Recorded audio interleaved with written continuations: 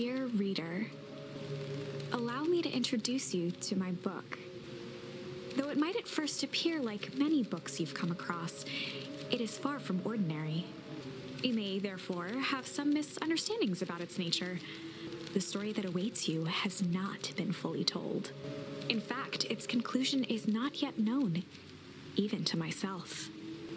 It is in that way that my book is special. It is in that way that you are special. Without you, there is no story. Chapter 1. Normal isn't what it used to be. This is a story about change. Nestled in a shallow valley is the town of Beacon Pines. Far from the town square, across the river, past the neglected welcome sign, a young boy walks alone at dawn. His name is Luca Van Horn, and like you, dear reader, he's here for a reason.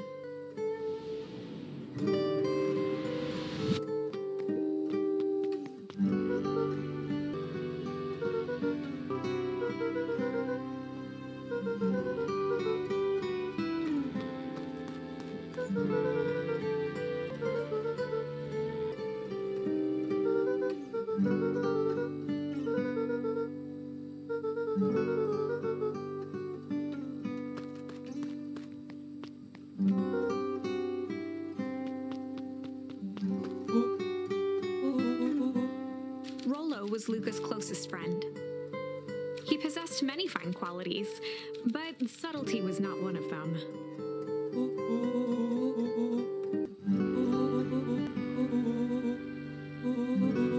Rollo finally noticed the tears welling in his friend's eyes and the flowers on the grave.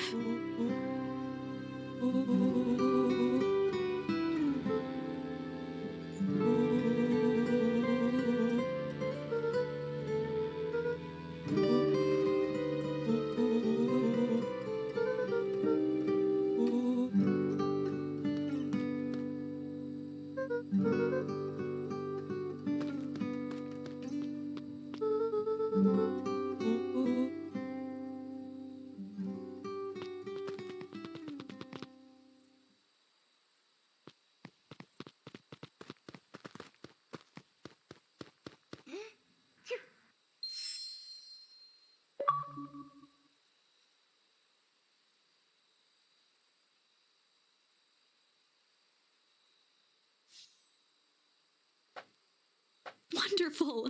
I had a good feeling about you from the moment you opened my book. That charm is a very special thing. Very special indeed. Keep hold of it for now. Its purpose will reveal itself soon enough.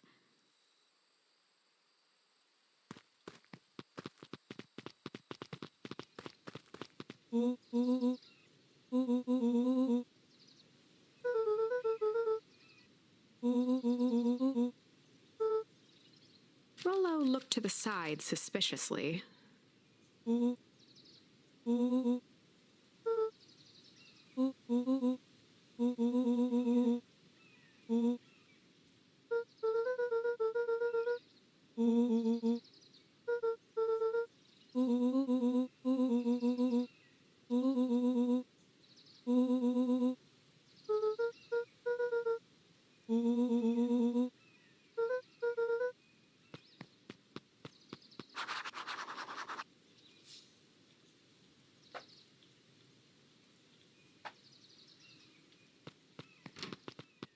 Dear reader, forgive me for this interlude.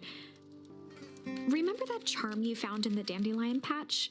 There are more of those special charms to discover throughout Beacon Pines. They've been known to reveal themselves to those who are willing. Some of them can be found in this very house.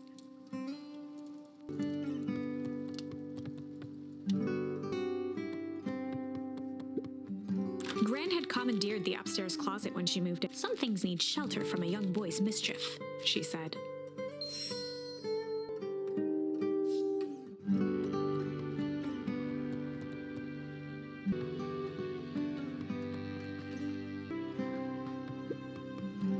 Luca tossed on his favorite old sweater.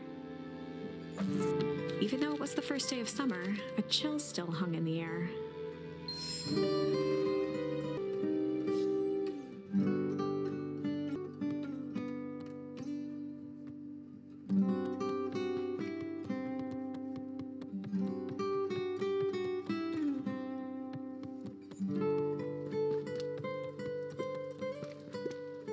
woman had already lit the fire.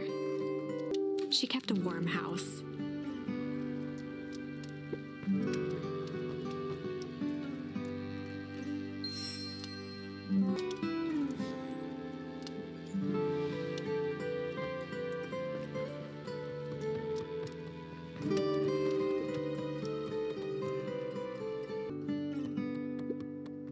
An array of prepared meals crowded the refrigerator, each labeled with the day of the week.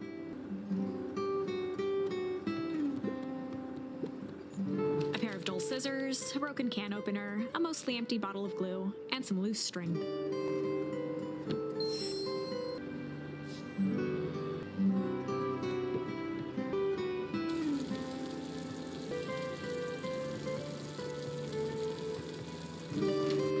Oh my, this is quite exciting.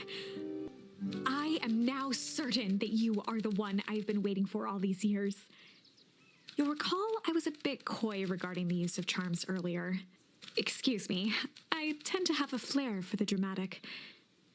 You are about to encounter your first turning point. There are certain times in this tale when everything hinges on a single word. Step forth, dear reader.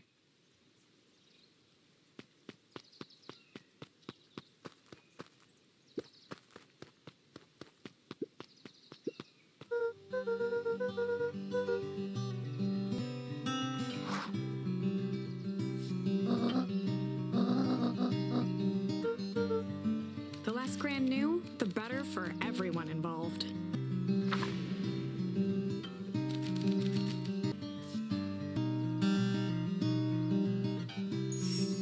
We were just gonna go chill for the day.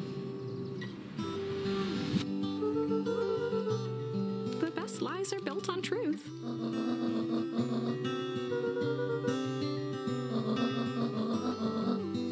Easy. Impressive.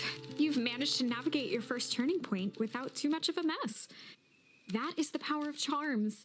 A single word can change everything. I think it's time to introduce you to the Chronicle.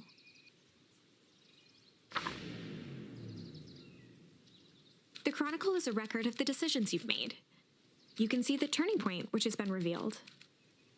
At any time, you can use the Chronicle to go back and invoke different charms, creating new branches. Luckily for us, this is the one and only turning point where the charms won't dramatically alter fate. It's the perfect opportunity to experiment with rewriting things.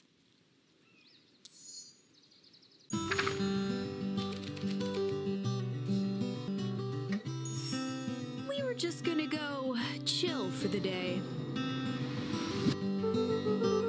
The best lies are built on truth. Easy.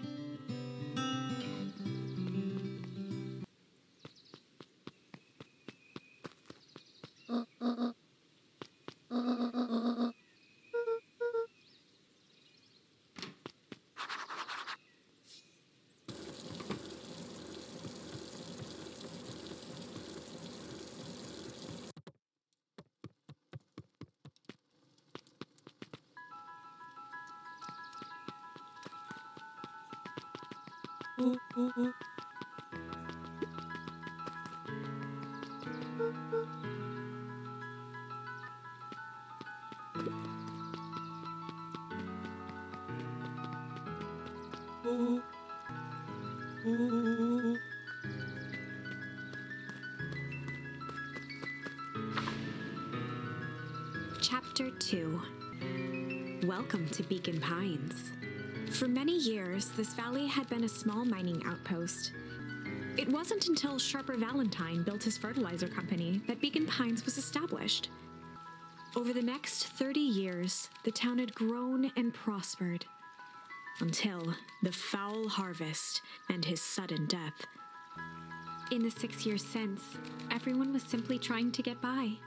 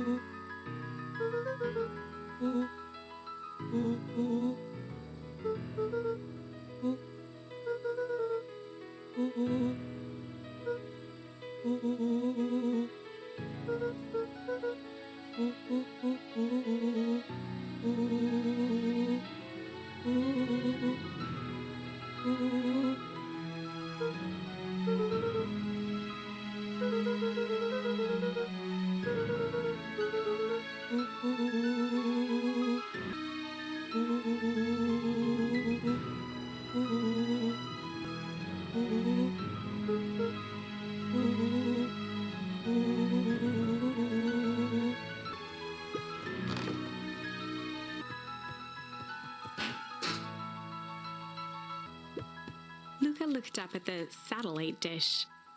Rollo nearly killed himself putting that up into the tree. While it didn't turn the radio into an interstellar communicator, as he'd hoped, it did at least boost the signal enough to overhear truckers one town over.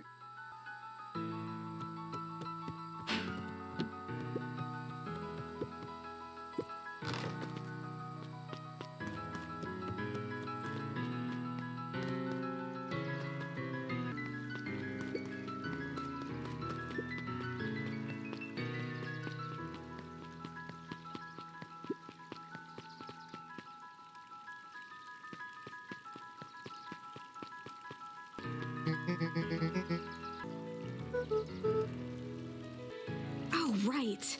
Rendezvous with Roxy. This is an important turning point.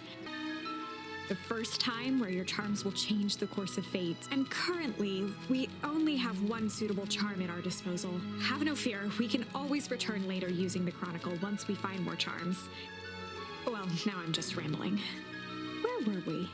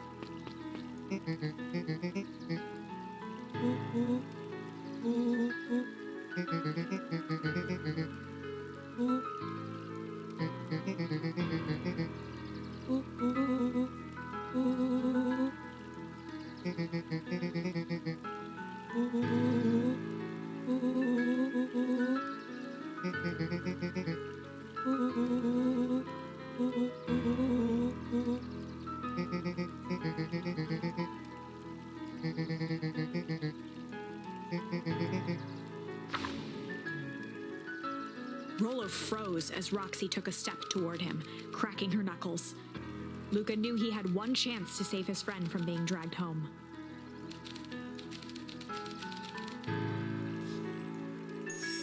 In the past, he found the best way to deal with an enraged Roxy was to be a little chill.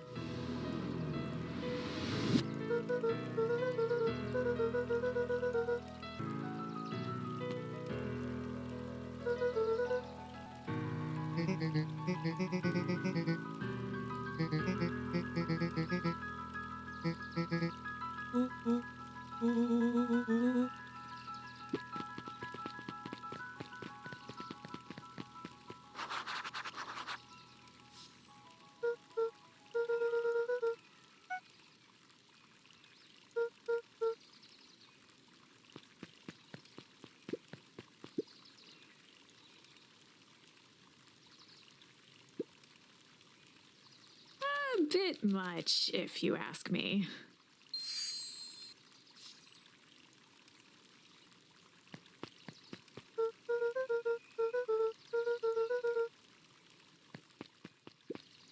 Holden Wilder ran the local paper of record, the Beacon.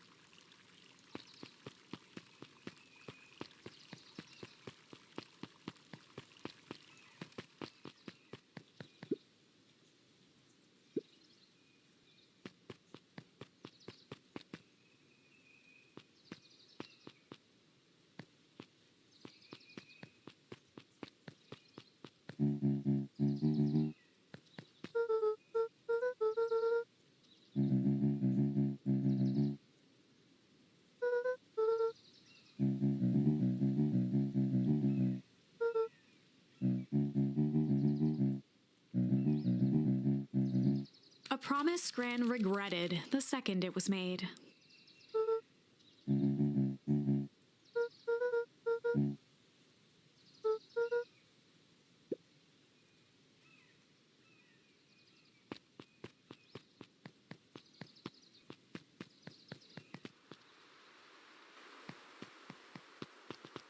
The path led into a small hollow at the edge of Weepwood.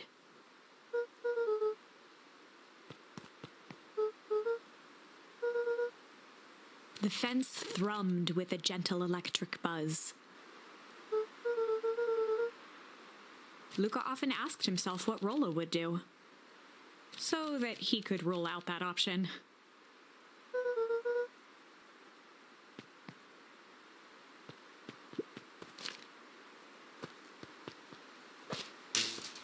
As sparks flew from the fence, the light atop that section shut off. 2 bulbs remained.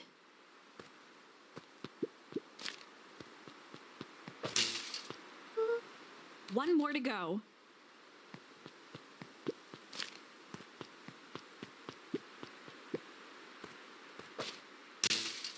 The fence's buzzing gave way to silence. Every kid in town knew the old Valentine fertilizer building. Long abandoned, the warehouse once served as the industrial heart of Beacon Pines. Now, it stood only as a reminder of things left behind. The dormant building showed strange signs of life. There was only one way to find out.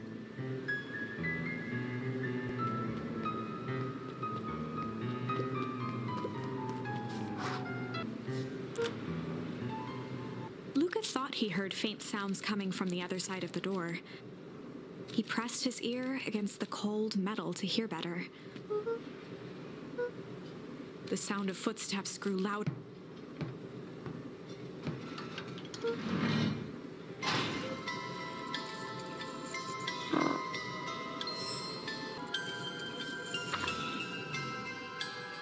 The heavy steel door knocked Luca to the ground.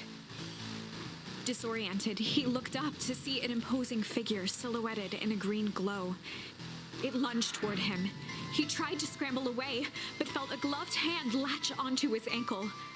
Luca watched his fingernails leave trails in the dirt as the hand slowly dragged him back through the door, into the lab, into the green light.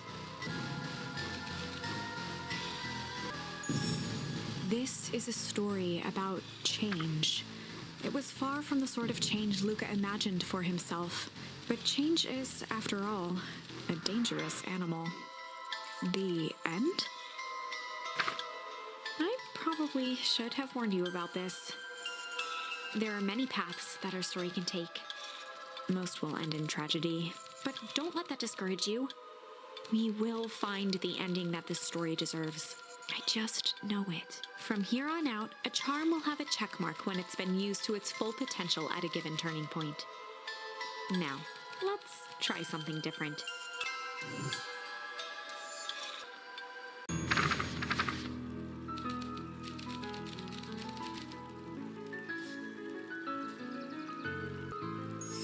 In the past, he found the best way to deal with an enraged Roxy was to be a little shit.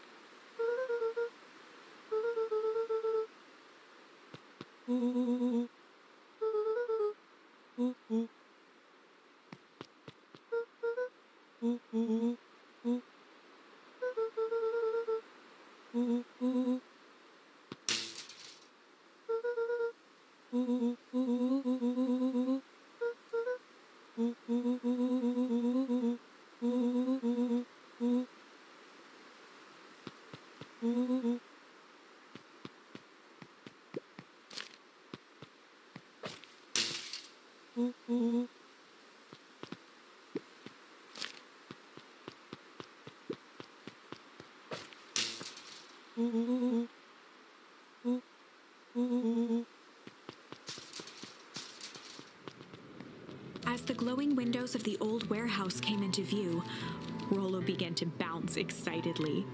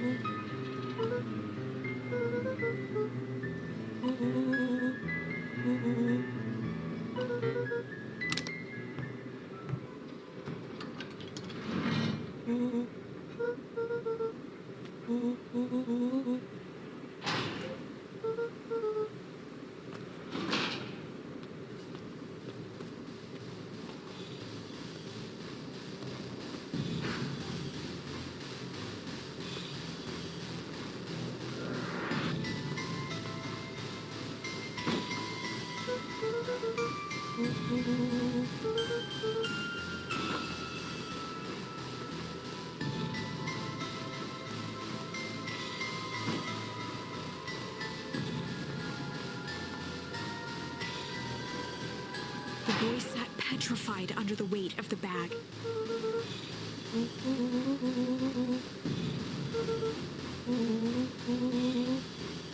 Rollo felt around at the large sack which burdened them.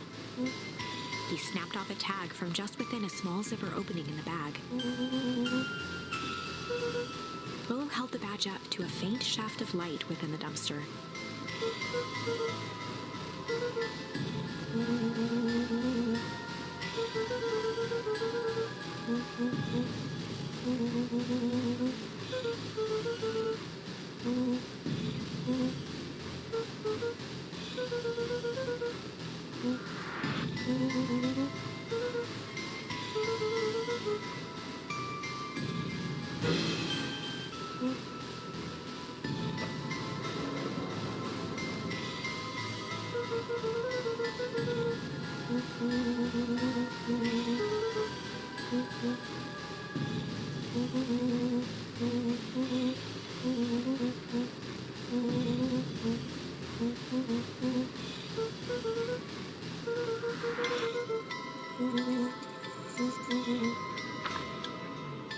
Lucas sat in the dark, tracking the sound of Rollo's footsteps as he ran. 1, 2, 3. He pressed his ear to the dumpster wall, straining to hear Rollo's footsteps as they faded away. 15, 16, 17. He tried not to think about the contents of the dumpster as he counted. 35, 36, 37. The thick stench made it hard to breathe. Screw it, that's long enough. Luca carefully lifted the lid and peered out. Nothing. No sign of Rollo. No sign of the man in the yellow suit. Time to haul ass. Luca clambered from the dumpster, stumbling to his knees. He was up like a shot and running, sprinting toward home as fast as he could. Beacon Pines flew by, blurred by the tears that welled up in his eyes. He wouldn't remember getting home at all that night. Throwing his front door open, storming up the stairs to his room and surrendering to sleep almost as abruptly as he hit his pillow. Chapter 3. Finding a Friend. The next morning, it was quieter than usual at the breakfast table. Only the sound of silverware and chewing interrupted the awkward silence.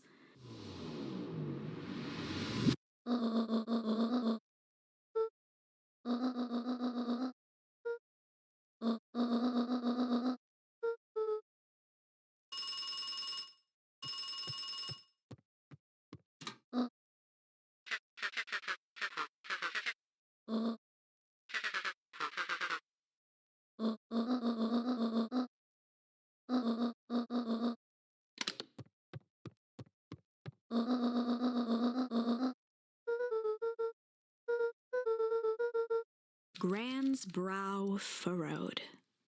She let out a long sigh. Her voice was quiet and even.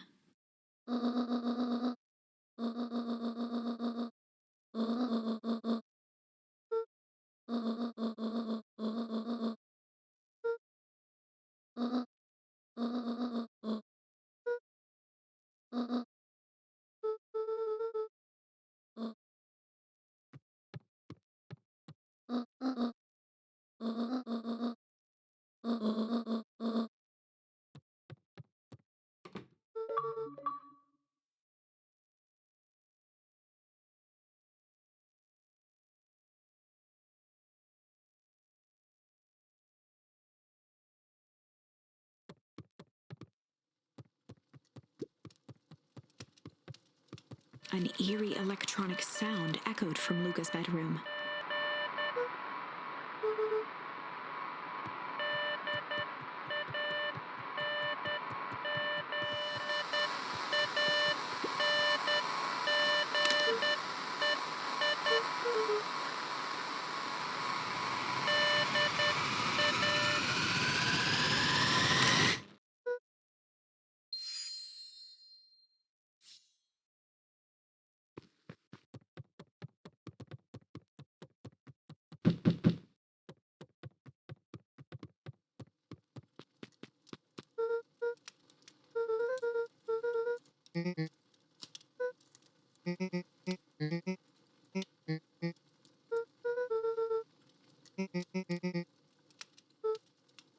A pit formed in Luca's stomach.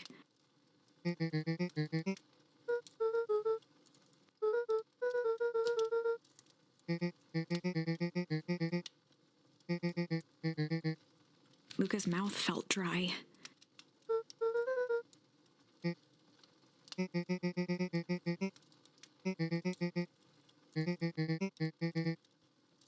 Luca could feel his heart beating in his throat.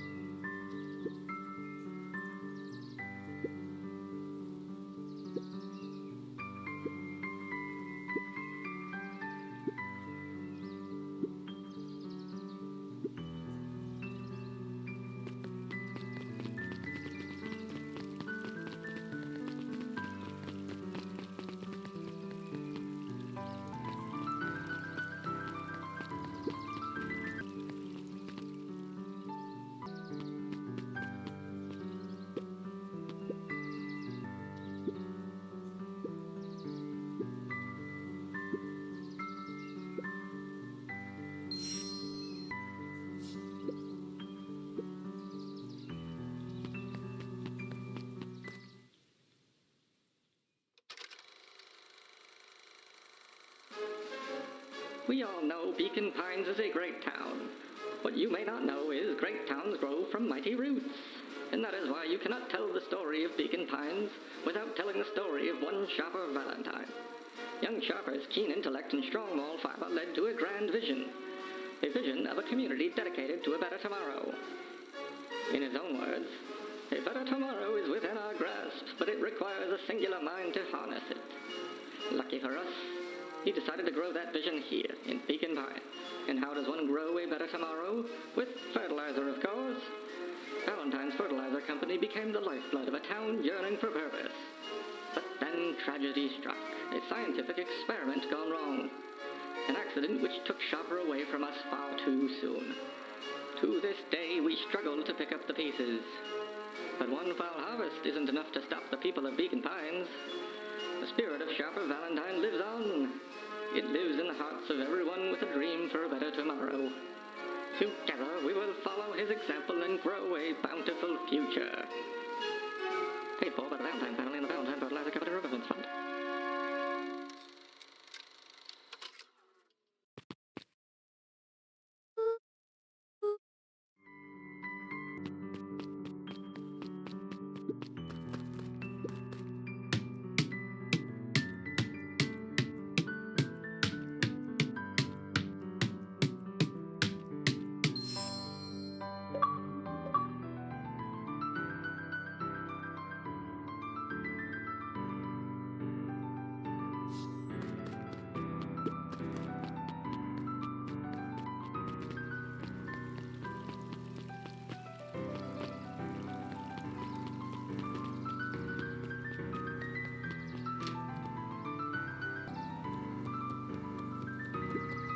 Kato volunteered at the library during the summers. He wasn't very social, so he'd dedicate each summer to becoming an expert in a single subject, making him a reliable source of very particular knowledge. If you were to ask Kato something he didn't know, he'd escape into the dusty old bookshelves and return with just the right thing. Kato was lost in his reading. Luca crooked his neck to see the title, Introduction to Melitology.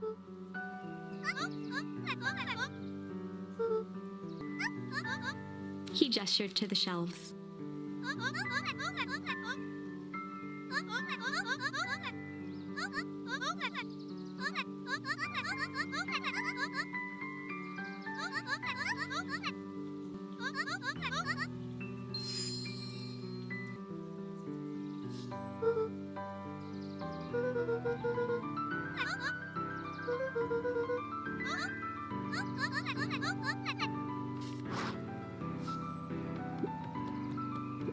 There were rarely any actual new editions, simply a variety of existing content rotated into the front display each week.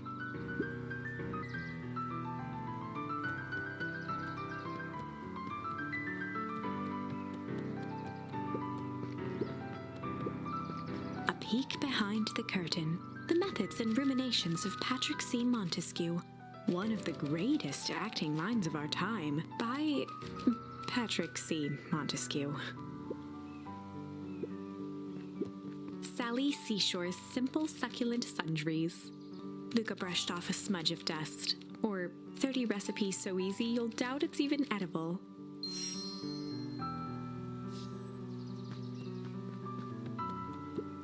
Oh, the cobs I've eaten, a salad-centric travel guide for the mildly adventurous.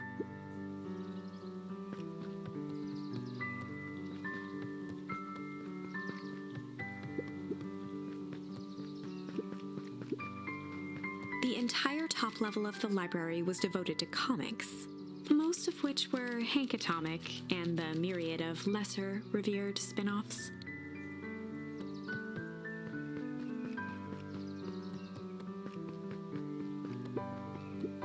Mycological phosphorescence.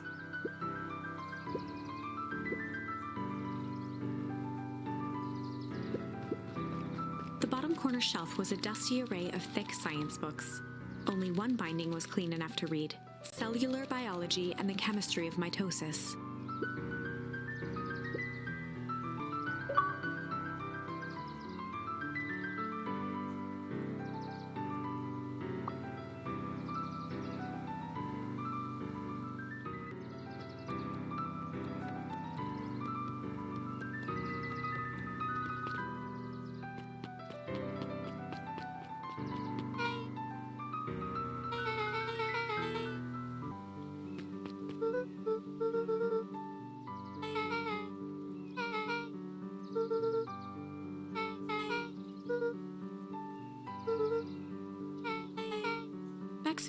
moved often, giving her little time to establish any real connections. She would tell you she prefers it that way.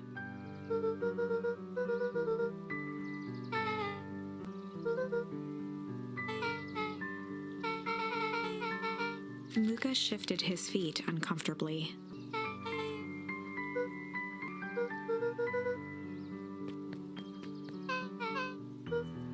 Beck pulled a coin from her pocket.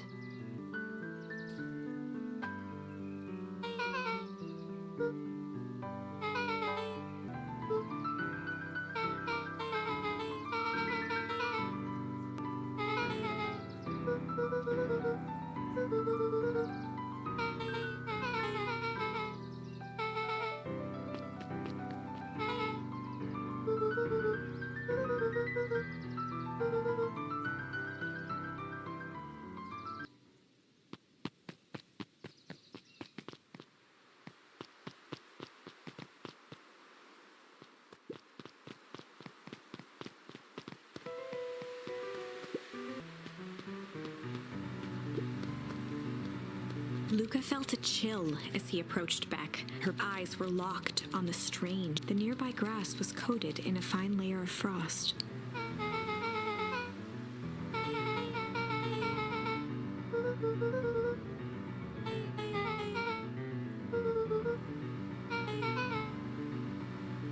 Luca watched as Beck dipped a broken tree branch into the goo. Beck's eyes widened as flowers grew from the dead wood. First small buds, which quickly bloomed into vibrant petals. As quickly as they had grown, the flowers began to shrivel and turn gray. Beck dropped the stick with a grunt of disgust.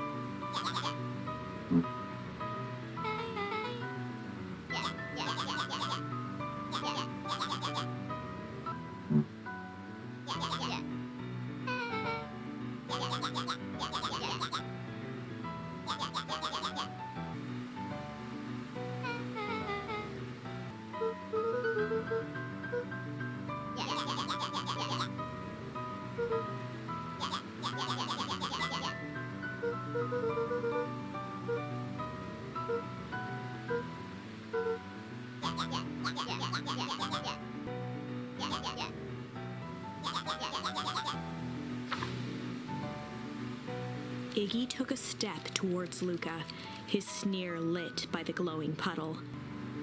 Beck could see tears welling in Luca's eyes, his fists clenched.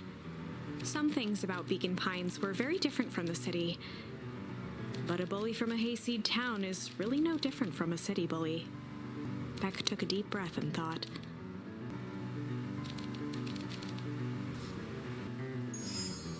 well, time to bust out the tickles.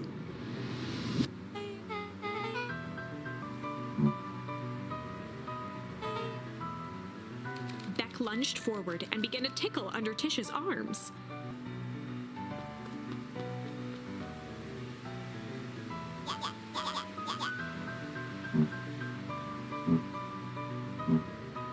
Tears began to form in Tish's eyes as she gasped for breath between gales of laughter. Beck redoubled her efforts until Tish finally had.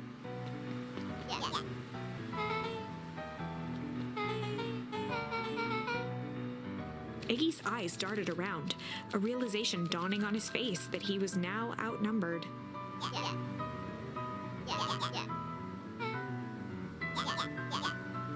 Iggy kicked at the puddle before making his escape.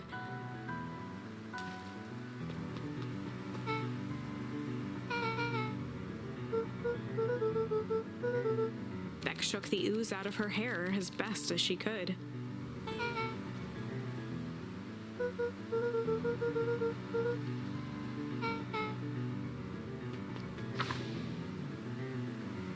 Chapter 4.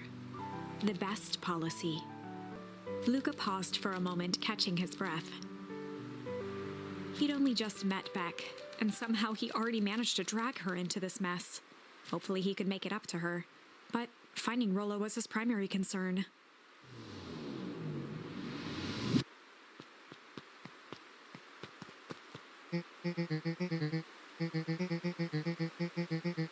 Roxy and Fitz looked drained. It was clear they'd spent all day searching.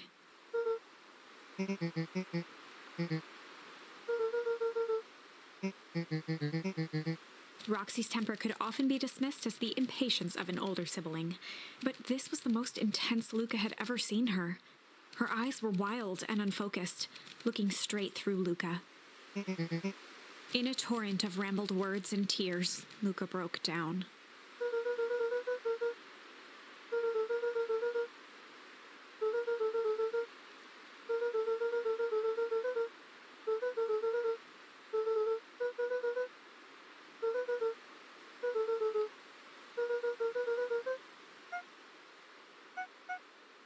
Roxy, still exhausted and angry, softened briefly as her eyes hunted the ground in thought. With a determined sigh, she looked up at Luca. Roxy drew herself up.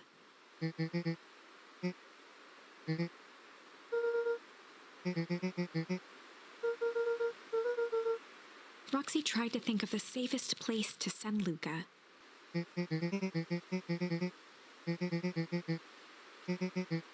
Luca wiped his cheeks and gave a quick nod.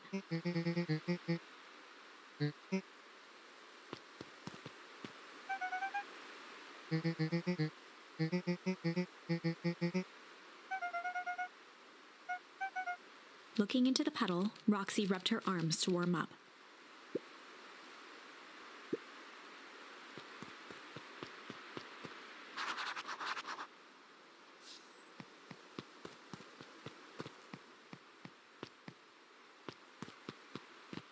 Mr. Nuncreed jumped with a start.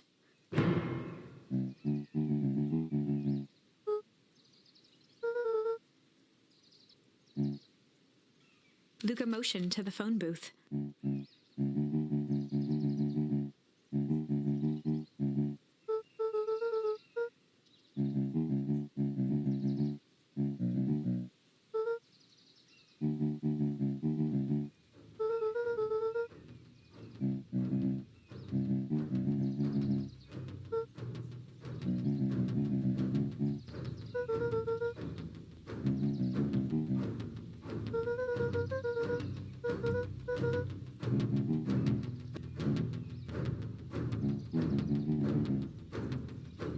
Mr. Nuncreed gently placed one of his substantial hands on Luca's shoulder.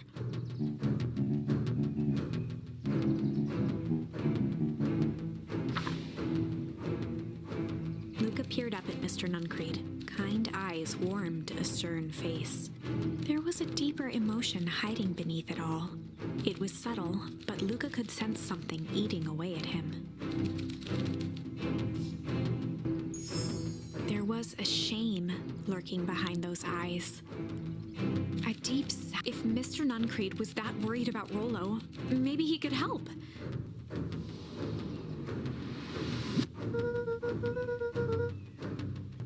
Mr. Nuncreed raised an eyebrow.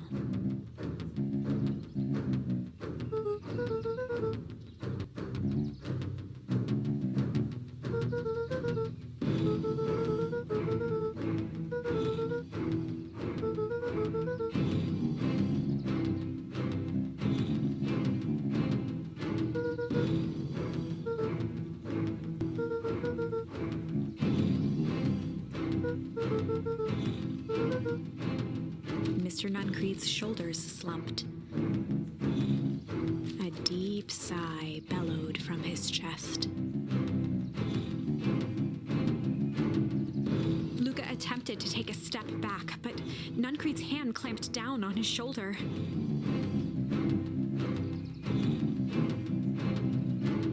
With a firm shove, Nuncreed manhandled Luca into the phone booth. The door latched shut with a mechanical hiss.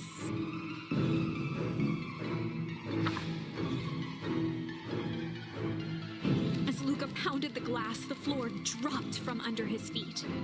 The inside of the phone booth was now a loose capsule plummeting at gravity's whim. Luca winced and pressed his hands to the walls. As he braced for impact, the capsule hurried to a surprisingly smooth stop. He felt a cold rush of air and opened his eyes with hesitance. Two large figures in hazmat suits occluded his view. Luca heard the deep, resigned voice of Mr. Nuncreed over an intercom. He knows too much. The end. Wait. No. This isn't the end. I know there's still much more. Somehow this went wrong. Okay, let's try something else.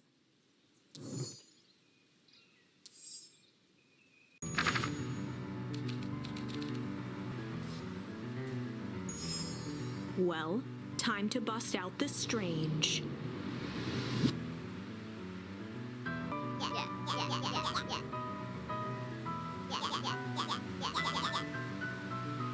Beck stared in silence, the only sign of life being the twitch of an eye.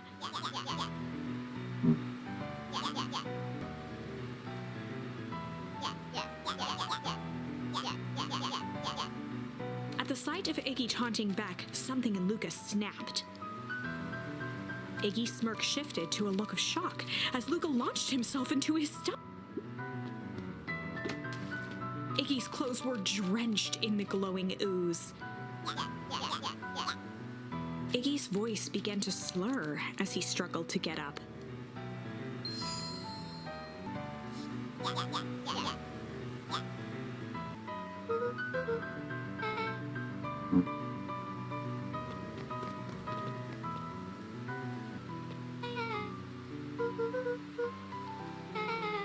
The person at the warehouse, this strange ooze, and what it did to Iggy.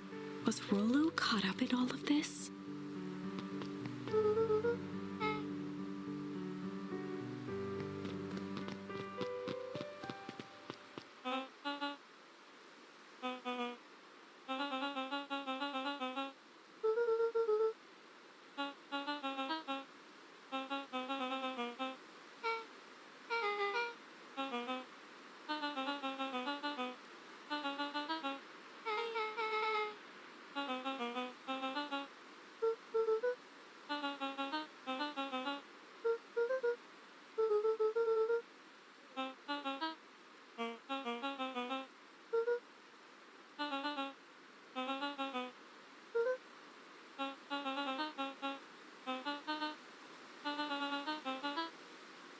Beck glanced toward Luca.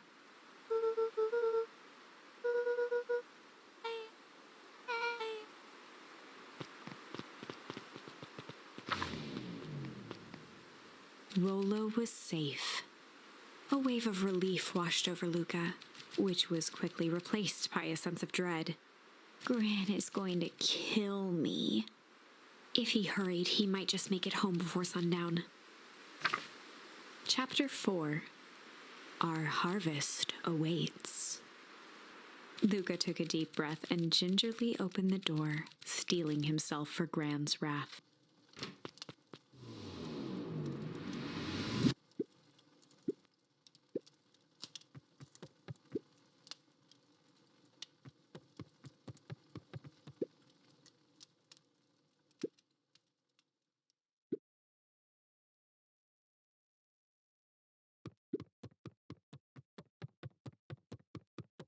Luca was alone. The house was empty.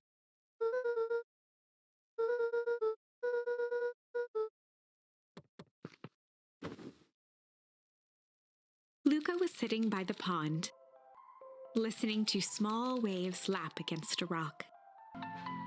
His father sat in a folding chair in front of him. Without turning, he spoke. "Why don't you grab me some nice bait?" "Sure thing, Dad." Luca hopped over to the tackle box and popped open the lid. Inside was a rolling, buzzing mass. "We're fishing with bees?" Luca's father gave a warm chuckle. "Well, you catch more fish with bees than honey. Pick us out a good one." Luca closed his eyes and plucked out a bee. He could feel its wings struggle between his finger and thumb. Holding it at arm's length, he hurried over.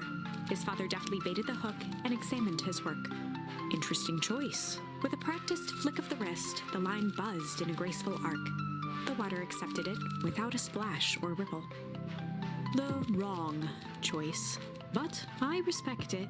The pond began to freeze over. Sometimes we gotta make the wrong choice before we can make it right. Pallid ice propagated across the still surface with an alarming speed. Luca scrambled back as the ground beneath him turned cold. Dad, I don't understand. Sorry, kiddo. Understanding isn't always part of the deal. The relentless ice shot through the fishing line toward his father. Dad, look out! His father casually wound the reel. None of it's your fault, you know. Never was. Dad, we have to go! Luca grabbed his father's shoulders, trying to pull him away. Please, you have to run! The ice crackled as it spread across his father's hands. That's the thing about fishing, Luca. His chest began to crystallize. You toss your hook in, and you never know what you're gonna pull out. A shock of searing cold ran up Luca's arms. He gave one last desperate tug. The chair tipped backwards in a single frozen mass. Luca tried to stop the momentum, but it was too late. He watched the icy form of his father slam into the hard ground, shattering into 1,000 pieces that crowded around his feet. Dad, I don't understand. What does all this mean? The gentle rustle of leaves was the only reply.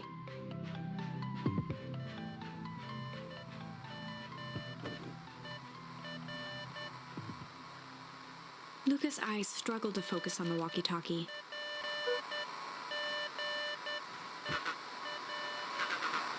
Faintly, he could hear Rollo amongst the noise.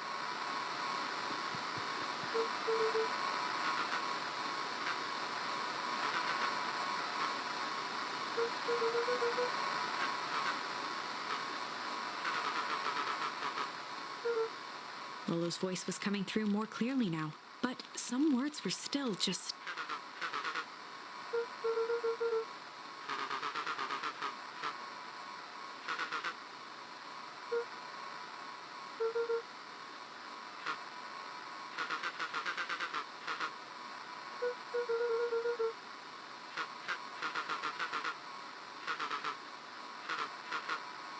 The signal went silent.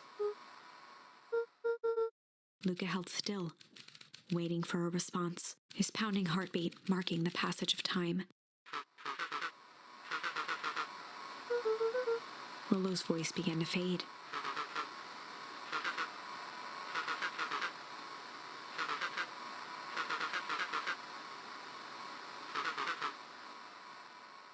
With that, the signal died for good.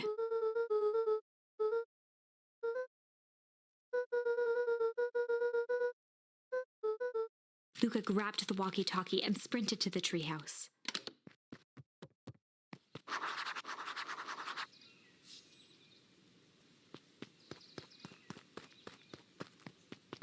Luca heard a group of footsteps approaching. He dashed behind the bushes to avoid being spotted.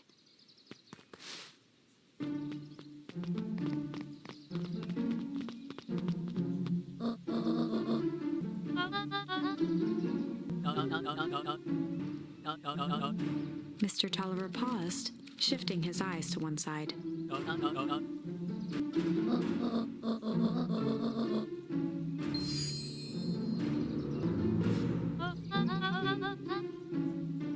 Mr. Tolliver took one long, quiet breath.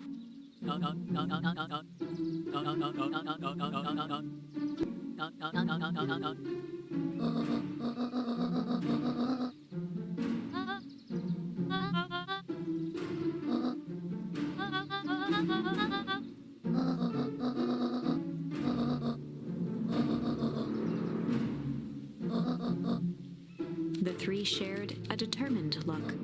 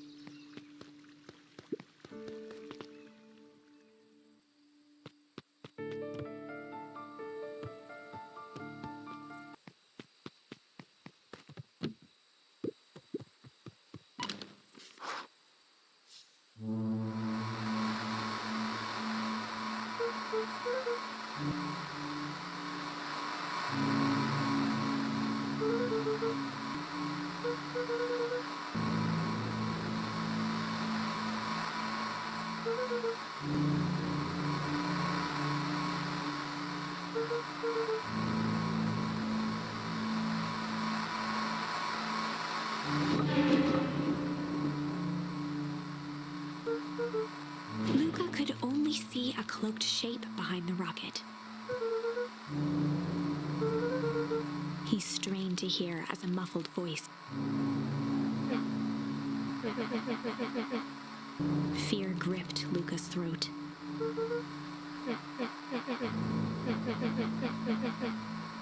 Luca stared at the ground for a moment, trying to place the dampened voice. The figure shifted slowly from behind the rocket, revealing itself to Luca.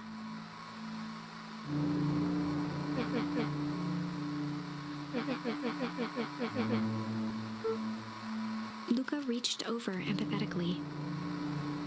Iggy's tone jolted to dejected anger. Luca slumped to the ground, overwhelmed by guilt.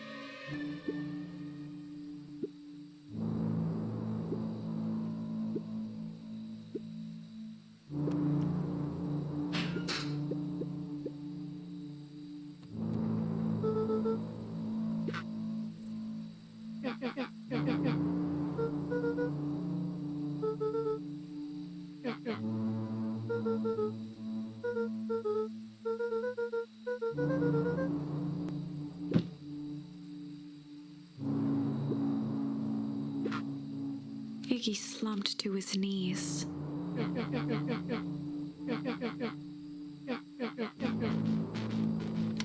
Luca grabbed the walkie-talkie and headed for the window. Luca and Iggy climbed up the back of the treehouse to its roof, where Rollo had constructed his MCDC, the Mission Control Defense Cannon. From behind the crowd of clipboards, William Kerr strode forward, a warm smile on his face.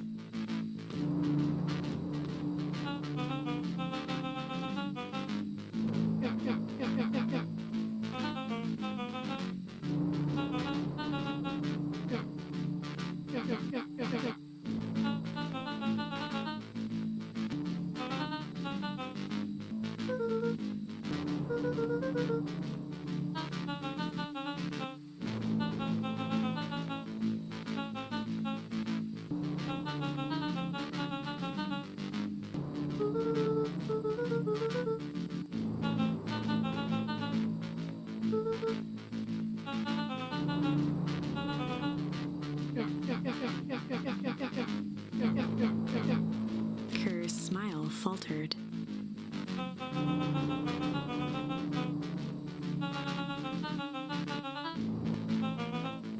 Luca's grip tightened on the MCDC.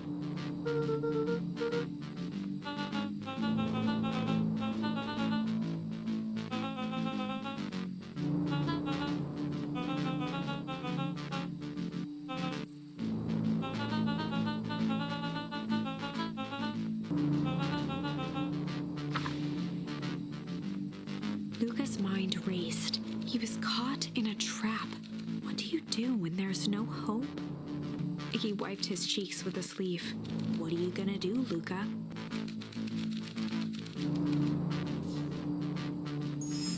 Luca drew himself up and decided to take the only option they had left.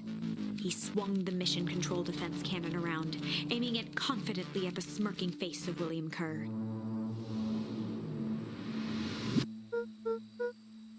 Luca summoned his most insolent demeanor.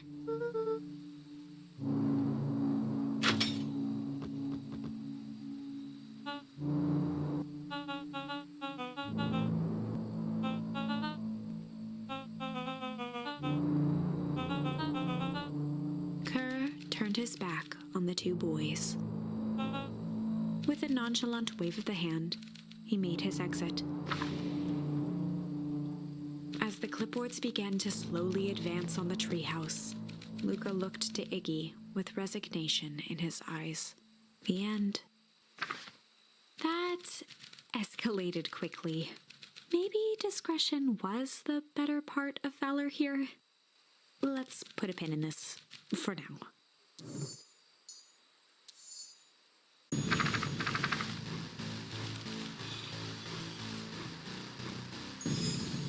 This is a story about struggle.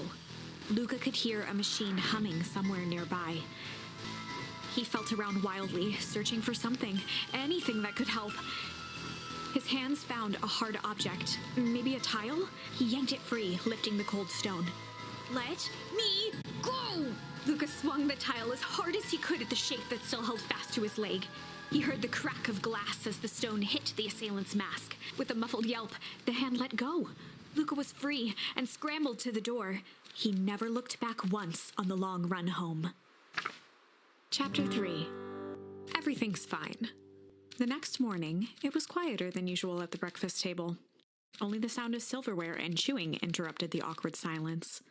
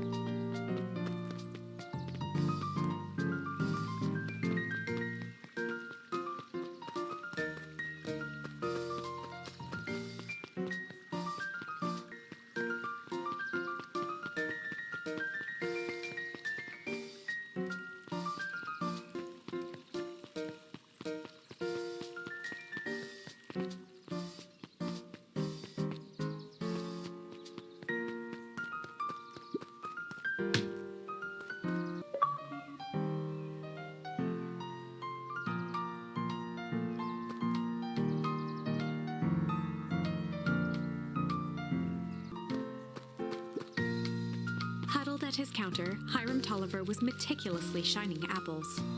More accurately, Hiram Tolliver was meticulously shining one apple.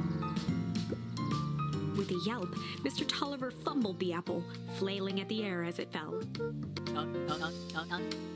He leaned forward and he leaned in a bit further.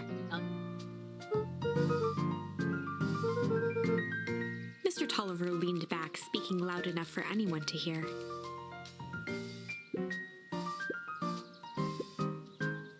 He reached forward and snapped up the jars of jam, giving Luca a little wink.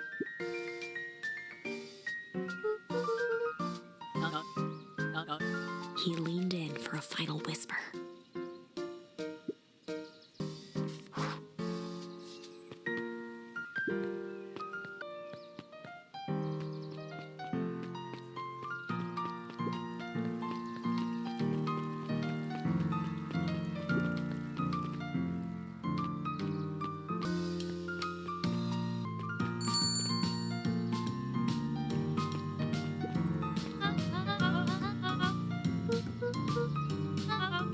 She leaned forward and pinched Luca's cheek.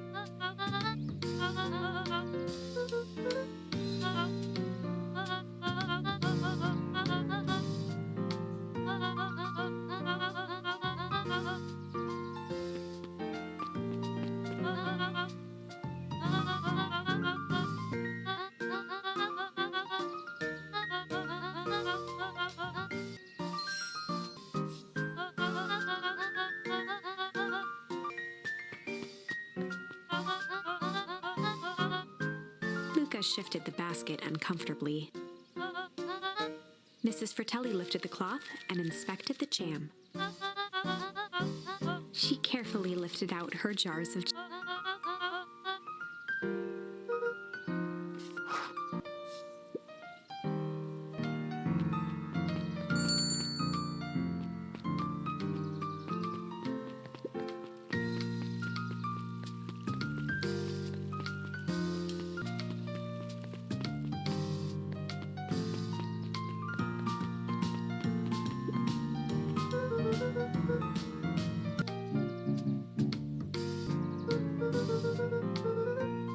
Mr. Nuncreed eyed Luca for a moment, then nodded in agreement.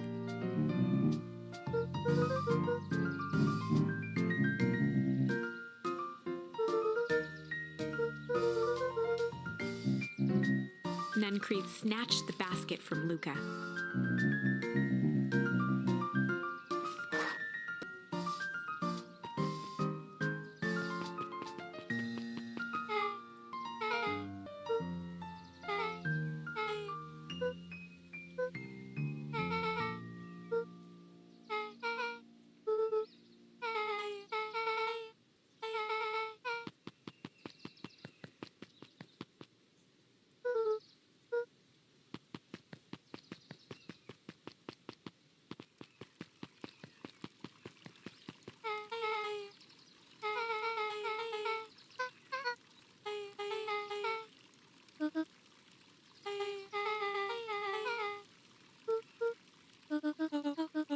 Beck locked eyes with Luca.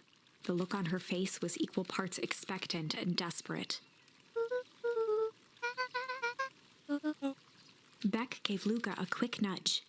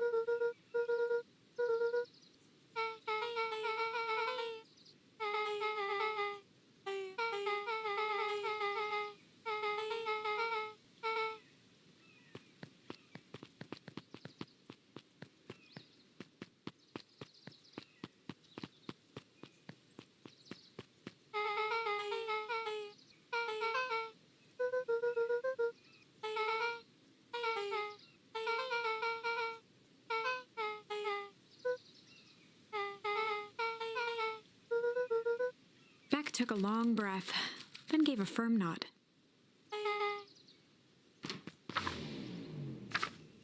Chapter 4. Dinner with the Moodwills. Ilona Moodwill was worried about change. A gardener at heart, she understood the necessity of change, relied on it even. But there was a difference between the controlled world of her plants and this cluttered cottage in a strange town. Almost done. Nellie was a blur of activity, digging through boxes. Sorry, love, couldn't find the dishes. We'll have to make do with paper plates. Dinner went by without much conversation.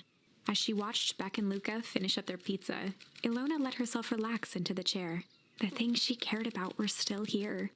Nellie finally had the job of her dreams. Beck was beginning to take root. Ilona's task was simply to tend to them. She could do that.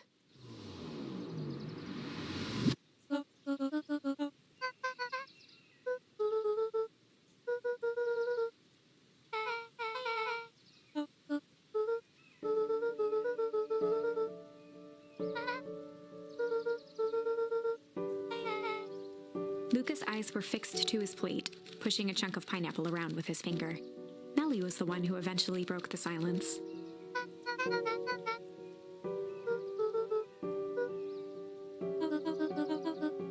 Ilona nervously gestured toward the boxes.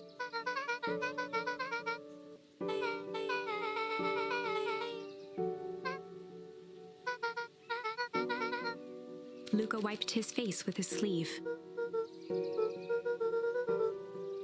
Beck gave Luca a swift kick under the table.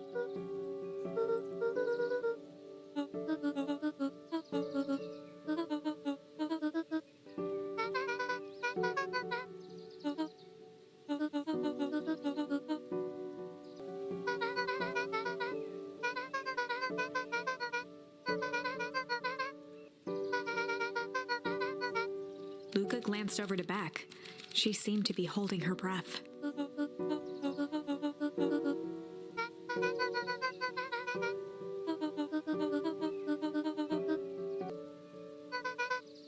Beck slammed her fist into the table, perhaps harder than she intended. Luca glanced outside to gauge the time. The sky was darker than he expected, filled with ominous clouds.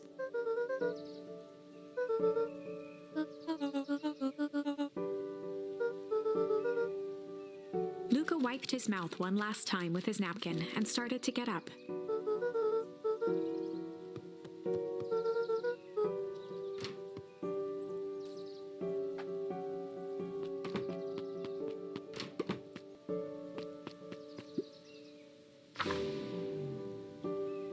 Surprised, Luca turned around. He knew Rollo could be prickly around new people, but Beck seemed cool. Rollo would warm up to her eventually, probably.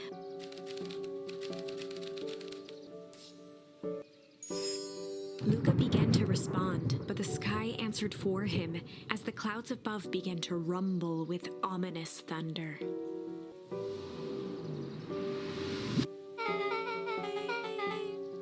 Luca surveyed the roiling clouds. At that moment, the heavens opened up, unleashing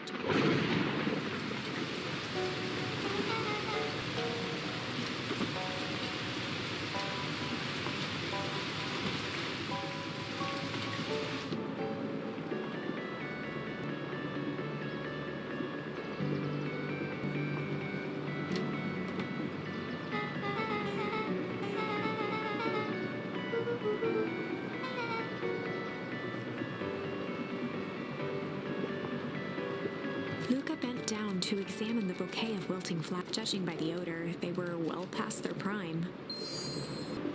He flipped open the attached card.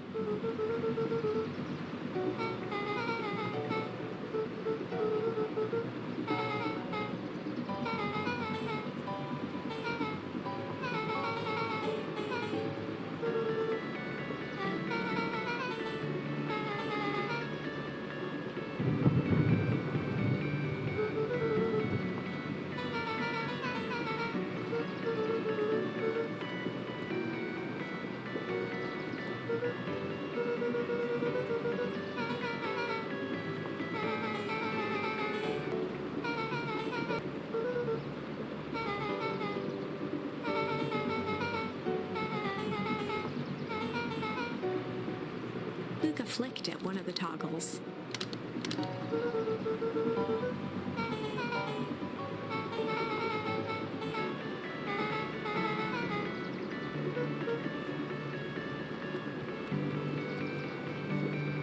Luca squinted into the eye hole of the microscope.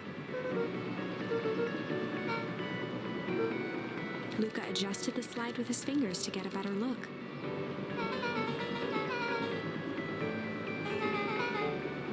Luca wiped his hand off on his sweater and gave a nervous laugh. Beck looked down, timidly tapping the ladder with her feet.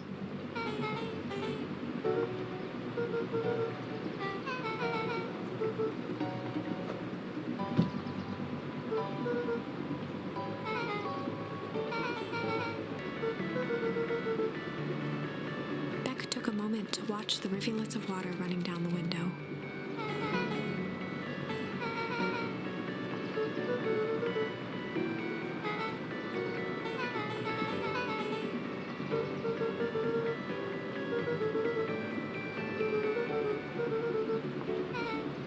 Luca took a deep breath, exhaling slowly.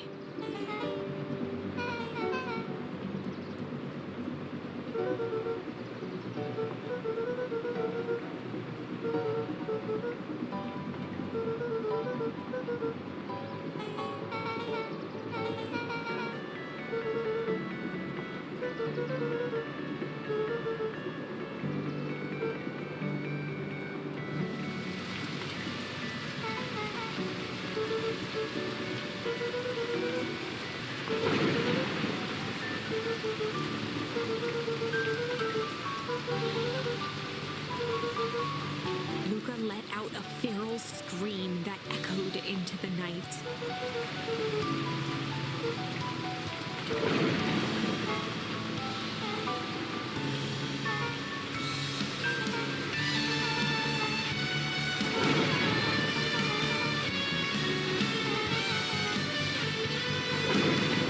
Her voice dropped to a trembling whisper. Beck brushed off her shirt and straightened up.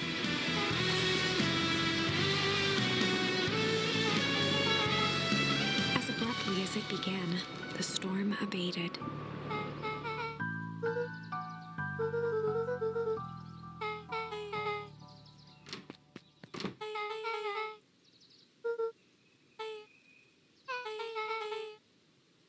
Beck gave Luca a light thump on the arm before heading in. Chapter 5. Friendly Feud. The air was heavy with the hard rain's residue, the smell of wet things. Despite his dreary surroundings, Luca felt at peace. He'd never shared those details about his dad with anyone, not even Rollo. But it's not like this changed anything. Rollo was still his best friend. Adding Beck to the group would help balance things out. Everything's better in threes. This is what Luca told himself as he headed to the treehouse.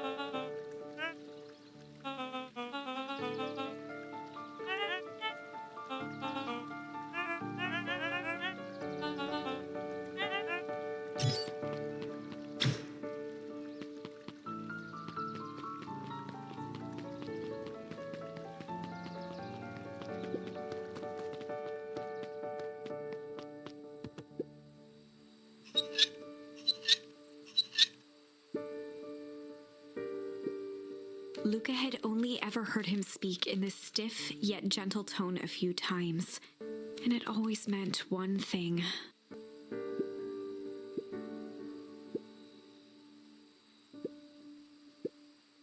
Rollo scoffed.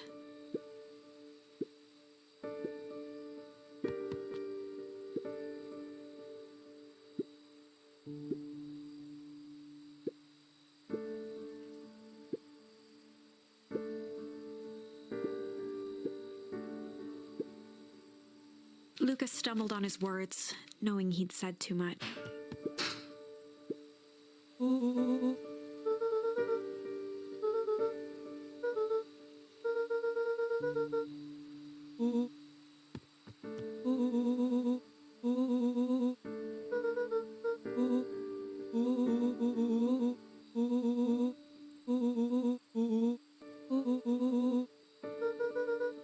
Luca became instinctively angry in response. Both boys were now shouting across the distance.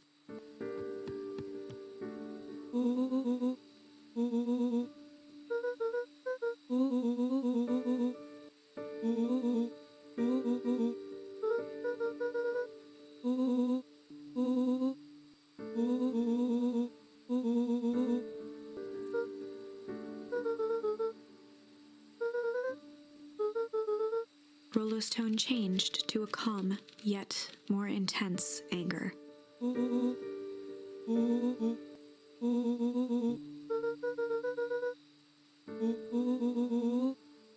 The words hung in the cold night air. Rollo's stomach dropped, knowing he'd crossed a line. But it was too late.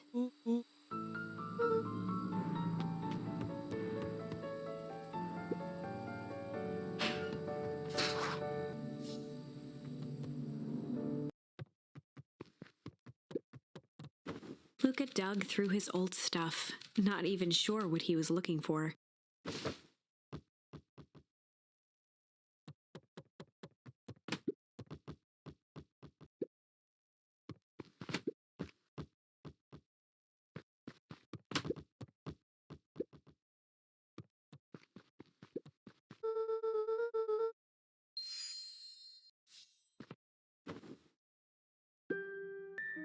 Gran cooed gently from the hallway.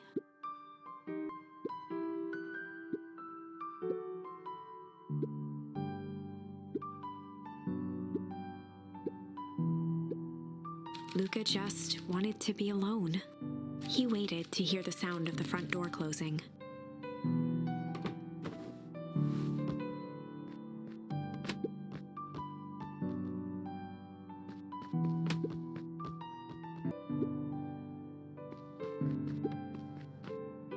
Luca dozed off again.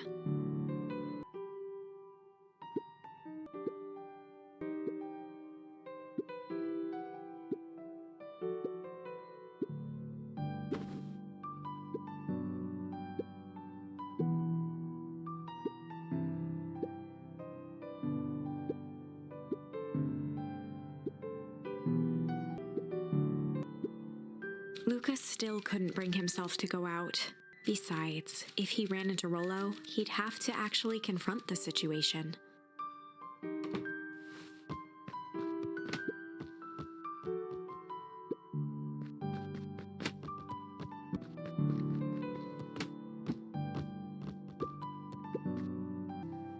The Adventures of Hank Atomic. Luca carefully opened the cover and began to read. Rollo had received it for his birthday, a special hardcover edition with behind-the-scenes commentary and bonus art. Rollo cherished it, but asked that Luca keep it at his house. Luca wasn't sure if it was because Rollo didn't trust himself with it, didn't trust his sister around it, or just wanted an excuse to come hang out at Luca's more often. Whatever the reason, Luca didn't mind. But it had stayed right there where Rollo had stashed it ever since. Now, at the foot of his bed, Luca lost himself in the pages. He'd read it all before, but at this moment, it somehow felt sentimental. He was well into issue number 5 when he heard soft footsteps from the hallway.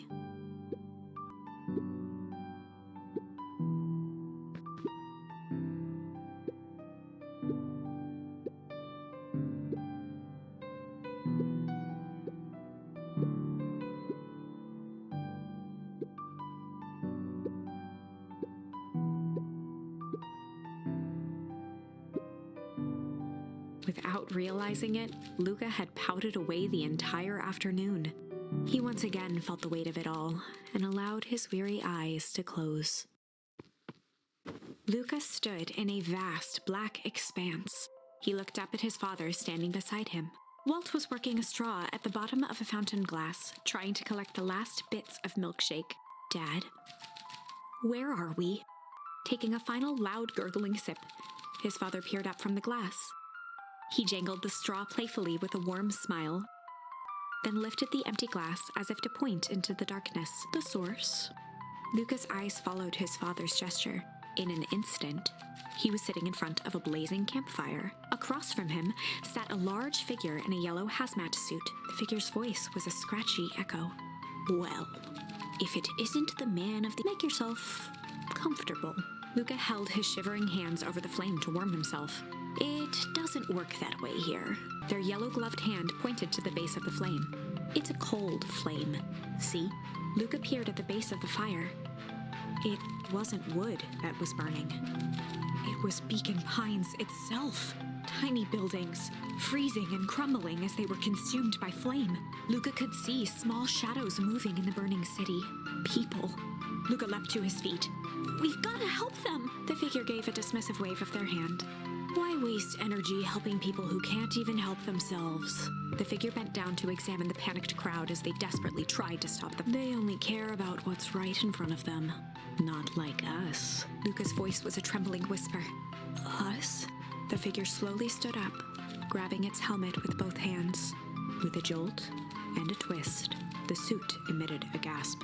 A cloud of torpid mist escaped, slowly revealing the face within. Luca's own face looked back at him. Older, worn, distant. The sensation was oddly familiar, as if he'd caught his own reflection by surprise in the mirror. The doppelganger smiled. I tried to help once. He gestured towards his face. And all it got me was this. Luca staggered back. You aren't... Luca felt a hand catch his shoulder. His father was there again, beside him. Every choice sets us on a path. This is the end of one of your paths, son. Luca watched his older self shake its head ruefully, its face twisting into a cruel grin. Welp, Dad, if you wanted him to see this, far be it from me to disappoint. Luca watched in shock as the figure took a confident step forward and plunged into the flames in a flash of cold light. He was gone. What does all of this mean? Luca felt a reassuring squeeze on his shoulder. Just remember, why we choose matters just as much as what we choose. Luca woke up to see a hazy figure at the foot of his bed, silhouetted in the morning sun. Luca rubbed his eyes. The kind, concerned face of his gran came into focus.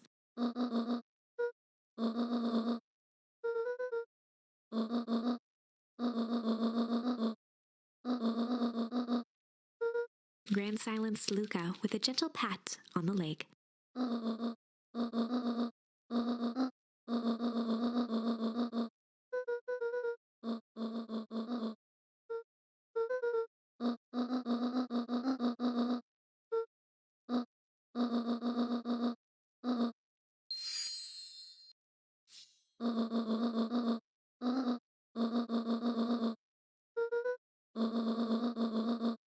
Luca gave a reluctant nod.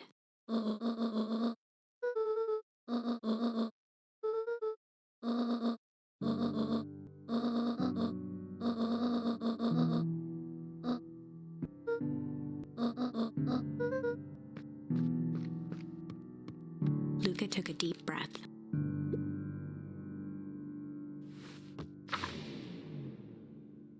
Chapter 6. Through Thick and Thin. Despite Luca's bitterness, Gran was right. He needed to hash things out with Rollo. A big fight changes the nature of a friendship. Whether, in the end, it is for the better or for the worse, all comes down to understanding. If one is not careful, the same familiarity that builds the strongest of bonds can become the wrecking ball that shatters them. Luca emerged from seclusion, taking in the crisp festival air. But the events of the day weren't on his mind. He had to find Rollo.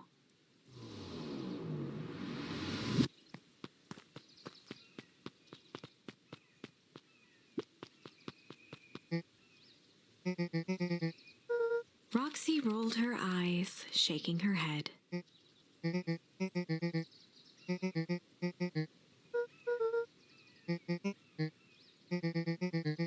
Luca looked down and kicked at the dirt.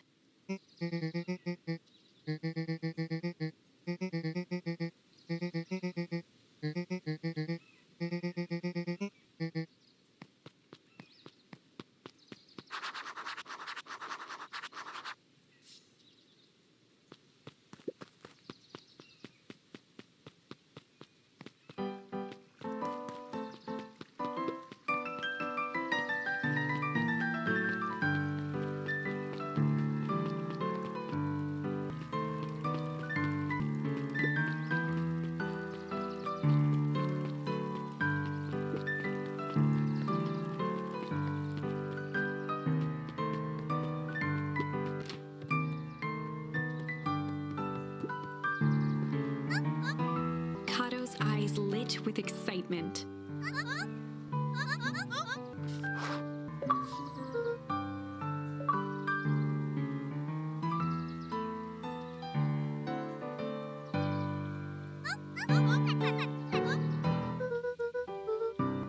Kato straightened up and cleared his throat as if preparing to sing.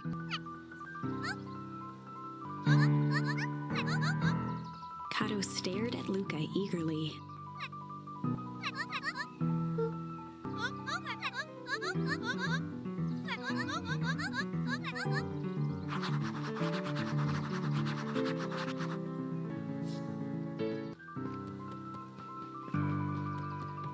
Luca grabbed The Adventures of Hank Atomic, issue number 5, from the...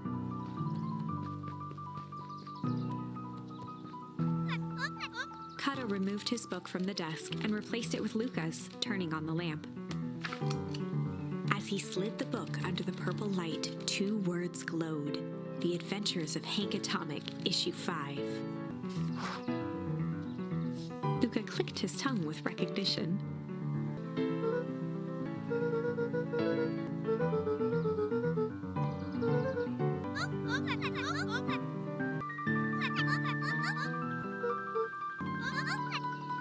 Kato began flipping through the pages, stopping when he hit a glowing word.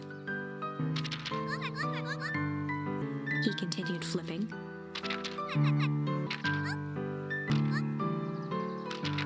Reaching the end of the book, Kato looked up.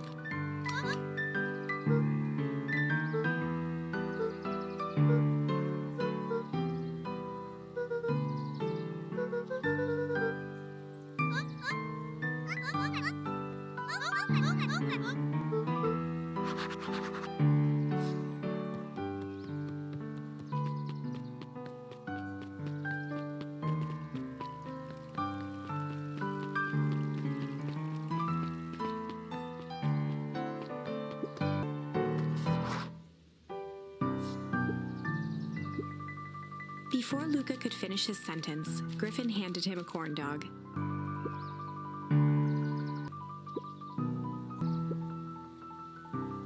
Luca shrugged, taking a sizable bite out of the corn dog.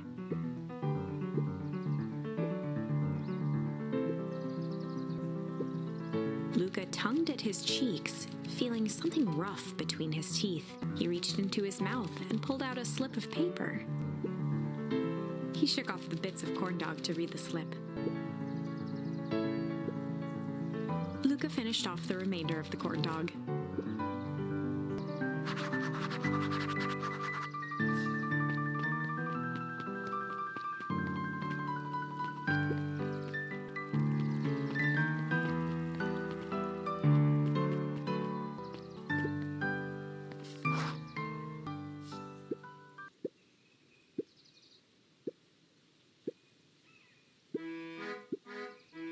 Lumi waved his hands around sarcastically as he...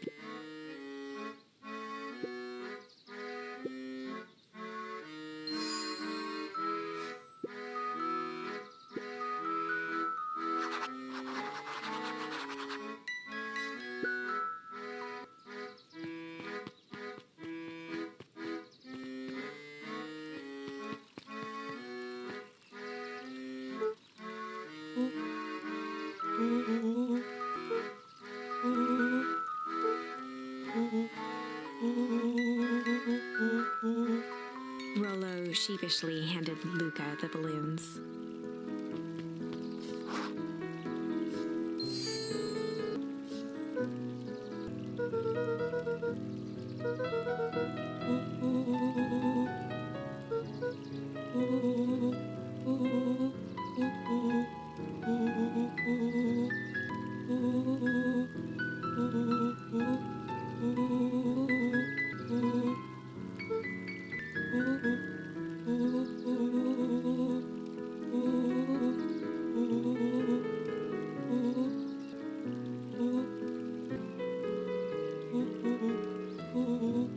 Luca threw himself at Rollo, hugging him as tightly as he could.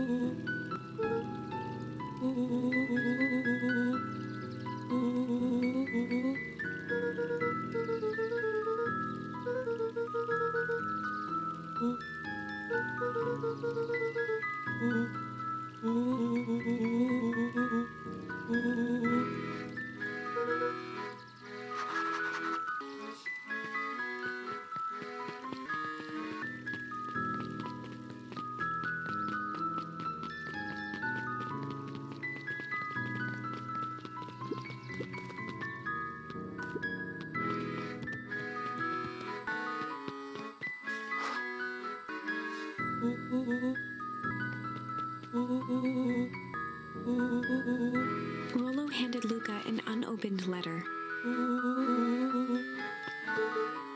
Luca, some things are going to happen that might be difficult for you to understand. If I am honest, I hardly understand them myself. But whatever happens, I need you to know that I love you. None of this is fair to you. You have already lost so much. We both have. I wish there was a simpler way forward. But if there is, I haven't thought of it. God knows I've tried. Everything I've done. I did for you. I hope someday you can accept that. Love, Gran.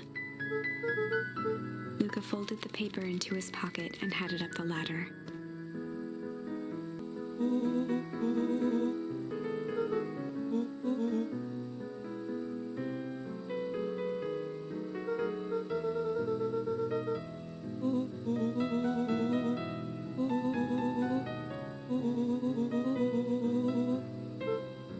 Luca was at a loss for words, but that was fine. Words aren't always necessary.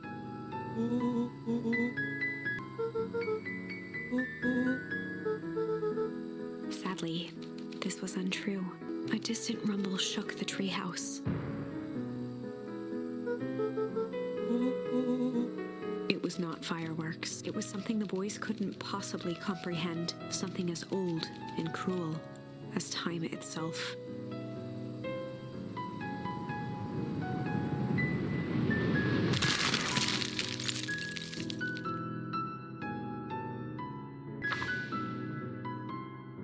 A shockwave of cold tore through the room. A bitter, unfathomable chill. Before they could react, it encased them in ice. Two boys, reunited by friendship, only to be cruelly separated by a malevolence. And so, our story ends on this melancholy scene. In a silent treehouse turned statuary, in a town brought low by its secrets, sits a pair of friends, alone, together, for the rest of time. The end. No, that can't be the ending. It simply can't. I won't accept it, and I hope you won't either. There are more endings, more possibilities. I can feel it. We are just going to have to sort through them all until we find the one that fits.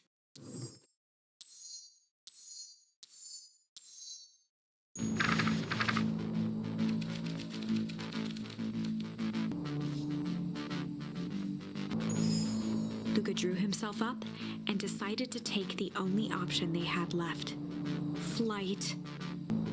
He squinted down the barrel of the mission control defense cannon, aiming it through an opening in the dense tree branches.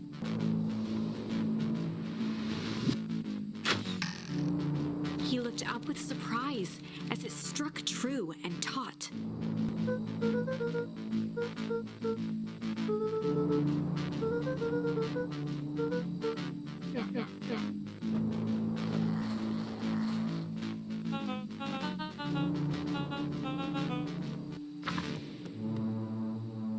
Luca and Iggy winced as they sprinted through the thicket.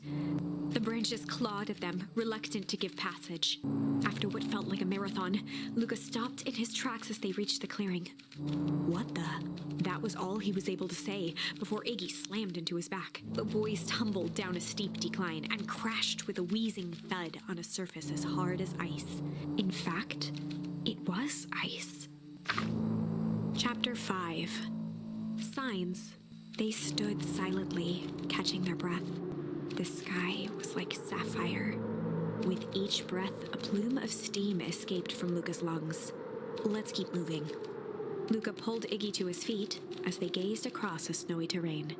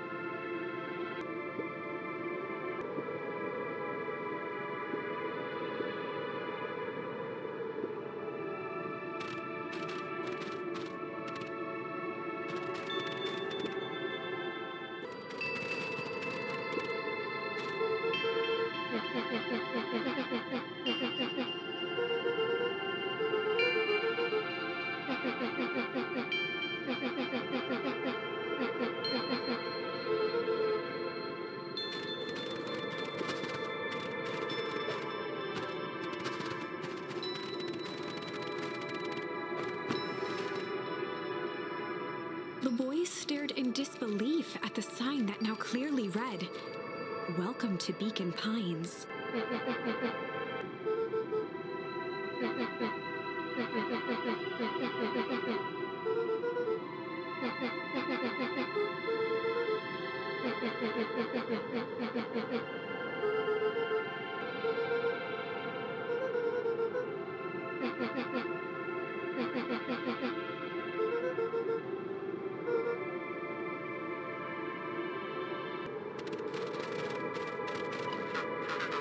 Luca had almost forgotten the walkie-talkie he was carrying. Luca looked at Iggy with hesitation. With a resigned sigh, Luca responded.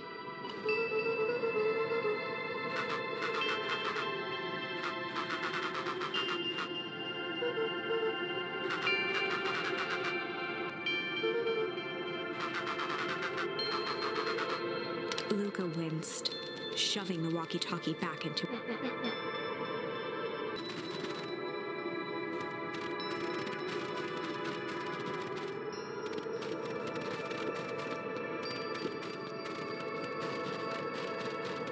The crunching of footsteps trailing Luca went hush. He looked back to see Iggy's face twisted with confusion.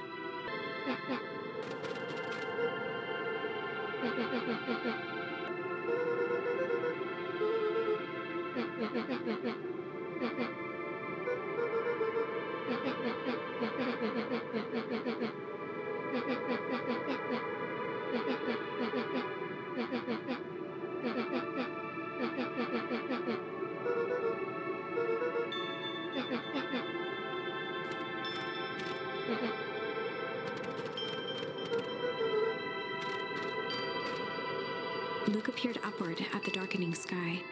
He let out a long, foggy breath. Faintly, seeing Iggy in such a pathetic state gave Luca a sense of compassion, and more than a little guilt.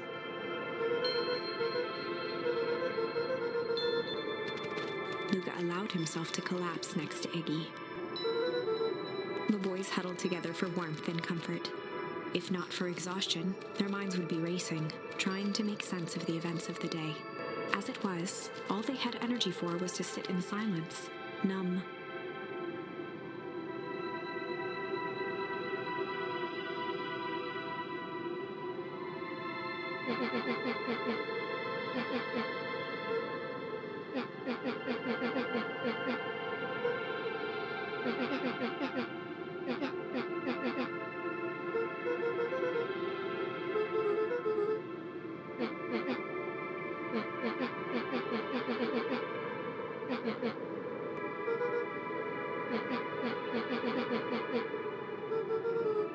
Iggy motioned sarcastically to his half-deformed face.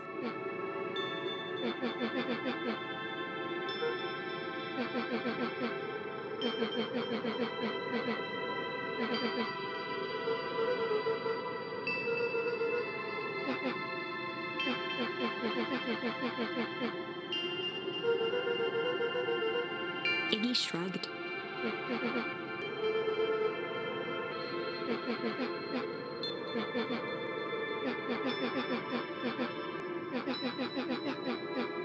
Iggy now wept openly.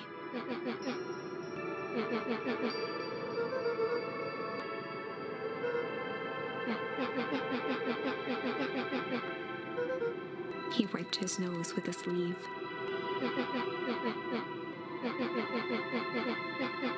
Luca gave a warm chuckle.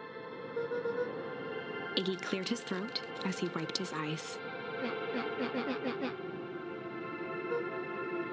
Iggy arched into a wide yawn.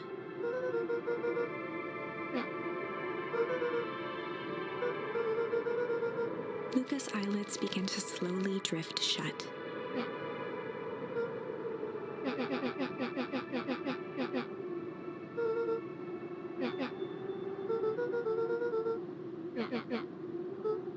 That's all Luca could whisper before succumbing to sleep.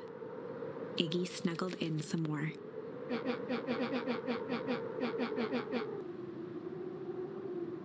The house smelled of warm bread.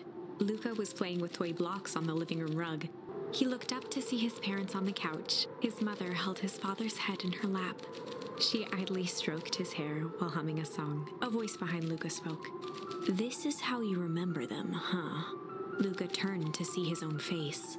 The doppelganger from his dreams, still clad in a yellow hazmat suit, still carrying a look of disdain behind empty eyes. Aww, look at this perfectly cozy scene. You know it wasn't really like this. The figure picked up a toy block and inspected it. It's amazing the facades that one can build given the right materials. Not that I blame us. These are a child's memories, all warm and fuzzy. You don't remember, do you? Luca snatched the block from the figure's yellow-gloved hand. Remember what? The doppelganger pointed to the couch. The last day we saw him alive. The day he chose to abandon us. Luca turned to look at his father, still lounging on the couch. That's not true. He didn't abandon us. The doppelganger waved his hand dismissively. Everything is true here. It's just a matter of what we choose to see. Let me show you. The world flickered and pulsed. Luca was sitting next to his bed, listening to his heartbeat with one of his dad's stethoscopes. The doppelganger limped into the room. Now, we both know that's not how this went. He grabbed Luca's hand and guided the stethoscope to the floor. Luca heard muffled shouting, brought close by the stethoscope. It was his parents, fighting.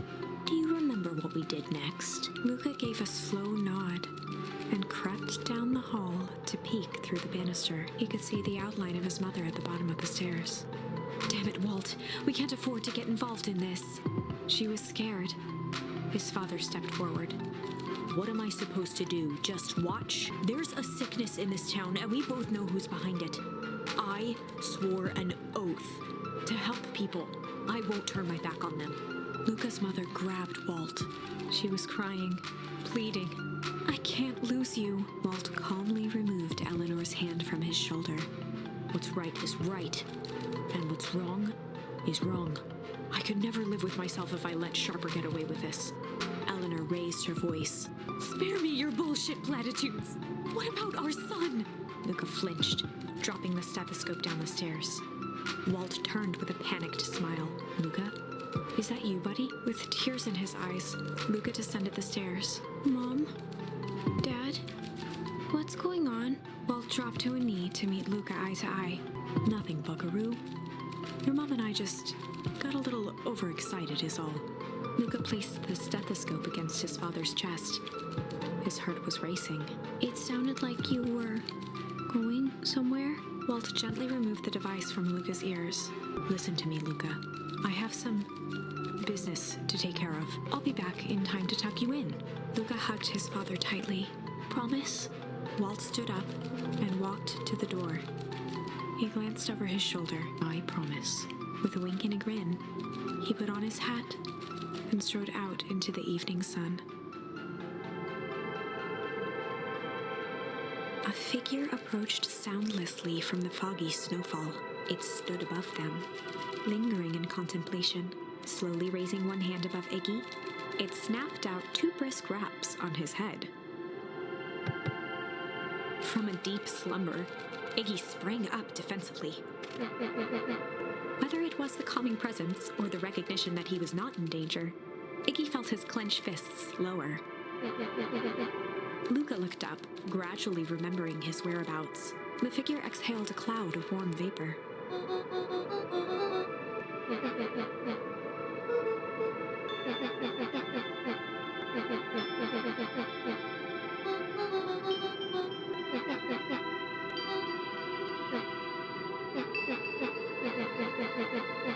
When it came to complete strangers, Iggy had trouble cobbling together an insult.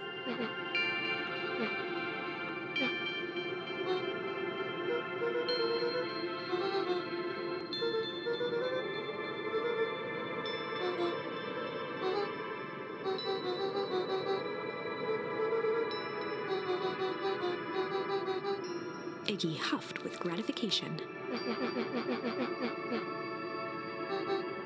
Nat began to turn away indifferently.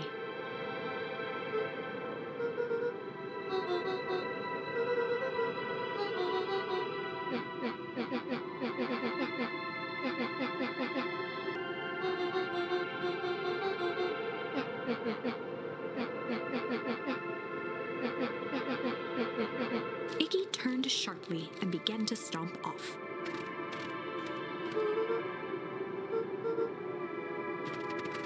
Realizing he'd worn their patience then, Nat relented.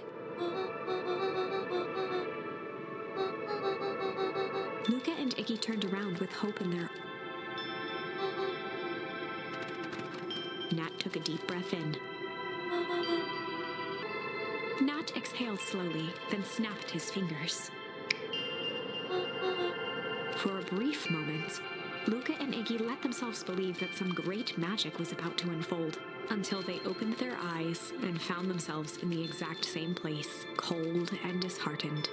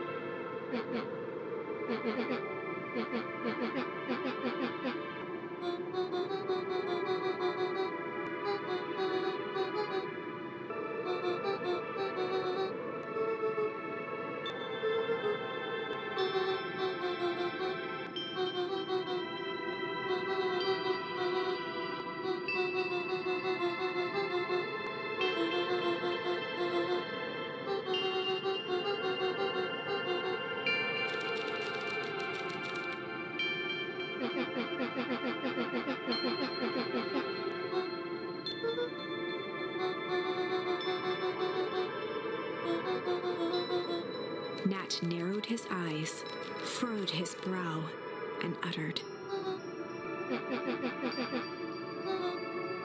Luca began to laugh uncomfortably.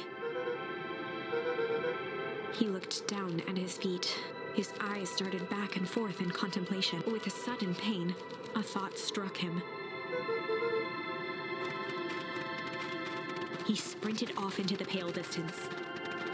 As Iggy turned to follow, Nat called out.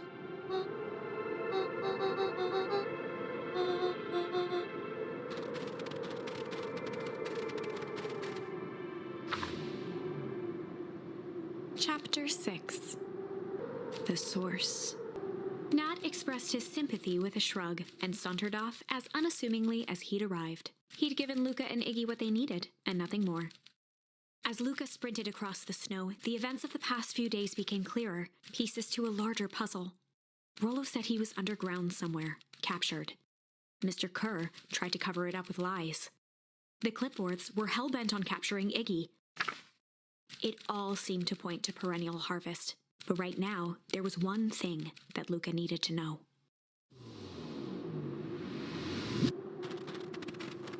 Luca stopped dead in his tracks. The tree was gone, uprooted and moved, leaving a raw gash in the earth. He dropped to his knees and dug wildly at the cold snow. His numb hands hit something hard, a headstone. A dry whisper escaped Luca's lips.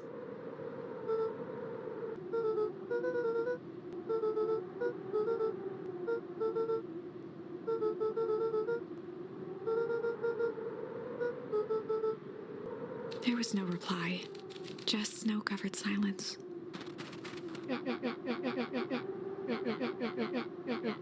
Iggy finally noticed the tears welling in Luca's eyes and the snow-covered grave.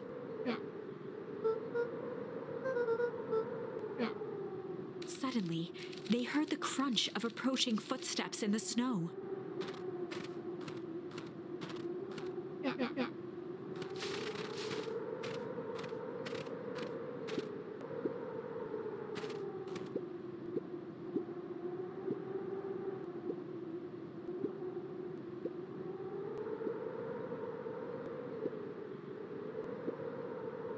He bent down to scoop up a snowball and lobbed it playfully.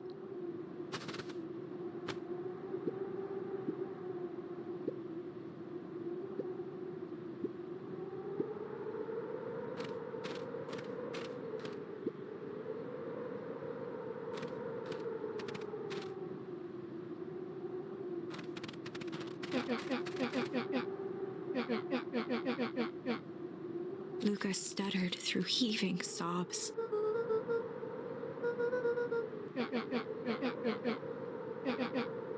Iggy gave Luca a solid smack on the back of his head.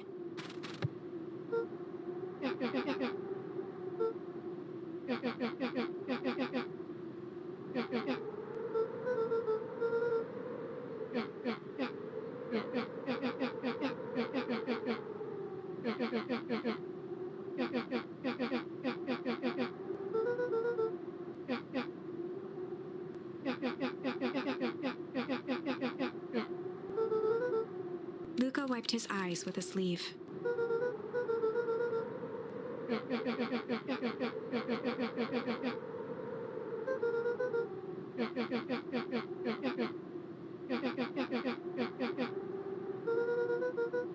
Iggy flashed a mischievous smile and cracked his knuckle.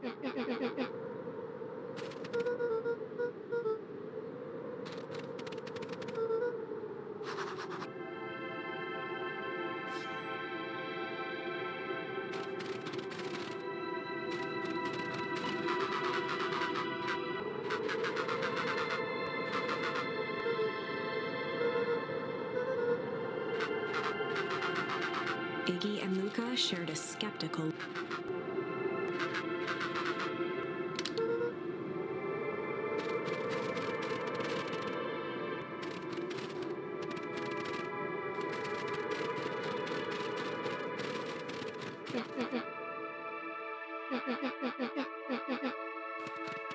Iggy darted behind a large pine and began digging furiously. He emerged holding a shoebox with a crude skull painted on its lid.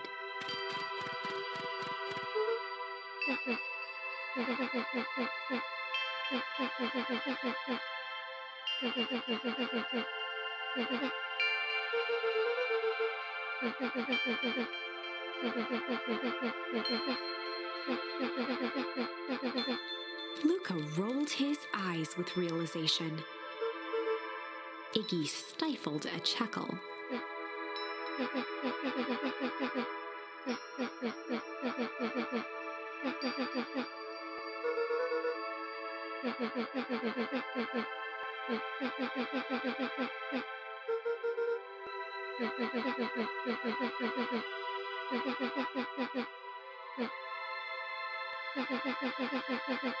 Iggy triumphantly raised the shoebox.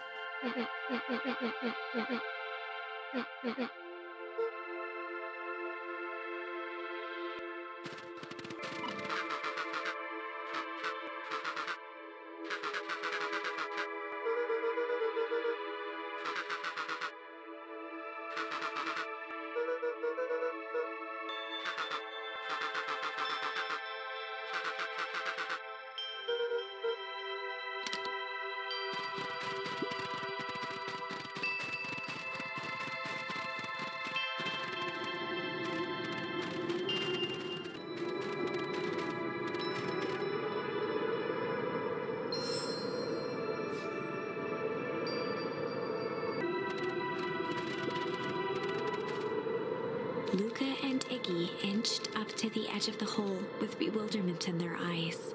Arctic air breathed out of the cavern in heaving gusts.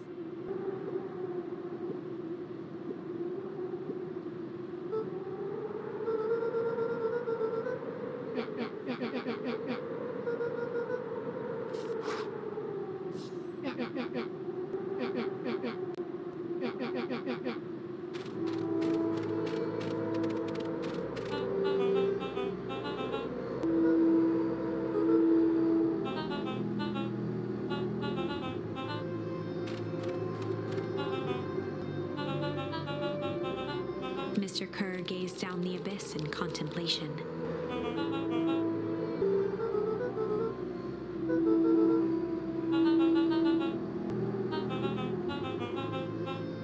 Kerr scratched the back of his head.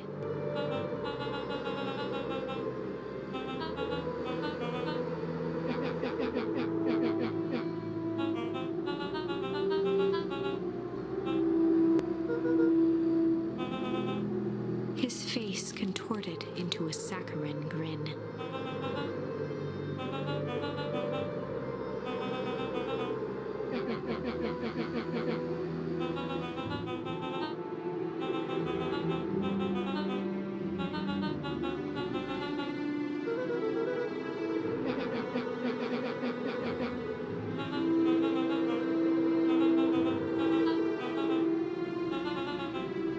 Kerr snapped his fingers.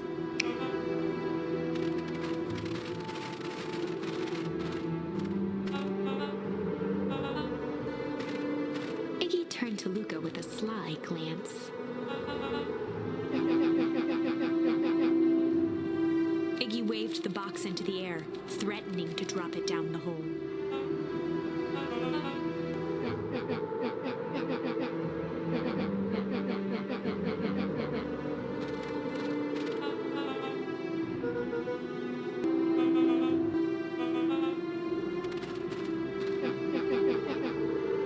Iggy plucked a single bottle rocket from the box and held it up with reverence.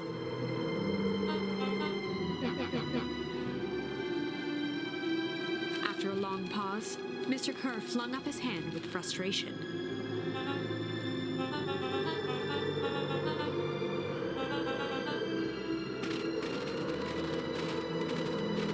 Mr. Kerr sighed into the frigid air.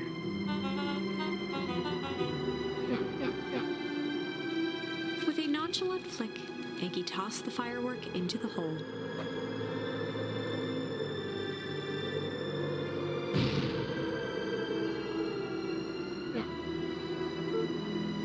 With a growl, Kerr leapt at Iggy, crashing through Luca. Iggy tried to twist away, but in the struggle they both tumbled over the side. Luca dove forward, bracing Iggy's hand just before it slipped. His grip was made precarious by the cold, wet snow. He could see Kerr further down, clinging to Iggy's coat.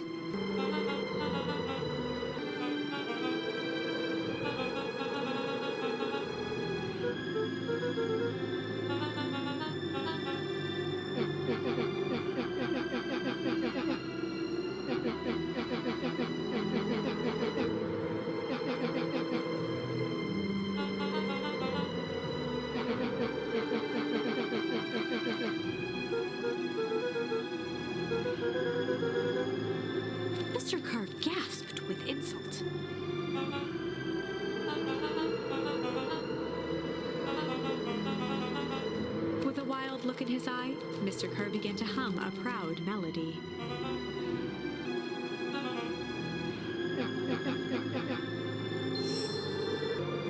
Luca's hand began to cramp. His voice began to crack.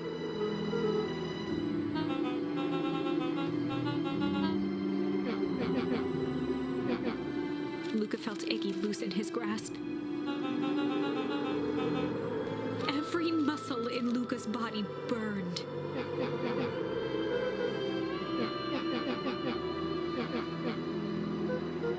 Luca felt his hand slipping.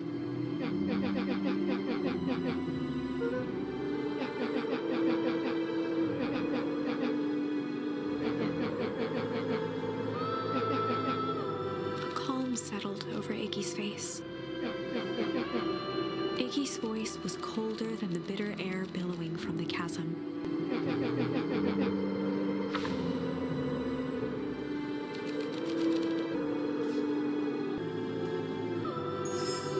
Luca had no choice but to accept Iggy's request.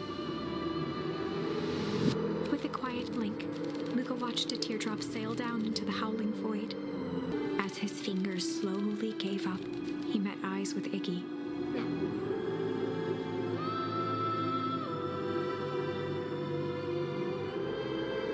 The two silhouettes were swallowed by darkness.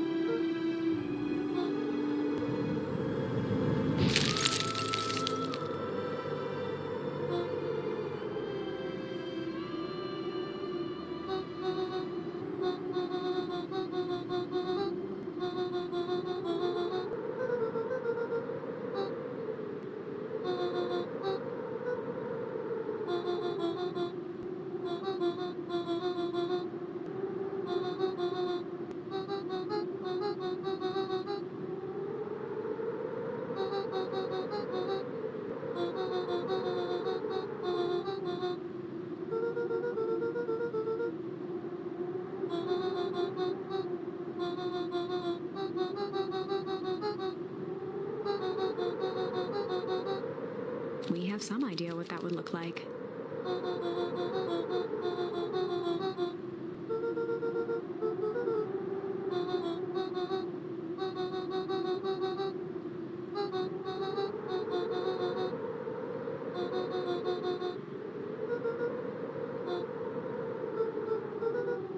A fierce twinkle flashed in Nat's eyes.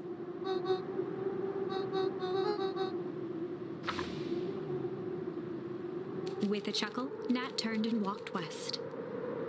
Dumbfounded, Luca followed behind him, trudging through the snow. Every step taking him further away from everyone and everything he knew, and closer to destiny. To be continued in Beacon Pines, Pines Harder, Revenge Served Cold, Second Time's a Charm? Wait, that's it? This ends with a crummy cliffhanger just when it was getting good? I was even starting to like Iggy. No way. I refuse to be associated with some never-ending parade of sequels. Let's go back and find something more definitive.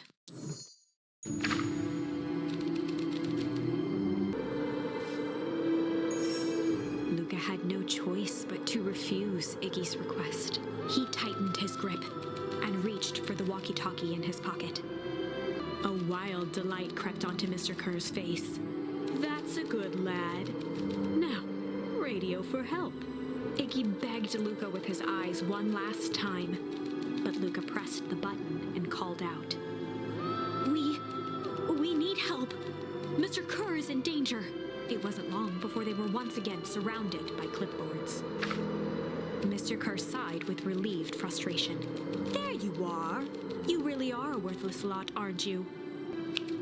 Mira, a clipboard dutifully produced an ornate ivory hand mirror, and Mr. Kerr began preening his tousled hair. Ah, that's better. Mr. Van Horn, I applaud your sharp thinking under duress. I'll put in a good word for you with the founder. Take them away. A swarm of hands overpowered Luca. The last thing he saw before a cloth bag was pulled over his head was the defeated look on Iggy's face. The end. I think this was one of those times where doing the right thing was the wrong thing.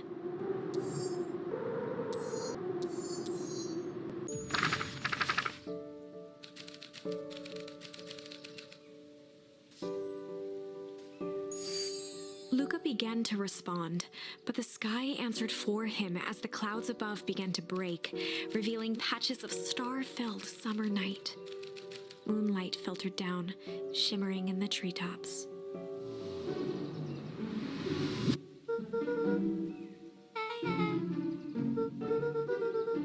Luca stopped himself mid-sentence.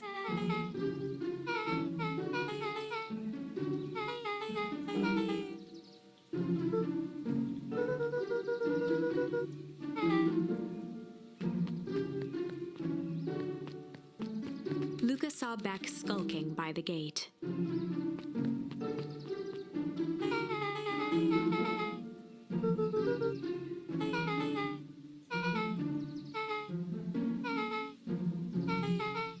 Beck grabbed the wrought iron bars and shook the gate.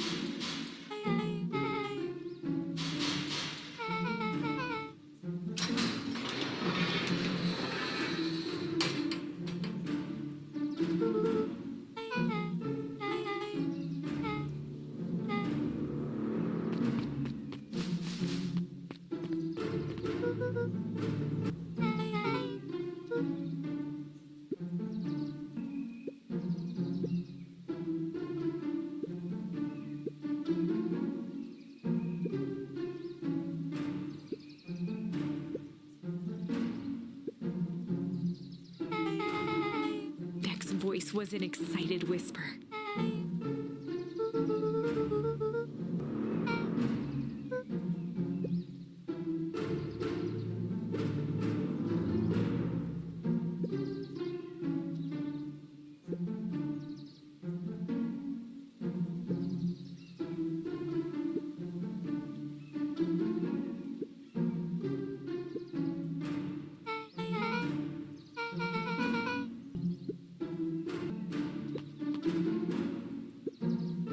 The mysterious figure retracted their mask, hair pushing out from all corners.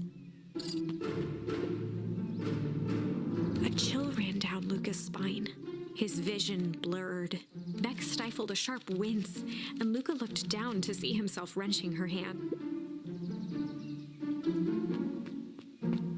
Gran tousled her hair back under the face mask.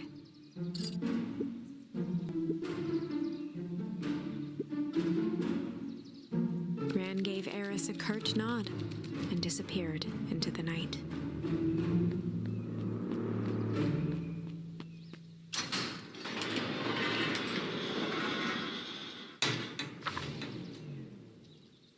Chapter 5. What big ears you have! Lucas sat shivering in the bushes, staring at his feet. After checking to make sure the coast was clear, Beck gave him a gentle tug on his sweater.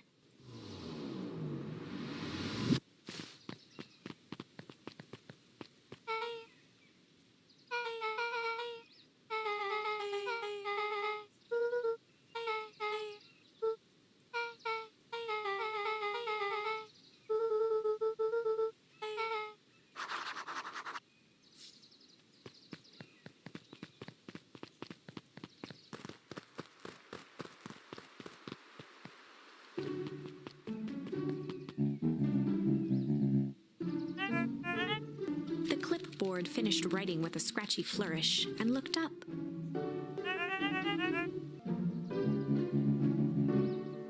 Mr. Nuncreed, arms crossed over his paunch, gave an exhausted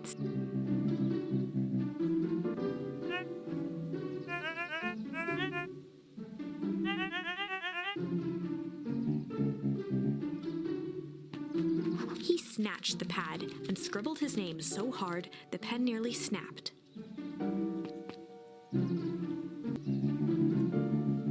The clipboards looked at each other for a moment, almost pondering the possibility, then broke into laughter as they walked away.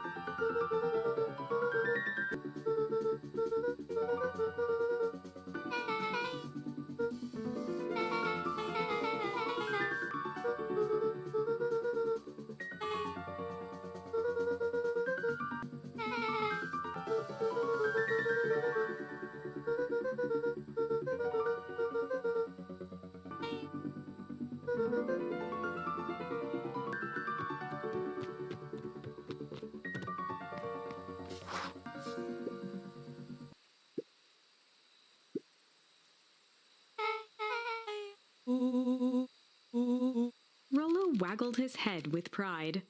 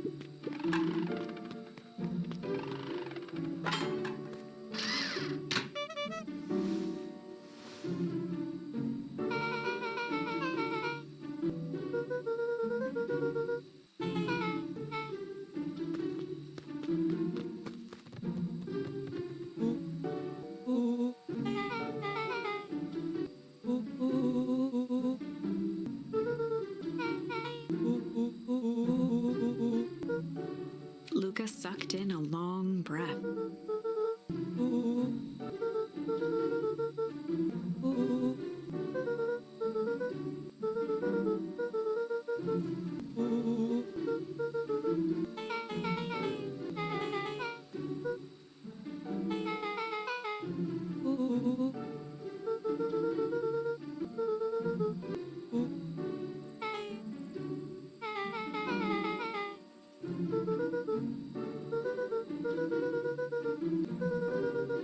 Rollo let out a low whistle.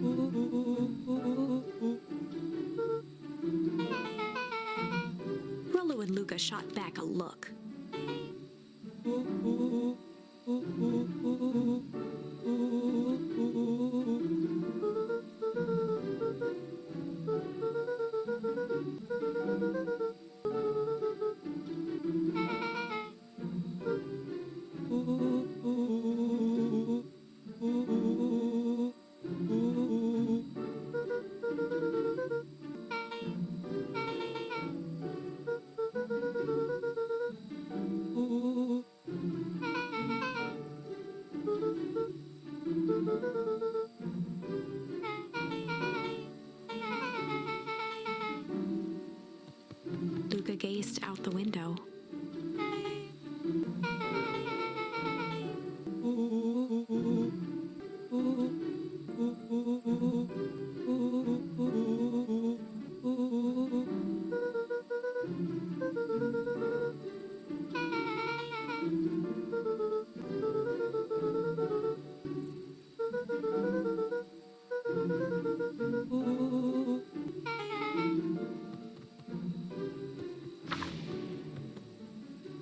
Chapter 6. Secret Lair. Summer forged ahead, but the nights only seemed to grow colder. Luca walked home slowly under the pale starlight, cautious to avoid any more surprises lurking in the shadows. Reaching home, he slipped quietly into bed, half dreading what they might discover the next day.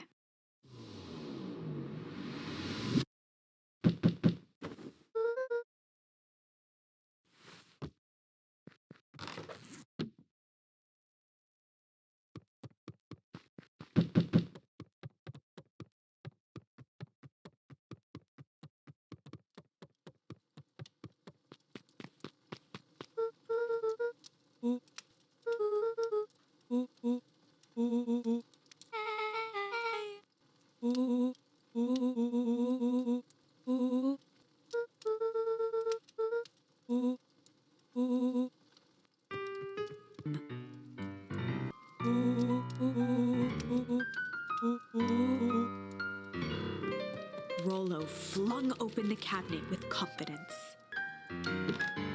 He coughed as a veil of dust hit his face.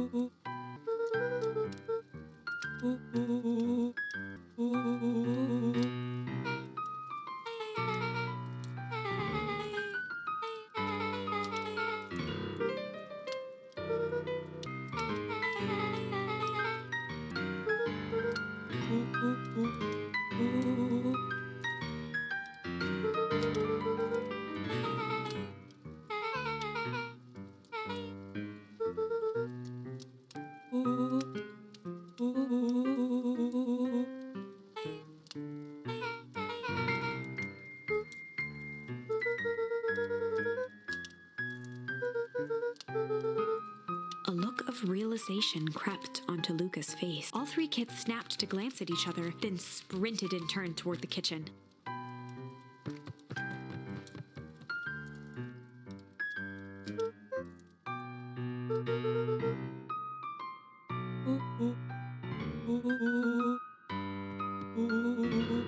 Before he could finish, Luca scrambled up Rollo's back.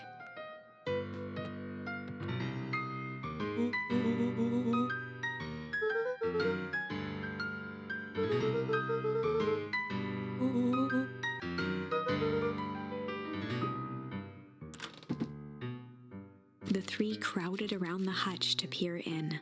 With the glass doors opened, a perfect porcelain display gleamed in front of them. Their eyes searched for anything amiss, but the only distinct feature was its impeccability.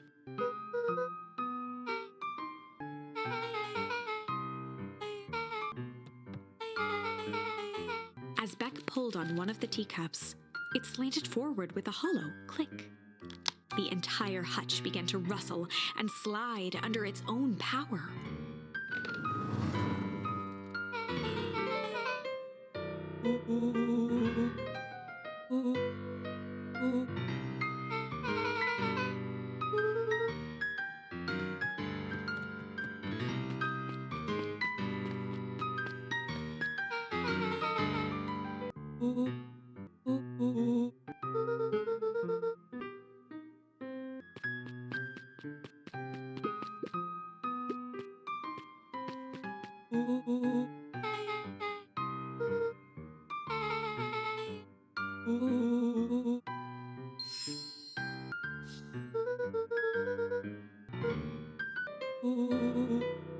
Rollo casually spun open a lid and dipped his finger in the jam.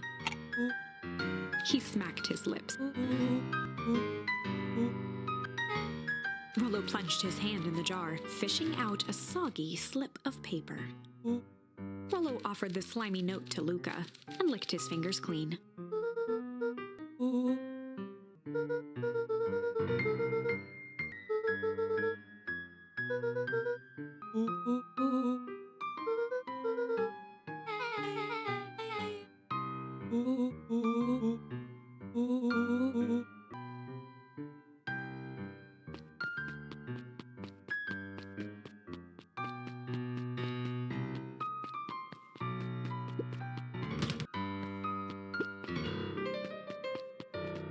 A spider web of string connected photos of people from the town, interspersed with hastily scrawled notes.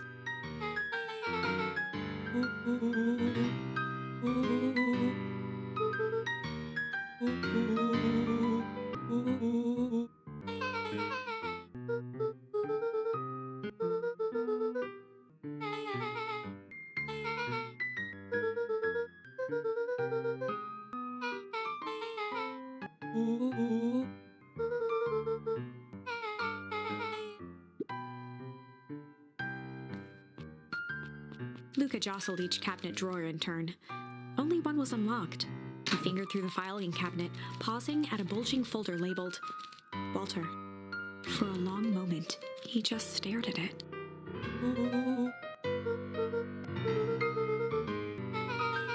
Luca nodded and caressed the label with his thumb. Rollo swiped the folder from the drawer and began leafing through the pages. He whistled to himself, barely looking at the text.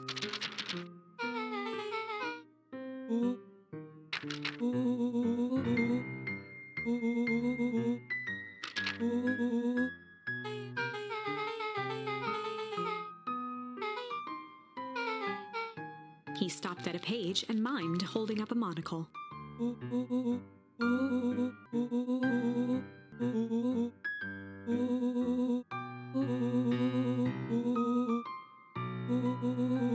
Rollo looked up with heightened surprise.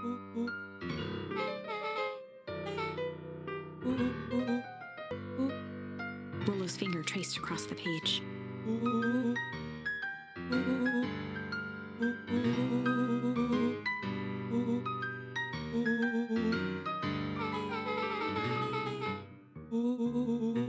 Rollo scanned through several more pages.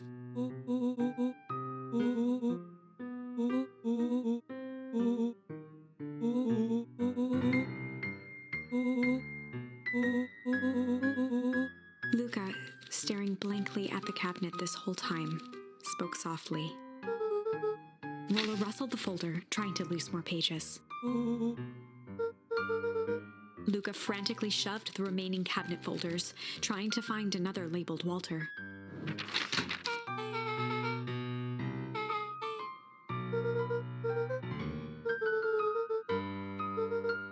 Luca slammed the drawer shut.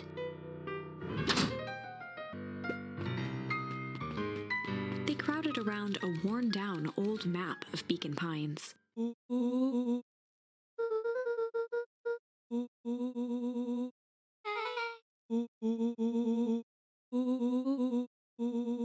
Rollo carefully traced the path with his finger. He jabbed down at the end point.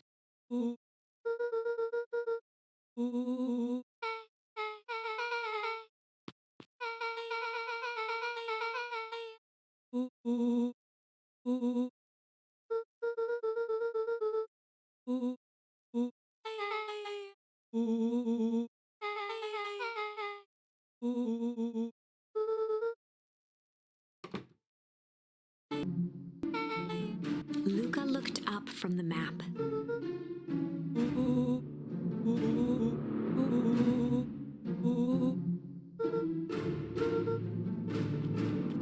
Beck flicked off the light, and they became statues in the dark.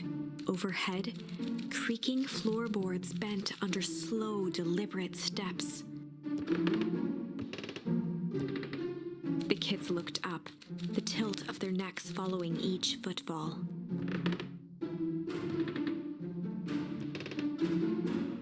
Then suddenly, realizing they'd been holding their breath. All three exhaled shakily and glanced at each other. A muffled male voice broke the silence. A final few footsteps reached the entrance above them, and the voice now echoed down the stairs. The three kids shuffled to the corners without a peep. As he began to descend the stairs, the man's voice punctuated every new step. Thump.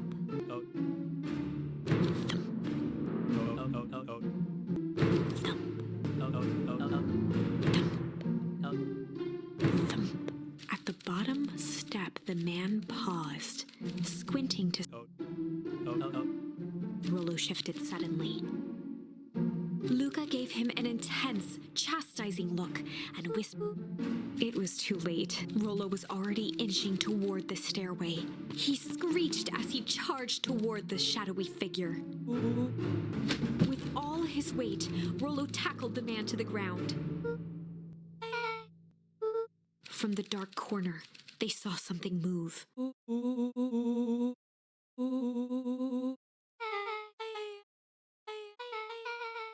Luca scrambled to the hunched figure on the ground. Pressing his fingers to the man's neck, he sighed with relief.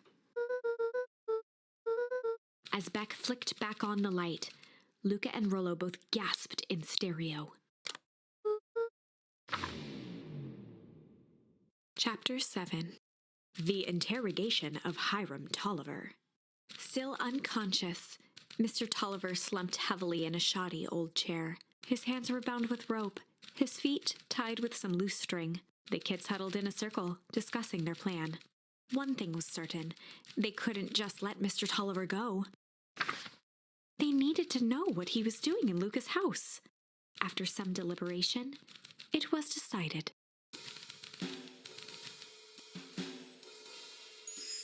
They'd run the classic good cop, chill cop interrogation.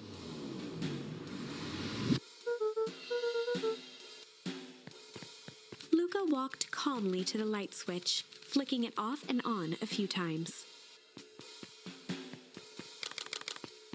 Mr. Tolliver shook his head, gathering his wits. He looked over to find Luca, who returned a calming grin.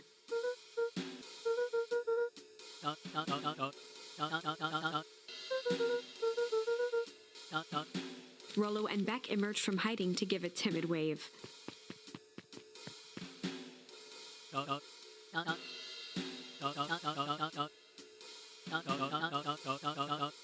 Luca glanced over to Rollo and Beck, who replied with skeptical looks.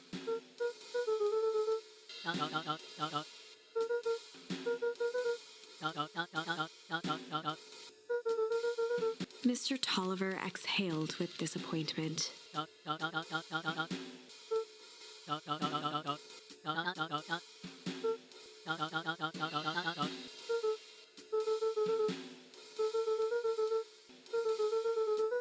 Luca gestured to the corner. Luca looked again to Rollo and Beck. This time they shrugged. Luca began to slowly loosen the bindings. Mr. Tolliver gently rubbed his wrists. He edged imperceptibly toward the stairs as he spoke. Before the kids had even noticed his movement, Mr. Tolliver was at the light switch.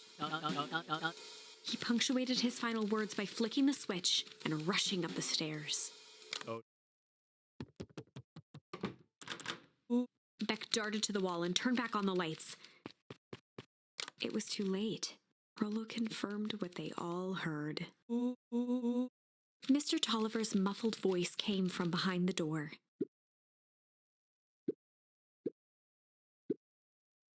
They looked bewildered at each other.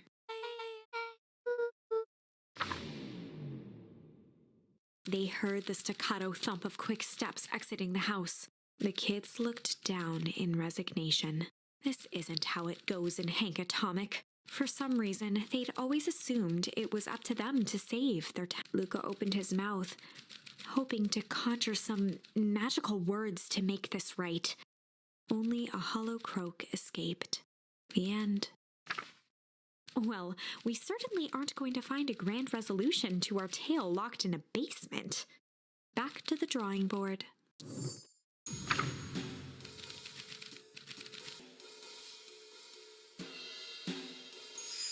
They'd run the classic good cop, hard cop interrogation. Rollo brandished a steely gaze. I've got this. Read about it 100 times. Rollo swaggered past the chair which propped up the slumping Hiram Tolliver. Without even looking at his captive, he began with a long, blustery drawl. Mr. Tolliver remained motionless. Rollo spun around to face him. He'd clearly expected to rouse Mr. Tolliver with his booming voice. Beck and Luca gave each other an unsure glance. Rollo slammed his fist on the table. He grabbed the table lamp and beamed it onto the unconscious face.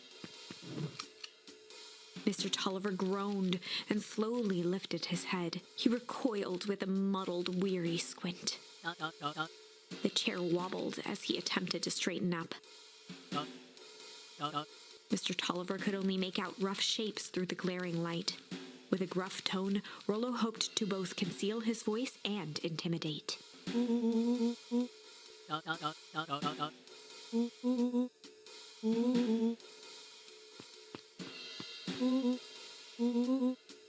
The doubtful expression on Beck and Luca's faces transformed into awe.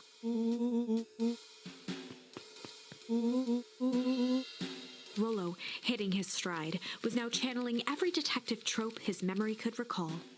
He slammed the table again. Mr. Tolliver's voice became desperate. He was nearly in tears.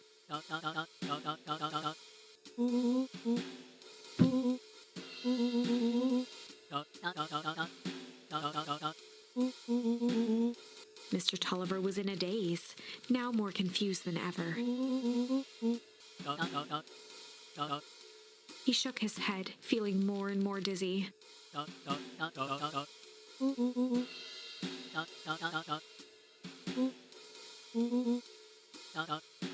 His voice faded to a whisper. With that, Mr. Tolliver passed out cold. Rollo swung around with a repentant grimace.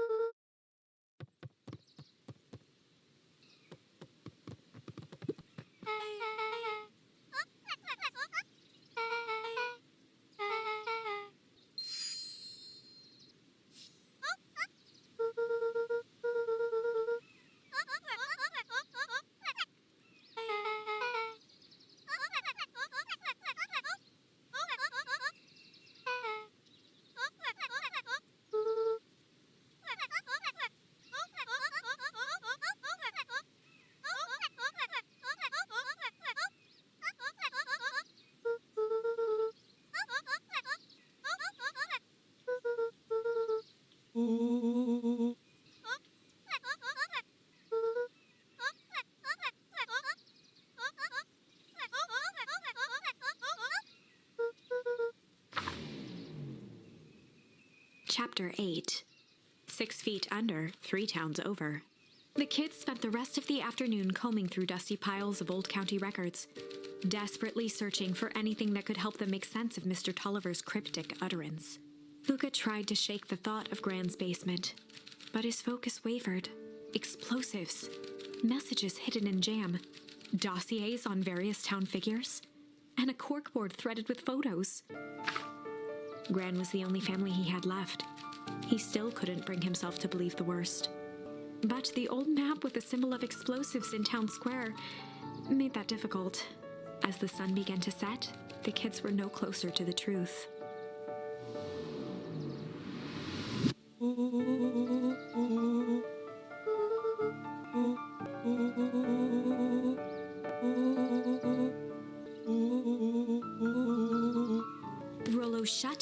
with an assertive nod.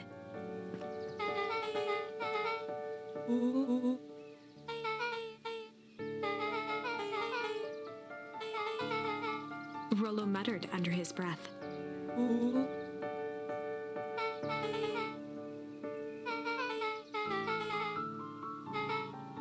Beck slammed her finger down on the open page before glancing down to read.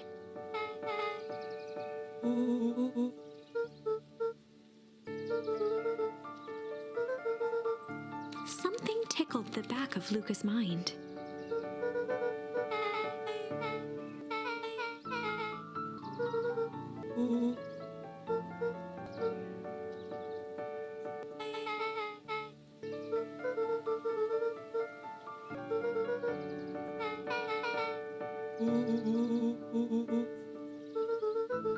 The question hung in the air.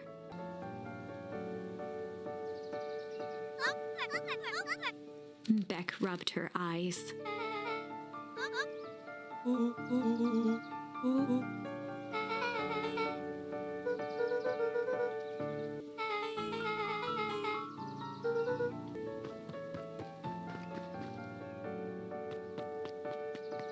Luca's heart was pounding as he approached the house. If he was lucky, Gran, or whoever it was, hadn't gotten back yet.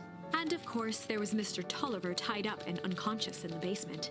Dealing with him would be the first order of business. Luca shook out his arms to calm his nerves before entering.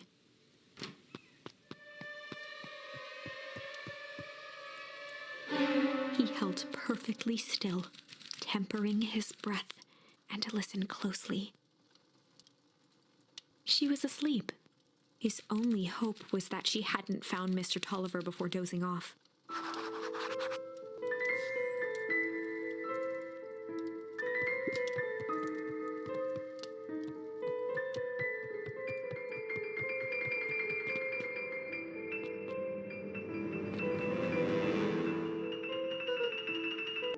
Mr. Tolliver was nowhere to be seen.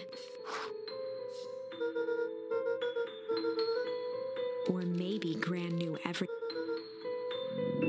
Luca's hungry stomach groaned. Not realizing it, he'd gone the entire day without eating. Luca rushed over to the pile of jam jars, unscrewed one, and shoveled a handful into his mouth. He flipped the lid to read the label.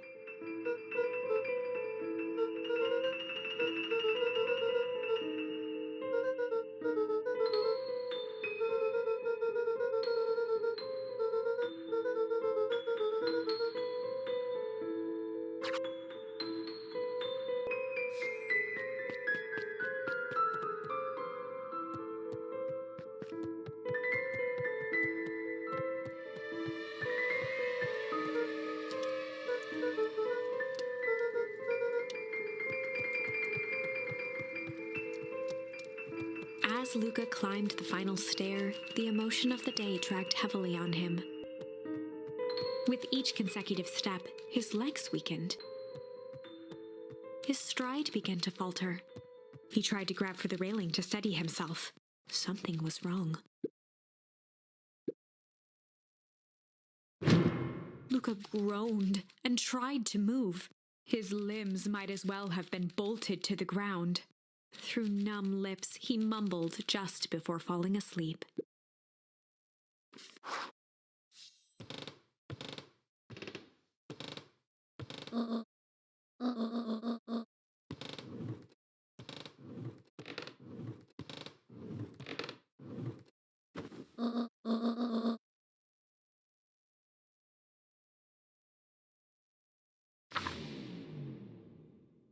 Chapter 9. A speech to end all speeches. Luca awoke to find himself face down in bed. He moaned into his pillow. Why would Gran drug him? Or rather, why was she trying to drug Mr. Nuncreed?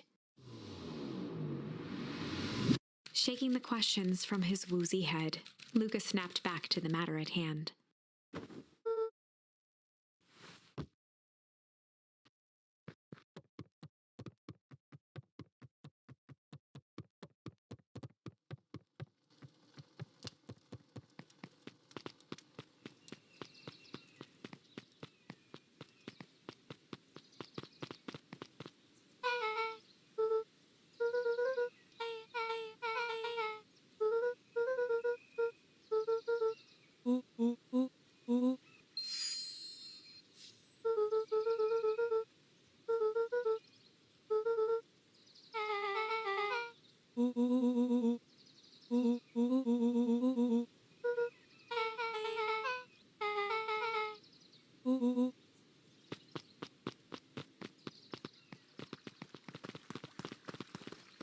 Justice Valentine nervously wiped his brow.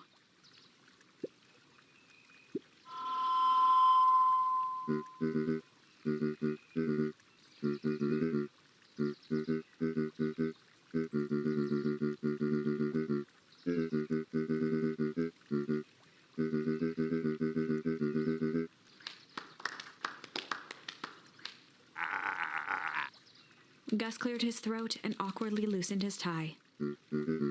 William Kerr bounded on the stage with the energy of a preacher at a big tent revival. He gave Gus a hearty slap on the back and motioned him off the stage.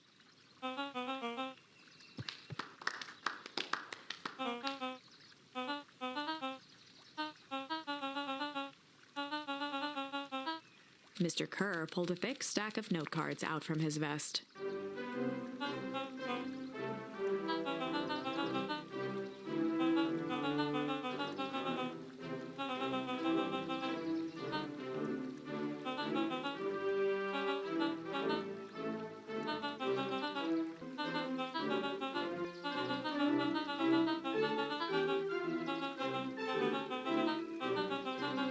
Mr. Kerr took a moment to survey the crowd. He wiped away a single tear.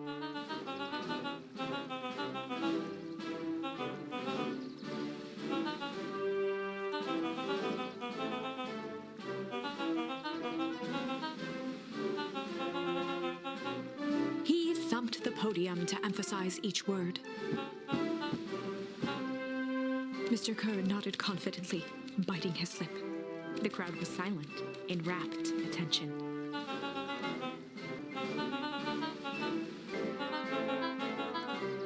Mr. Kerr methodically made eye contact with each section of the crowd.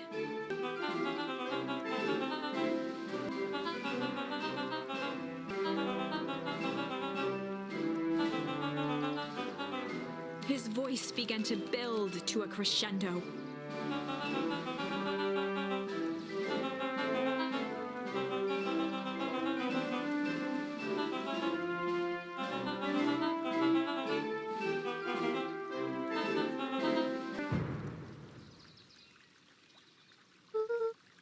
The crowd began to look around nervously.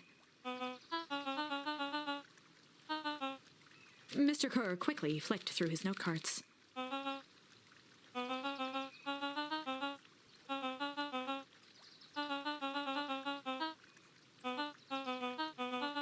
He raised his hands up to the heavens.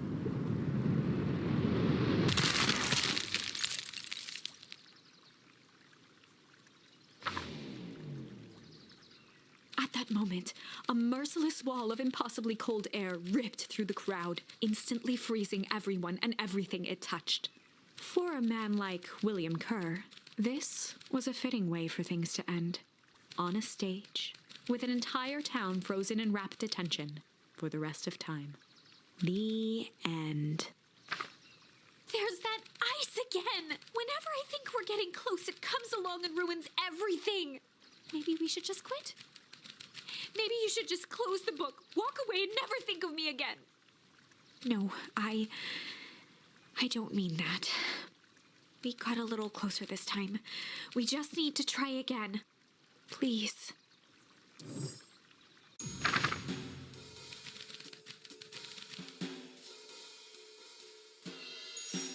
They'd run the classic good cop, sly cop interrogation.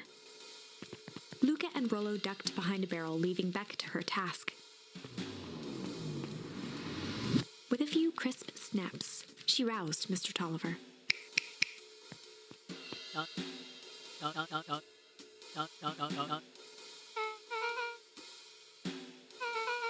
Mr. Tolliver looked down and shifted a bit, testing his restraints.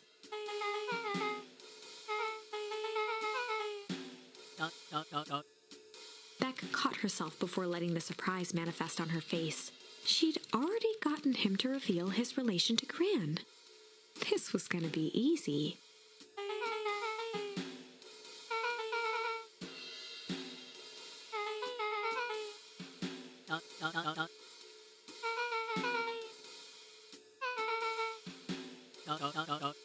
Mr. Mr. Tolliver wriggled a bit in his restraints. Beck quickly removed the ropes.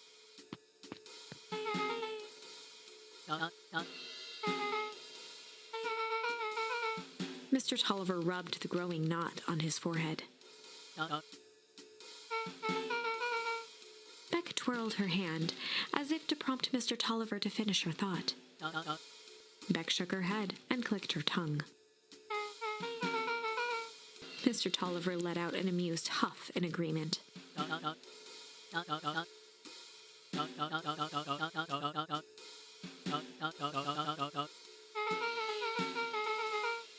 Beck was on a roll now, playing Mr. Tolliver like a fiddle.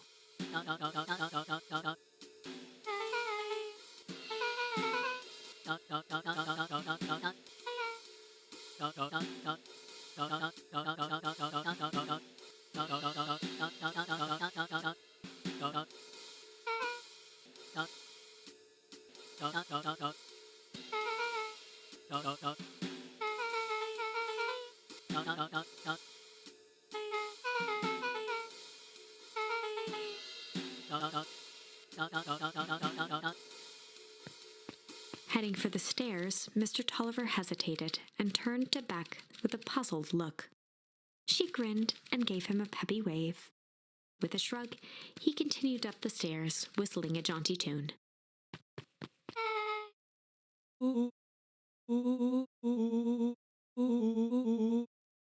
Beck blinked slowly in disappointment.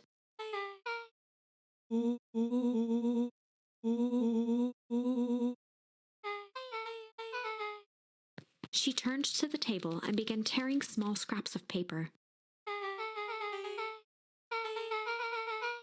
Beck marked each scrap of paper and leaned back.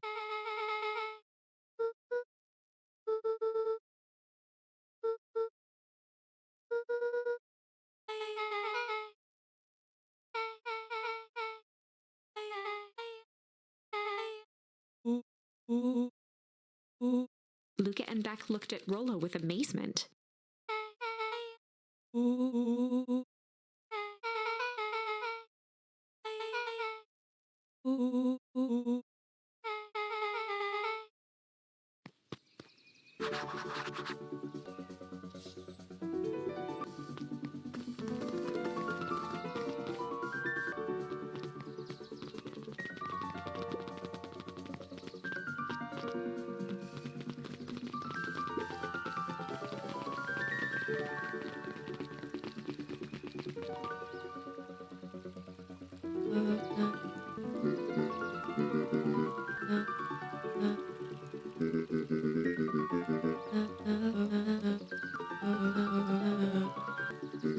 Gus looked around nervously.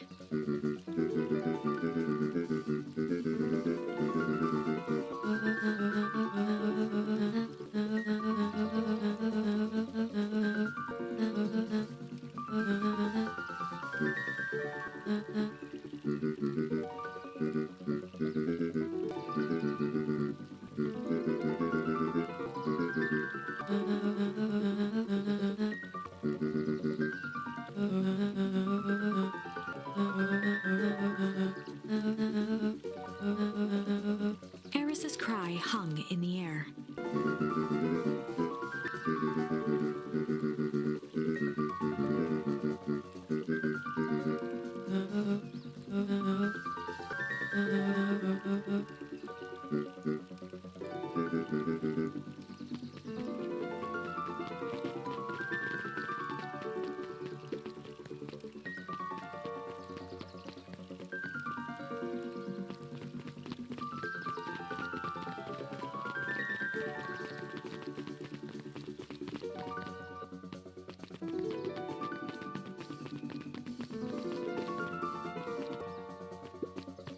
Solomon stood proudly at the entrance to the drugstore, holding a brown bag overflowing with black licorice.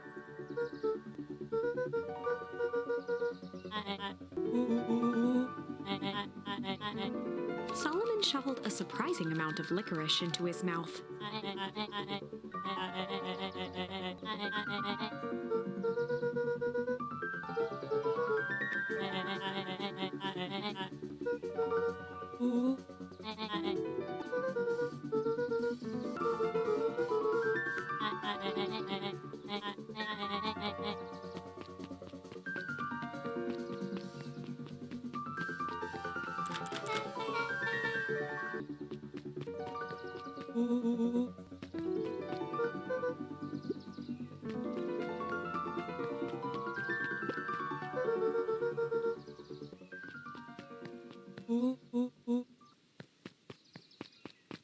Beck cupped her hands on the glass to peek inside.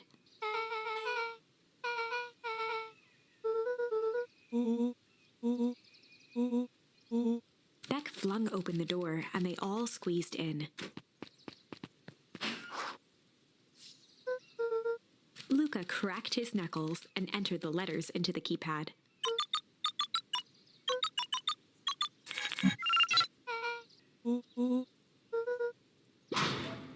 The inside of the phone booth dropped loose from its shell. Without even the space to panic, they closed their eyes, held their breath, and accepted their fate. Suddenly, the chaotic descent slowed to an effortless landing. It was unclear where they ended up, but at least it was solid. The air was stagnant and smelled vaguely of chlorine.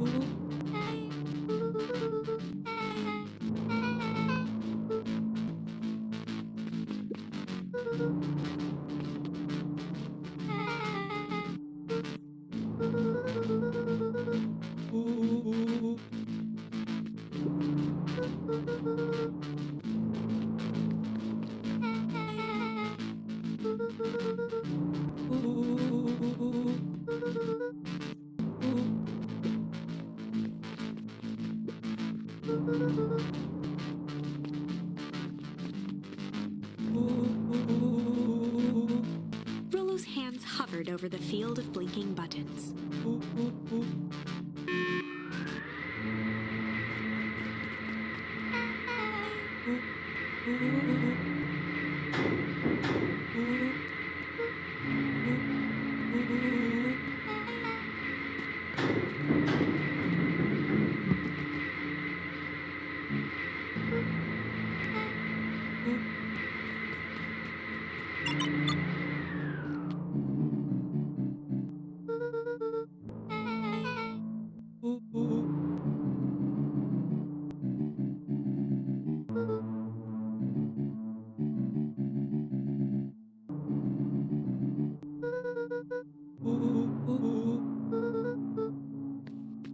Joseph waited for a moment in silence.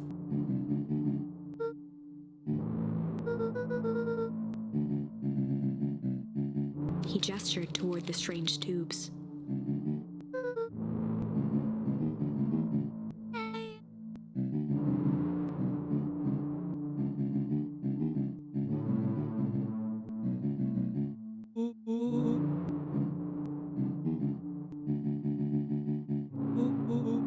Nuncreed let out a growl of a sigh.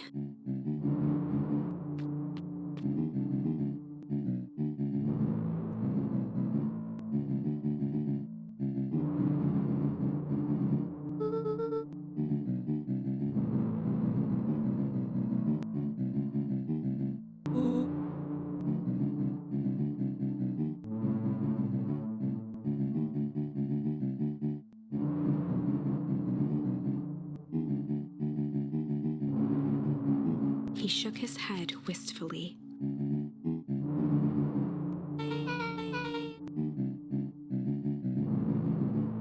Nuncreed took a menacing step towards the children.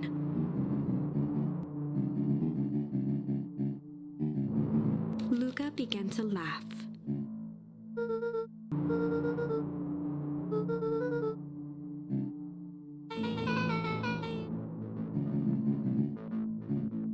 The color drained from Nuncreed's face.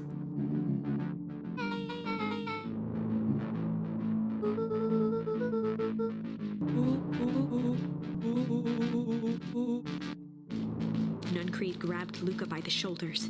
His eyes were frantic.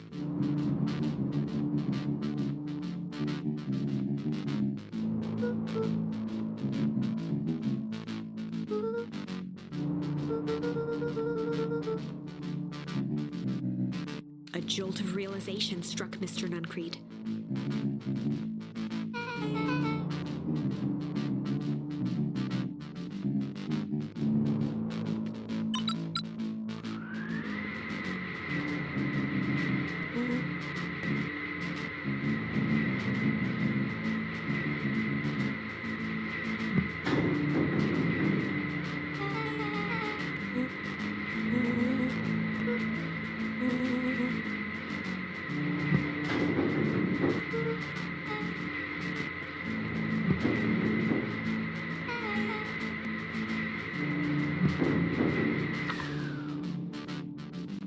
Chapter 8. The Cold, Hard Truth. Beck leapt up, allowing the suction to yank her into the dark. Dimness eclipsed around her like the shutter of a camera, as she seemed to cover great distance in mere moments. Her only points of reference were glints of upcoming turns, which approached with frightening speed, only to carom her gracefully along. She heard the tinny, distant echoes of Rollo's glee. Once she stopped fighting against it, the ride was impossibly smooth.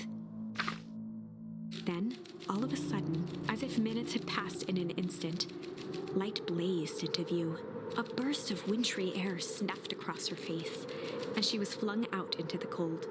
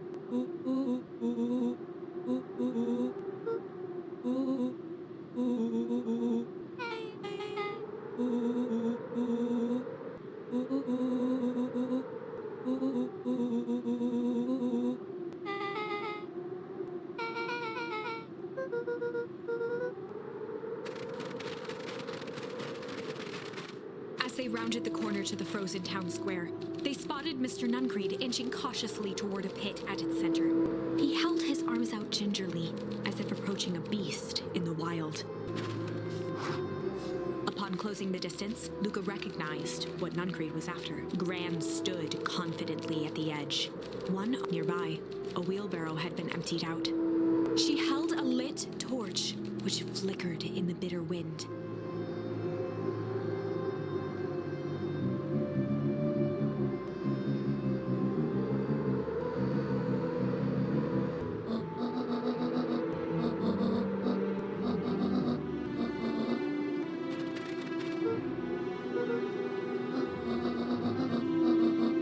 Mr. Nuncreed turned back toward the kids, desperation in his eyes. Rollo and Beck held steadfast in awe. Luca approached closer. Mr. Nuncreed spun back toward Gran, his voice growing louder.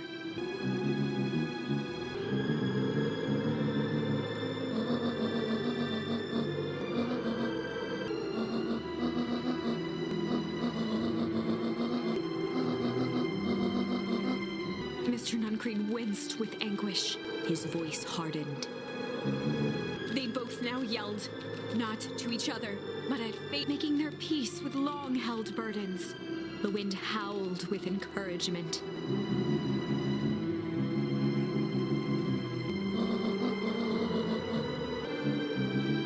They menaced at each other, both catching their breath. The moment balanced on a knife's edge. Amid a blur of emotions and memories, Luca's mind flooded with questions. The wind calmed, as if to give him the stage. And in the stillness, he began to weep. It was all just too much.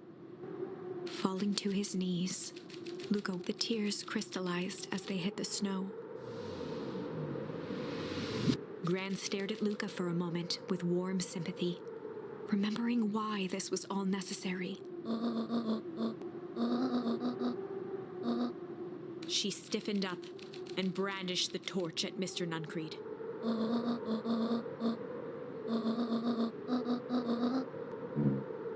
Ignoring his final plea, Gran flung the torch into the deep darkness. She smiled and exhaled in relief. Mr. Nuncreed moaned in resignation. The torch echoed as it ricocheted down the hole, punctuated with a thunderous thud.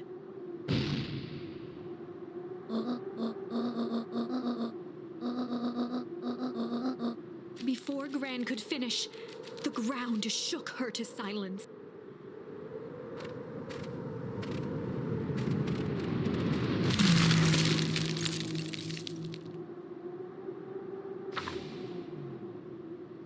Gran only had time to spin around and run to Luca. Her attempt to shield him, an honorable but unflinching love, pitted against an unthinking horror. There was no contest. Her warm embrace froze in an instant. That is where they remain, fixed in place, forever. And so, our story ends on this melancholy scene. In a town brought low by its secrets, sits the frozen statues of a misguided band of meddlers. The end. Well, that was dire. On the bright side, we finally figured out where all the ice is coming from. Now, we just need to find a way to deal with a mystic, unfathomable force of nature.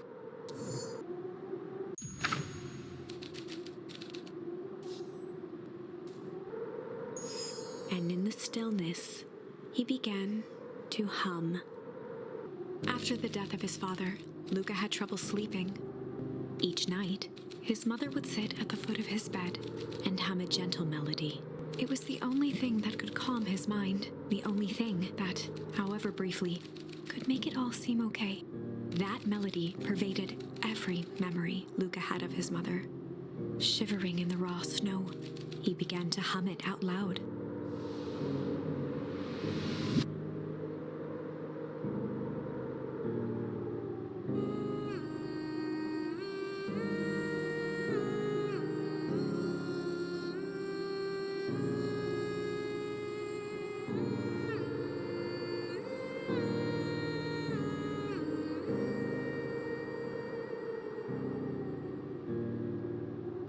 Gran lowered the torch, listening closely.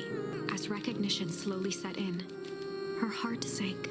Those countless nights of consolation, the incomparable loss they shared together. She let the torch fall to the snow and sizzle out. A few steps toward Luca was all she could bear before dropping to the snow herself. Through a flood of tears, she began to hum along, note for note.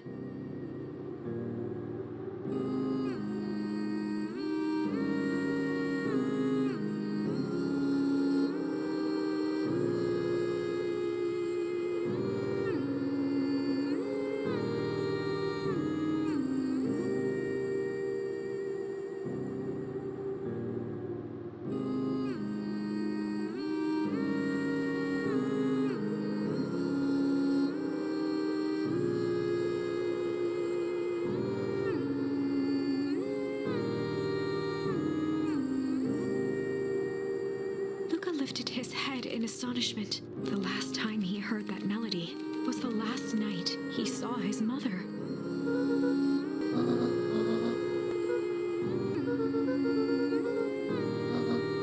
Luca blinked through blurry, watery eyes, trying to see more clearly. He could just make out the impression of a familiar face. He peered across the snowscape at the woman on her knees. Something about her was undeniably his mother. Only smaller, older, changed.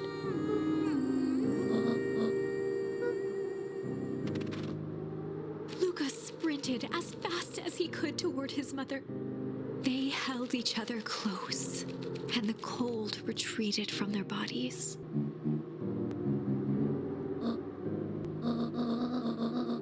Eleanor looked down at Luca, tightening her embrace in an appeal for forgiveness.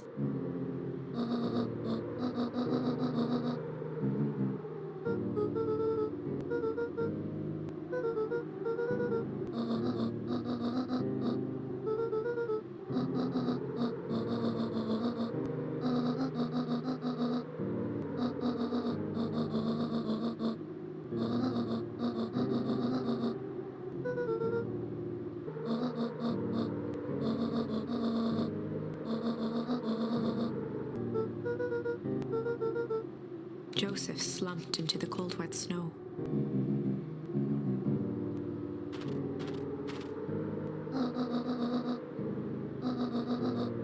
For the first time in a long time, her voice felt like her own again. Luca gazed down at Nuncreed with pity. He looked small. Joseph stared into the snow as if searching it for answers.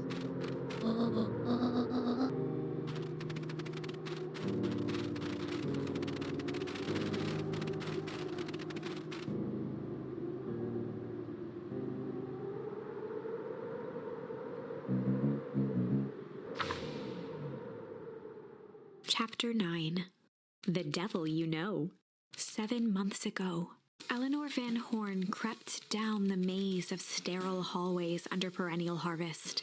She stopped in front of the large steel door marked Deep Engineering. No turning back now. She raised a trembling hand. The stolen keycard worked as promised, and the door buzzed open with mechanical efficiency. She was immediately hit with the smell of disinfectant. It was some sort of laboratory. In one corner was a desk covered in papers. Across the room stood a tall metal pod with hoses protruding from its base. She rushed to the desk and began shifting through the piles of papers. They were experiment reports on something called Tempus liquamen. There were dozens of them, every one stamped failed. Eleanor heard the sharp echo of footsteps approaching. She was out of time. Her eyes scanned the room, eventually landing on the strange pod. Muttering a curse under her breath, she dashed over and dove inside.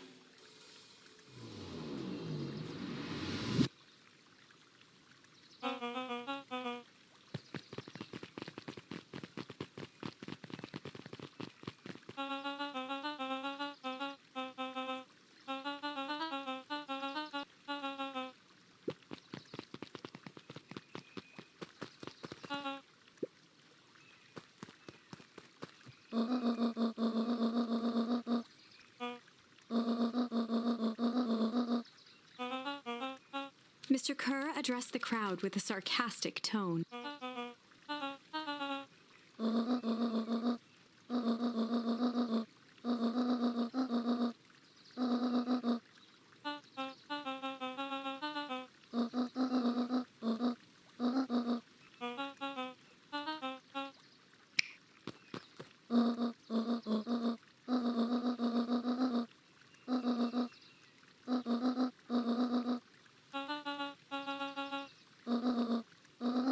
Whispers filtered through the crowd.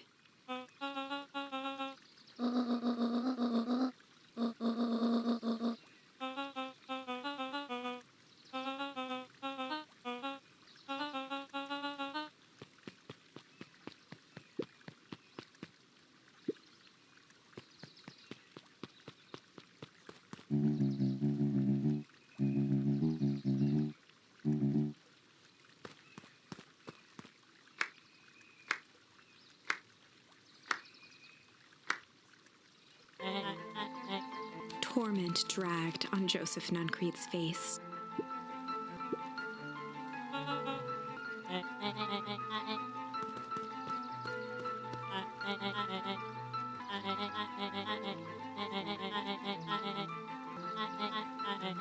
He paused for a moment, plucking a piece of fuzz from his sweater and discarding it to the ground.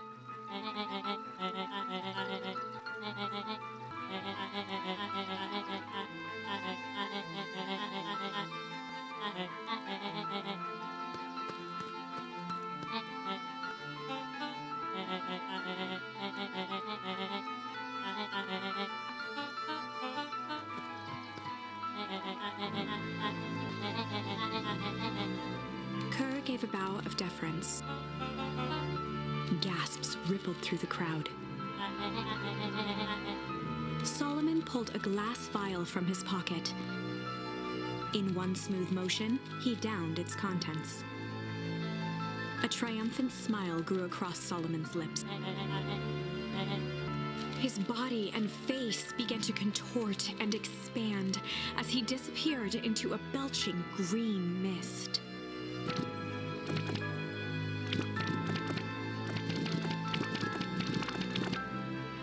A hushed horror gripped the crowd. This is a story about change.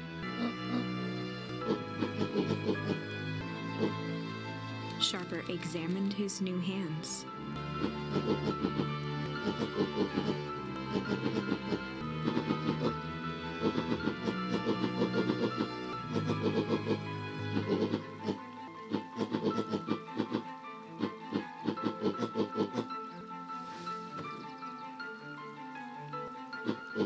Sharper choked out a crude squawk of a laugh. Frustrated grumbles sprinkled through the crowd.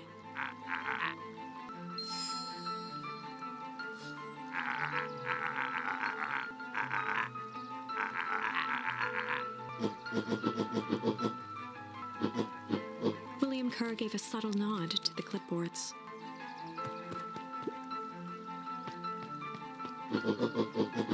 A helpless quiet settled over the crowd.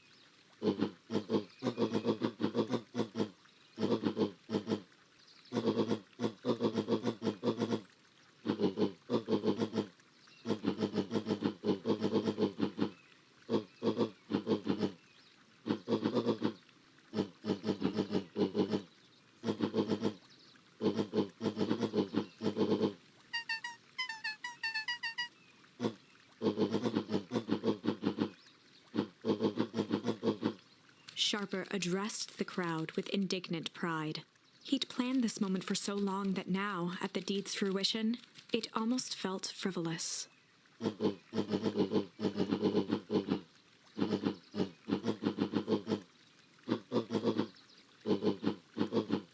Mr. Kerr flourished a preposterously elaborate bow.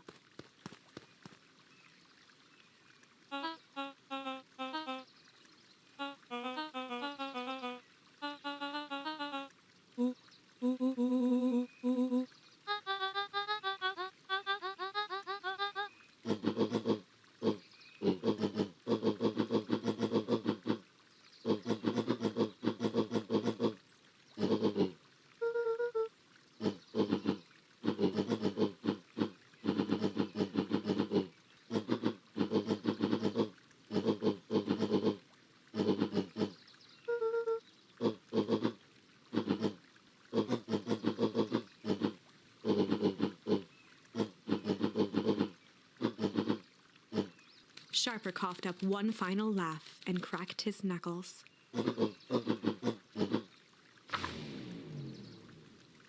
And so, Sharper set about remaking the town in his own image. The fertilizer factory soon reopened for business. Sales rose steadily as more and more farmers across the countryside began to swear by its miraculous properties. Beacon Pines became famous, a secretive town that, for the right price, shared its gifts with all. Gifts that became more and more necessary in a world where winters grew longer and longer. The end. This is wrong, but things are becoming clearer now.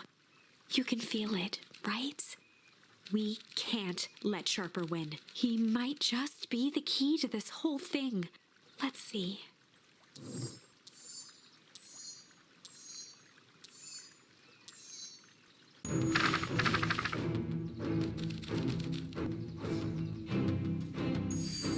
There was a malice lurking behind those eyes, like a trap ready to spring. Luca felt the weight of Nuncreed's hand on his shoulder. Something wasn't right. He didn't know why, but something was telling Luca to get out of there.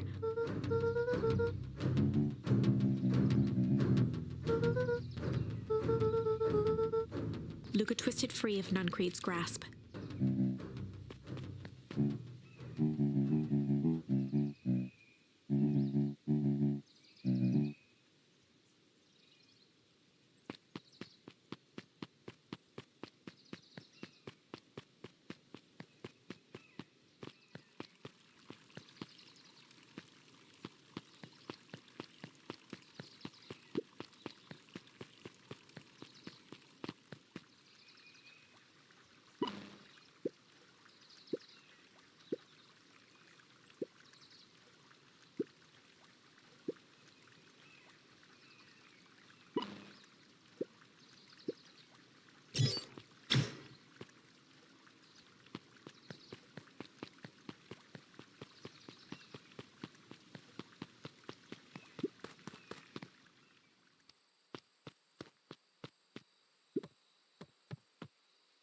Whenever Luca saw his dad's chair by the pond, it reminded him of the days they'd pack up a couple of sandwiches and fish until sundown.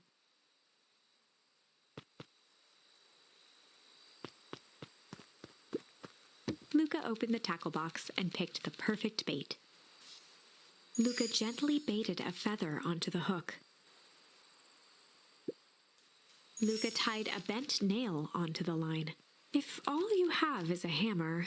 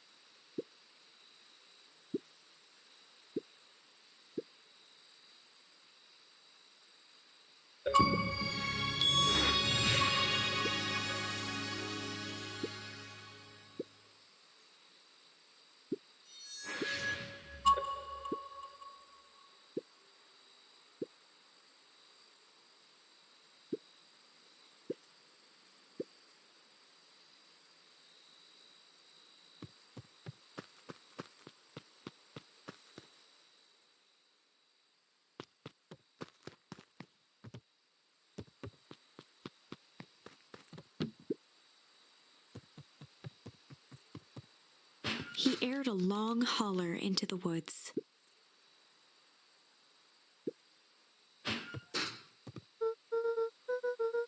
Luca felt his eyes getting heavy and plopped into the beanbag.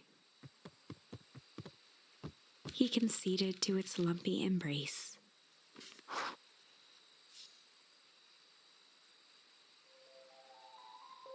Once again, Luca found himself in a vast black expanse. This time, he knew exactly where to go. He took a single confident step forward. The world flickered and pulsed. He found himself standing in front of the frigid air of a blazing campfire. The source. He plopped down cross-legged and gazed into the cold flame. Soon enough, the fire began to die out, popping sporadically, until all that was left was a single ember. Luca stood up and dusted himself off. He plucked the glowing ember from the cold ash, examined it, and slid it into his pocket, a keepsake. The voice of his father spoke behind him. You made me proud, Buckaroo. Luca turned to face him. Dad, what is this place? A warm grin grew across his father's face. A place where everything that has been and everything that could be all wait together. Luca found himself staring at his father's face, trying as hard as he could to memorize every single detail. Wait? For what? Another voice spoke out as Luca's doppelganger stepped forward. That's up to you. Without knowing why, Luca began to weep. Is any of this real? Luca's father bent down to smudge him. Of course. I'm as real as the part of you that misses me. Luca turned to look at the older version of himself. And you? The doppelganger choked back tears. I'm as real as the part of you that's angry he's gone. Does that make sense? Through his tears, Luca laughed. I think so. His father pulled him in for an embrace. Time to go, Buckaroo. Luca was startled from his dream by a banging on the floor. A commanding voice rumbled from below.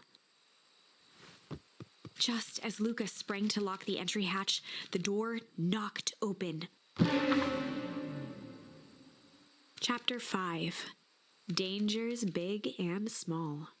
Luca stumbled back. He heard the rope ladder creak under significant weight.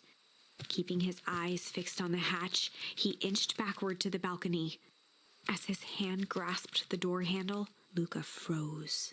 A large figure clumsily wriggled up through the hole.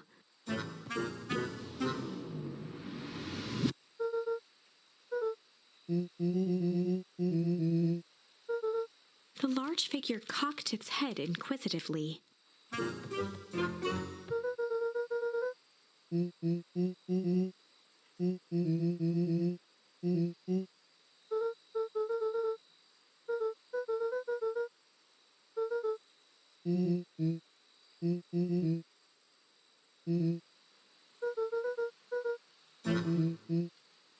Luca's jaw dropped. He peered more closely at the man standing in front of him.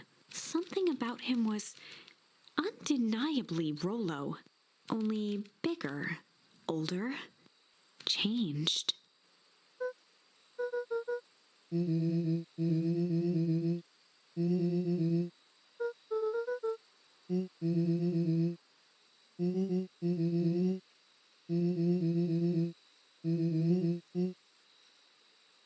Rollo proudly presented his hands to Luca.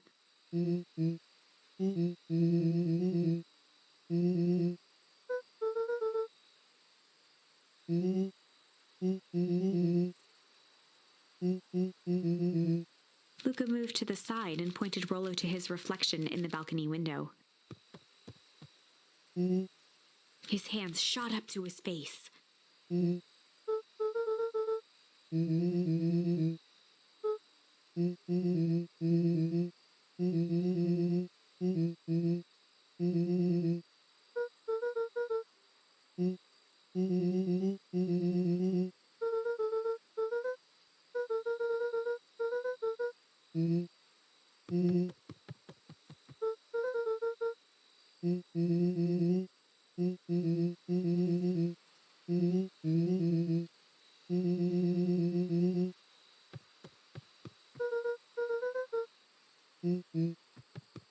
Rollo shadowboxed a few jabs.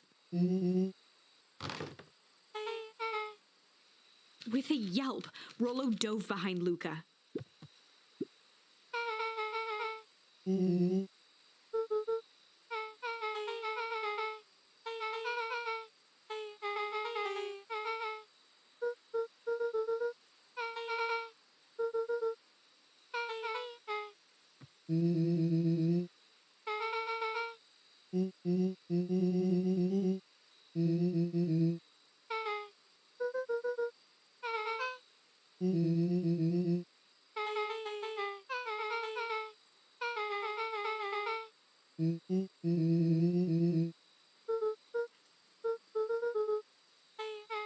She shot a nervous glance at Rollo.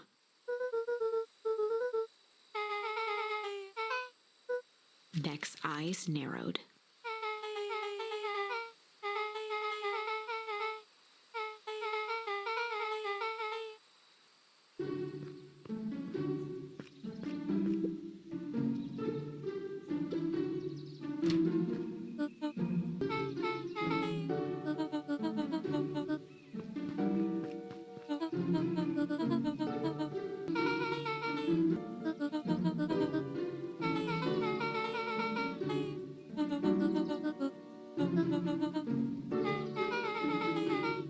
Ilona tried to put on a smile.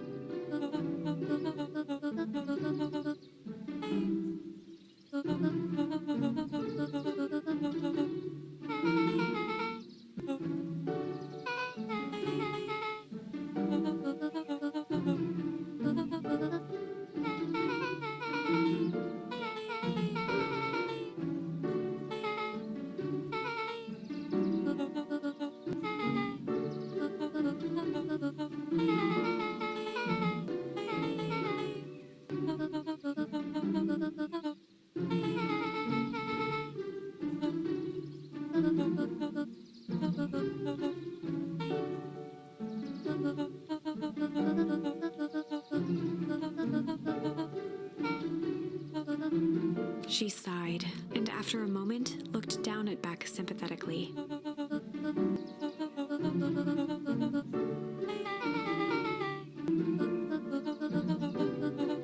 She flashed a sly grin and tousled Beck's hair.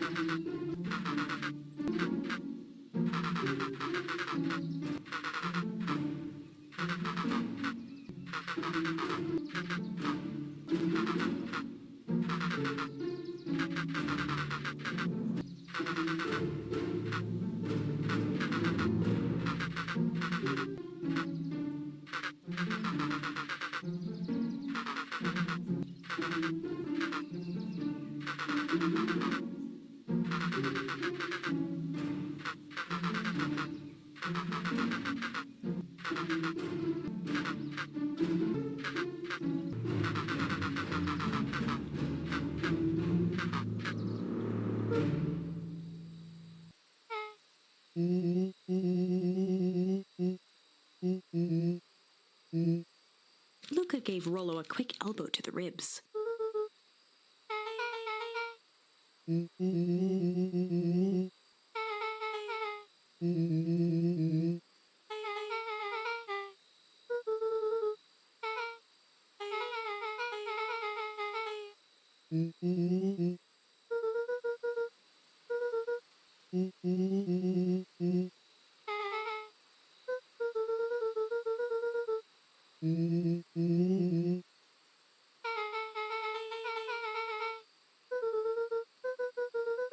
Beck flicked a large sheet of paper out of her pocket and slammed it on the floor.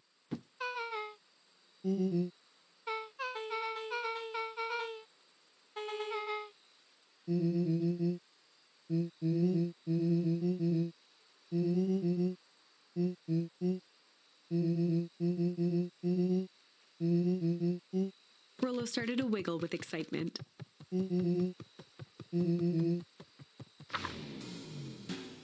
Chapter 6. The Heist. They spent the night's end huddled around that small map, formulating a plan to infiltrate the headquarters of Perennial Harvest. It would be no small feat, a modern facility equipped with all manner of technology, not to mention the swarm of clipboards that would most certainly be scattered throughout. By the time the sun began to peek through the car window used as a makeshift balcony door, all were in agreement. This could just work. The final day before the festival would be used to prepare. They'd need to pool every resource at their disposal, pull every favor with a thread. Even enlist some unsavory characters around town with important tasks only they were suited for. Luckily, there was enough ill will and mistrust toward Perennial Harvest that alliances could be found at a bargain. Luca, Beck, and Rollo rubbed their eyes as they exited the treehouse. They hadn't slept at all that night. There was no time. The festival was to begin in one day, and they each had their assignments.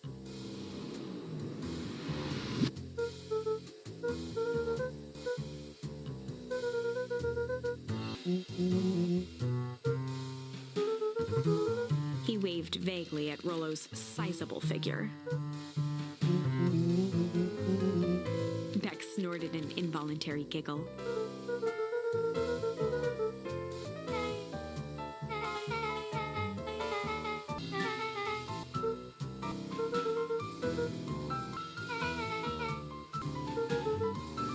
They each looked at each other with sleepy confidence and nodded.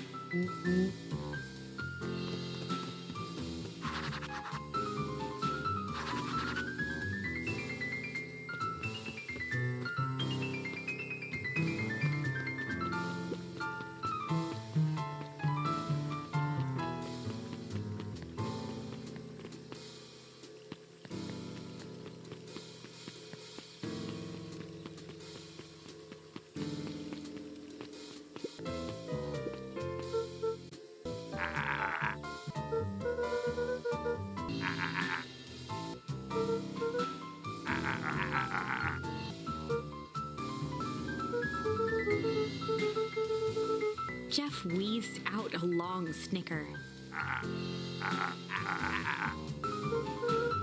The joy in Jeff's face drained instantly.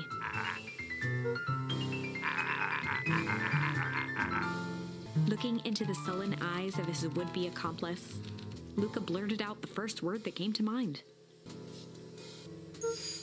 Jeff's brow perked up. Sensing some traction, Luca carried on with vigor. Jeff's scowl faded with a sigh. One good stomp of the foot was all Jeff needed to drive his point home.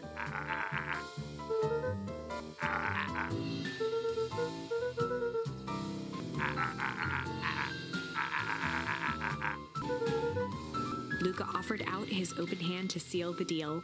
With a firm and dusty grip, Jeff reciprocated.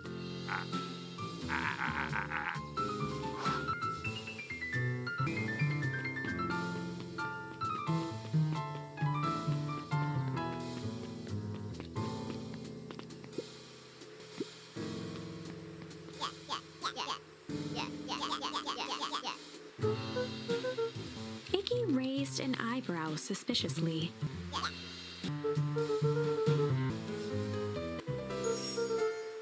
Iggy gave a reluctant shrug.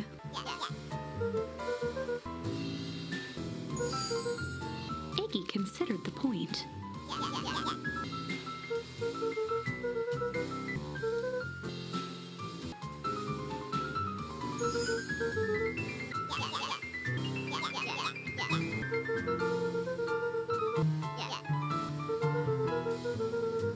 A wild-eyed grin spread across Iggy's face.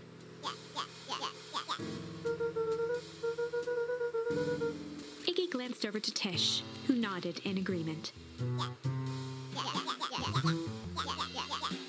With a quick nod, Luca was off. Iggy gazed up at Tish with a smile. A single tear ran down Tish's cheek.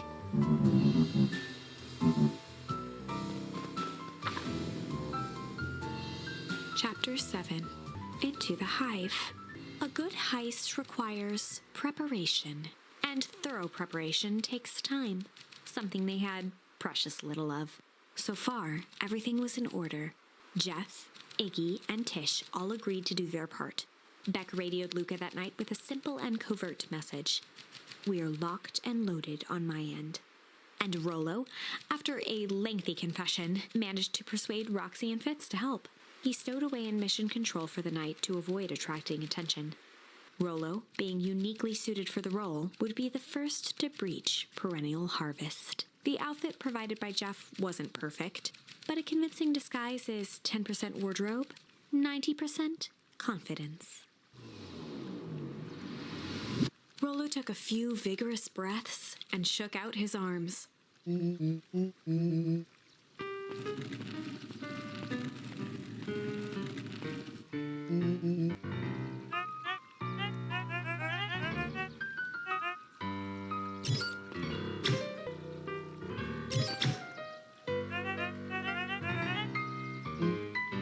He had to think quick. Rollo sighed, adjusting his tool belt.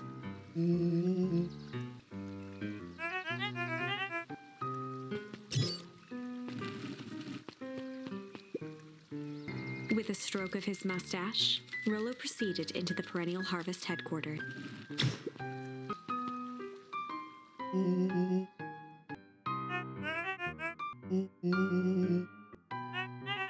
He stammered and flipped through the pages of his clipboard.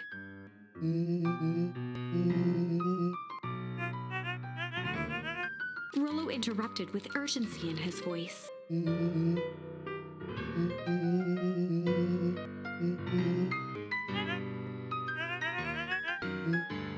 Rollo panicked.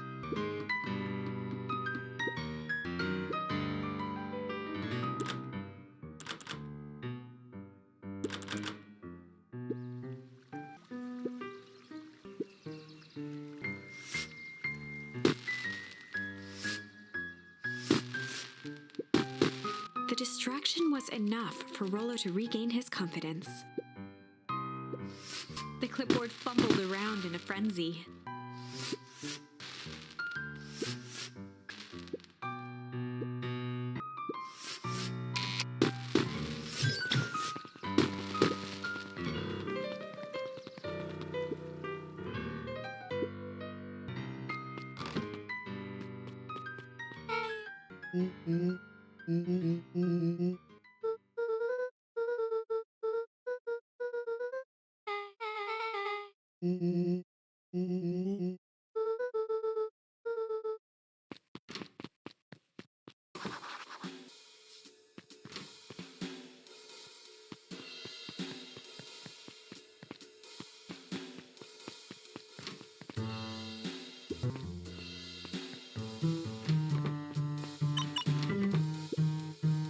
Solomon stopped in his tracks.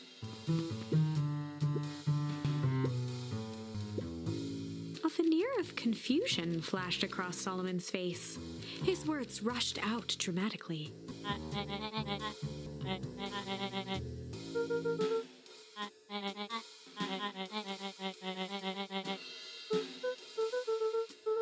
Solomon's facade briefly faltered.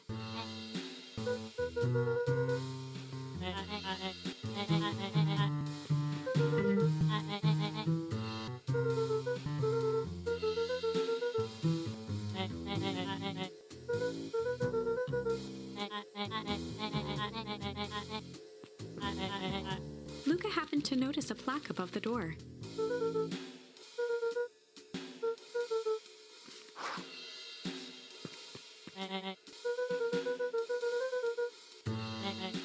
Luca tried the handle. Solomon leaned forward to examine the mechanism.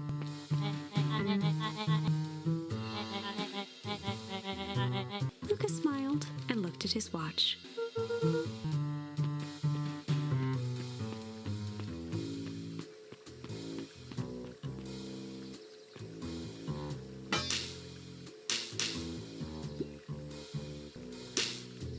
She mimed a quick hat tip and ambled off with a whistle.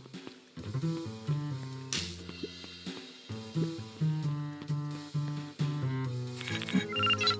light on the keypad changed from red to green.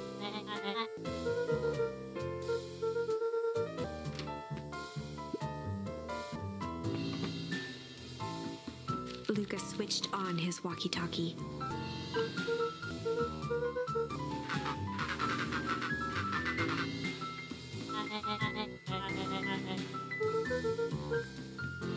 On the computer screen, a green cursor blinked in a password field. Luca pecked out his best guess: underground secrets. The screen blinked to life. Columns of green numbers glowed on a black background.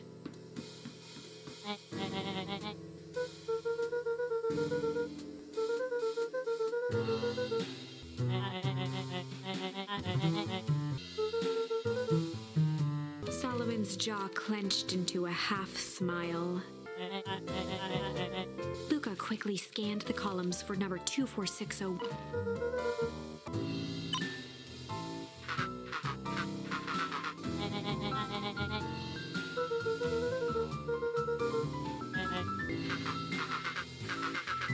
Once again, Luca scrutinized the numbers on the screen. In that moment of distraction, Solomon reached forward and pressed a large red button.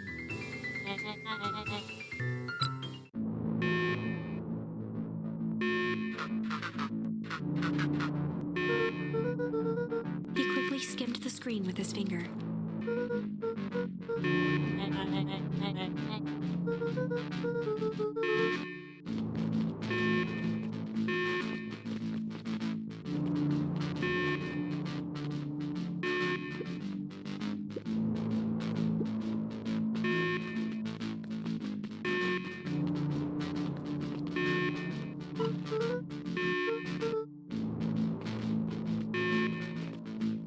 Mr. Kerr approached with a sneer and spoke into his walkie-talkie. With self-satisfaction, he called into the hallway.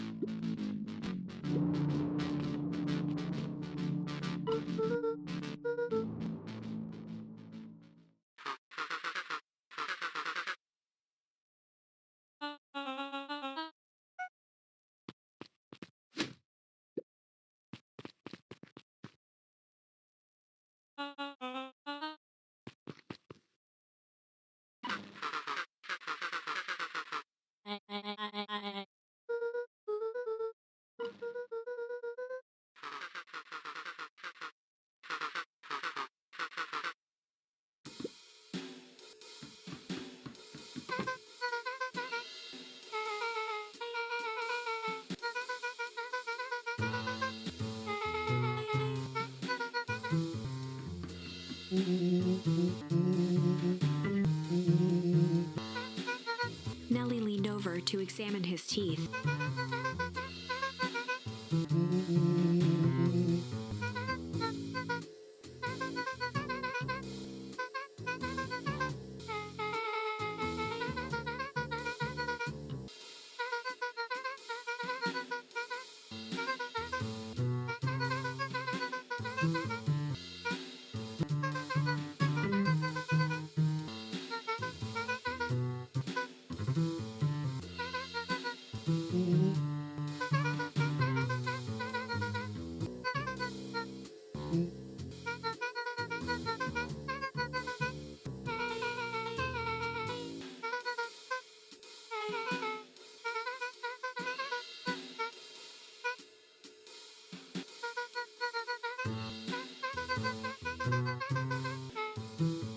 Nellie sighed.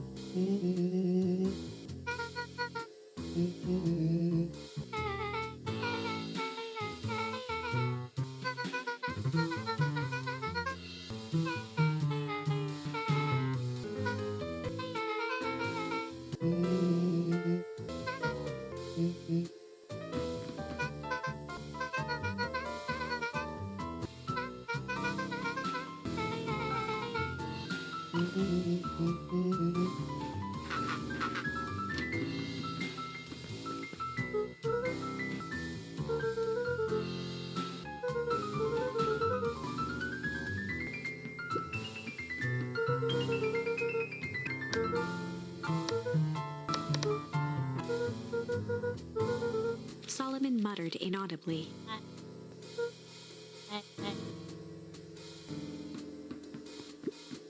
Luca tugged on each of the cabinets.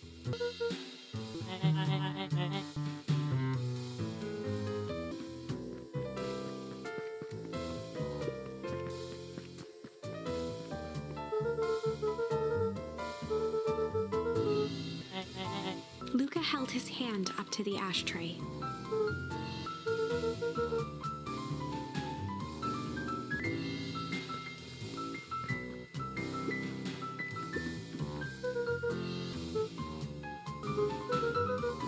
Solomon once again muttered under his breath.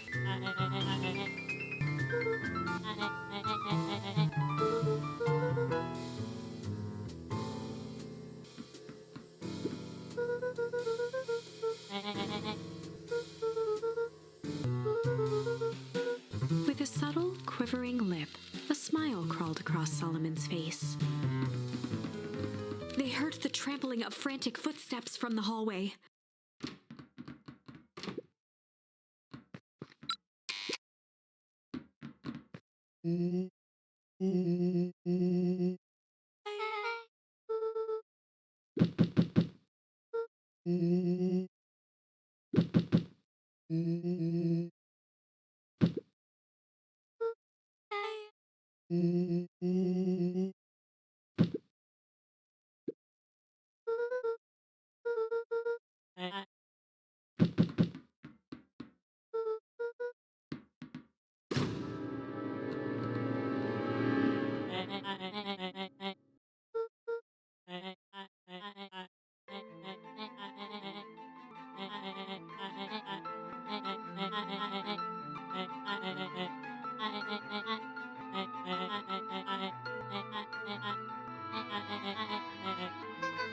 Her eyes searched the floor in thought. Solomon watched eagerly, waiting for the flicker of epiphany.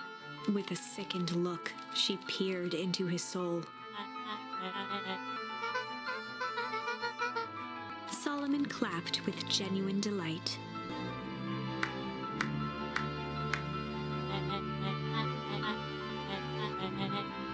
Solomon glanced down, examining his youthful form.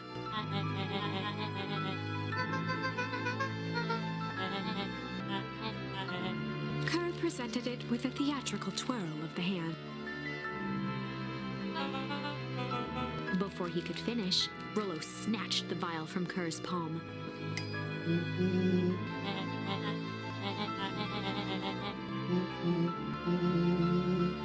Rollo casually tossed the vial to Luca.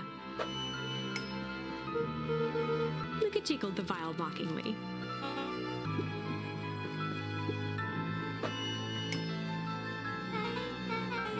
She held it tightly behind her back. Solomon sighed, speaking in crisp, measured syllables.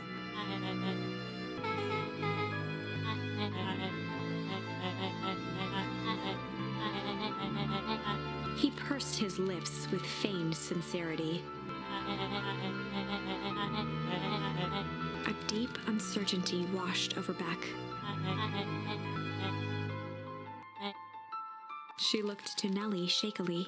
With a dispirited nod, Nellie sighed in defeat. Beck slowly approached Solomon.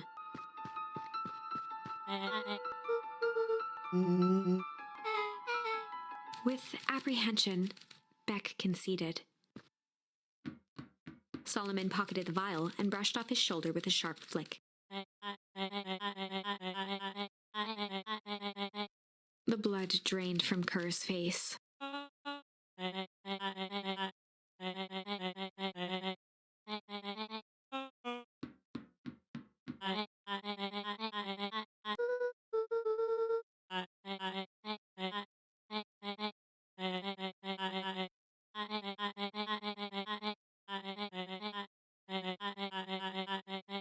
Solomon shook his head with gratification.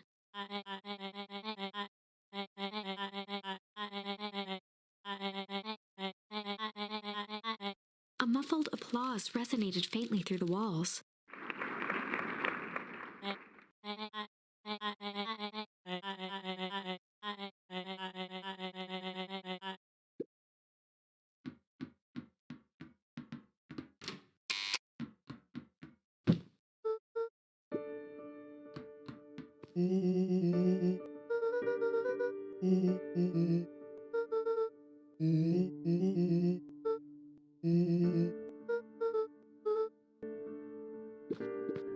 Nellie was staring at the floor, deep in thought.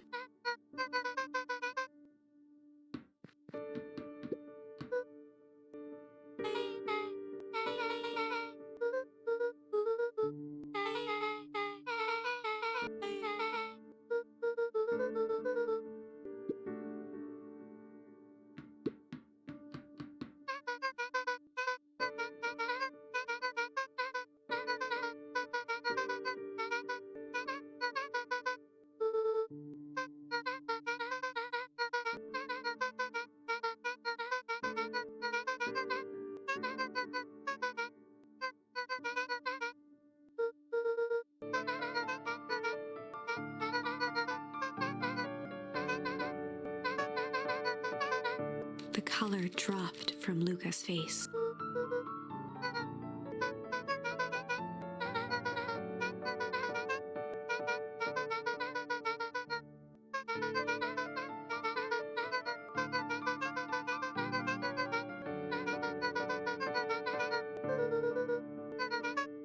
Luca was overwhelmed with emotion.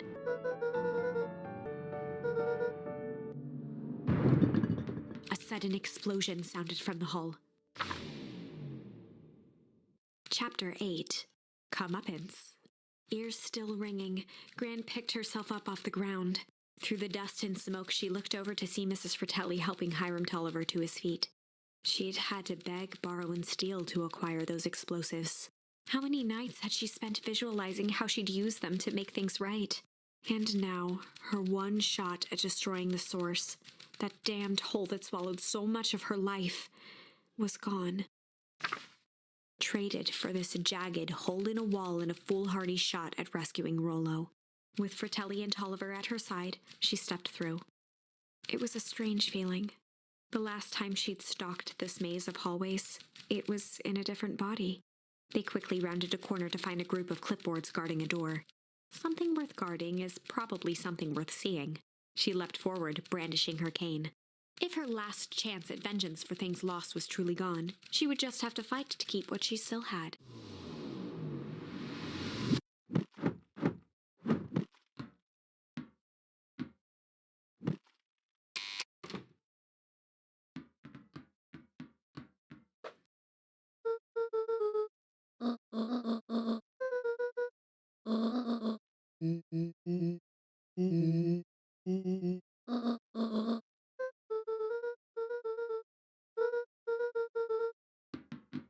They made their way out from deep within Perennial Harvest, just as Solomon finished up his speech.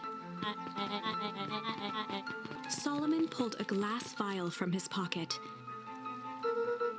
In one smooth motion, he downed its contents. A triumphant smile grew across Solomon's lips.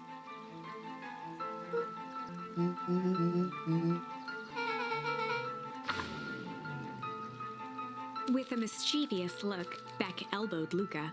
"Remember when I had the vial behind my back?"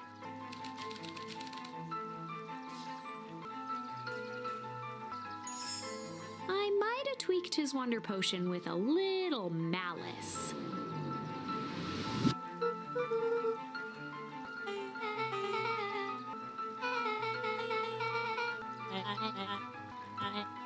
His body and face began to contort and expand as he disappeared into a belching green.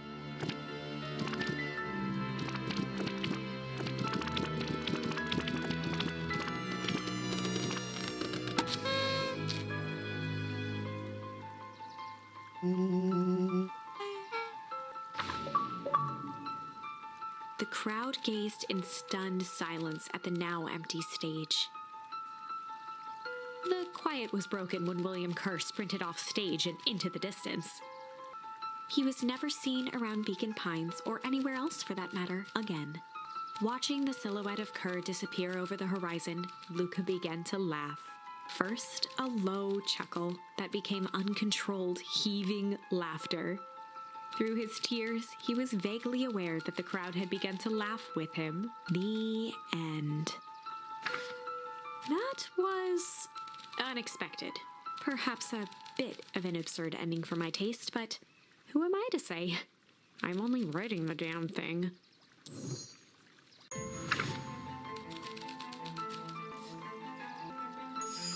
I might have tweaked his wonder potion with a little junk.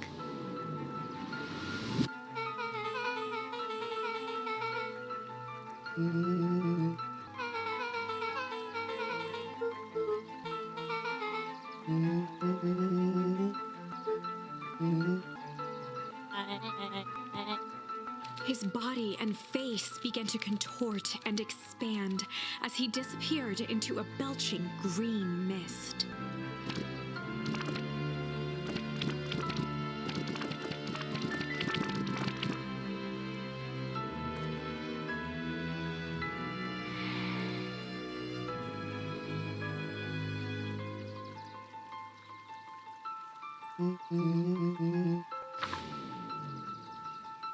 As the last of what was once Sharper Valentine wafted into the air, the crowd began to disperse, still numb from what they had just observed. Sharper Valentine was gone for good. His end would be a new beginning for Beacon Pines, a new chance to let go of the things they had lost and grab hold. The end. Well, I'd be lying if I said that wasn't a bit gratifying. If that feels to you like a good note to end on, I won't stand in your way.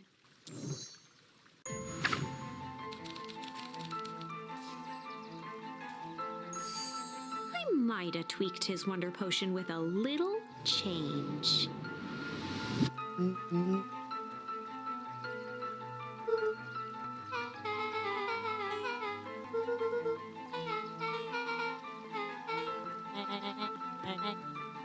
His body and face began to contort and expand as he disappeared into a belching green mist.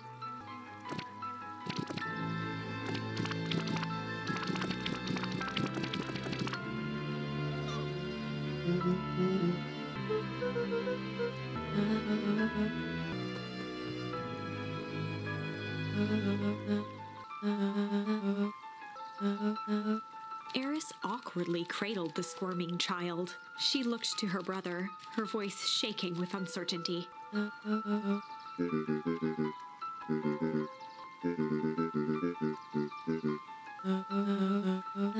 She looked back down at the infant with equal parts kindness and terror in her eyes. With a shake of her head, Eris addressed the crowd with a stern scowl.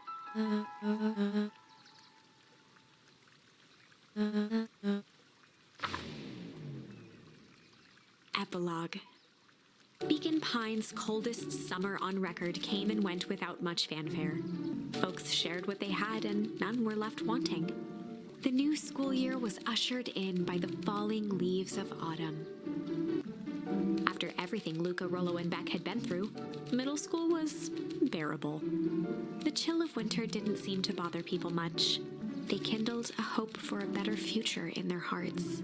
When spring arrived, farmers planted their crops with a sense of joy and optimism. And as the dawn of the first day of summer came again, its light slowly spread through the shallow valley. It crept over the town square, across the river, past the neglected welcome sign, and came to rest on a young boy sleeping at dawn. His mind at peace, knowing he is here for a reason.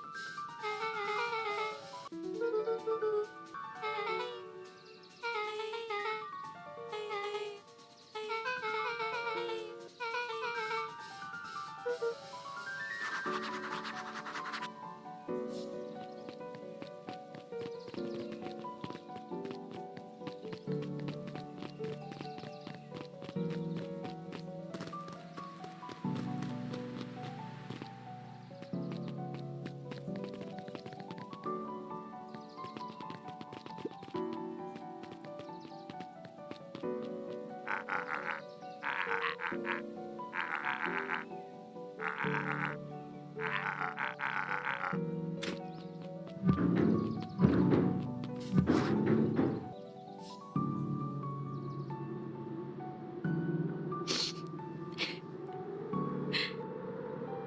think this is it. The end I've been waiting for. Honestly, I'd begun to lose hope of ever finding it. But then you came along. I don't know exactly how to thank you. It's hard to explain how much this means to me. It's funny, now that our time together is finally ending, I'm at a loss for words. Let's just watch the end together.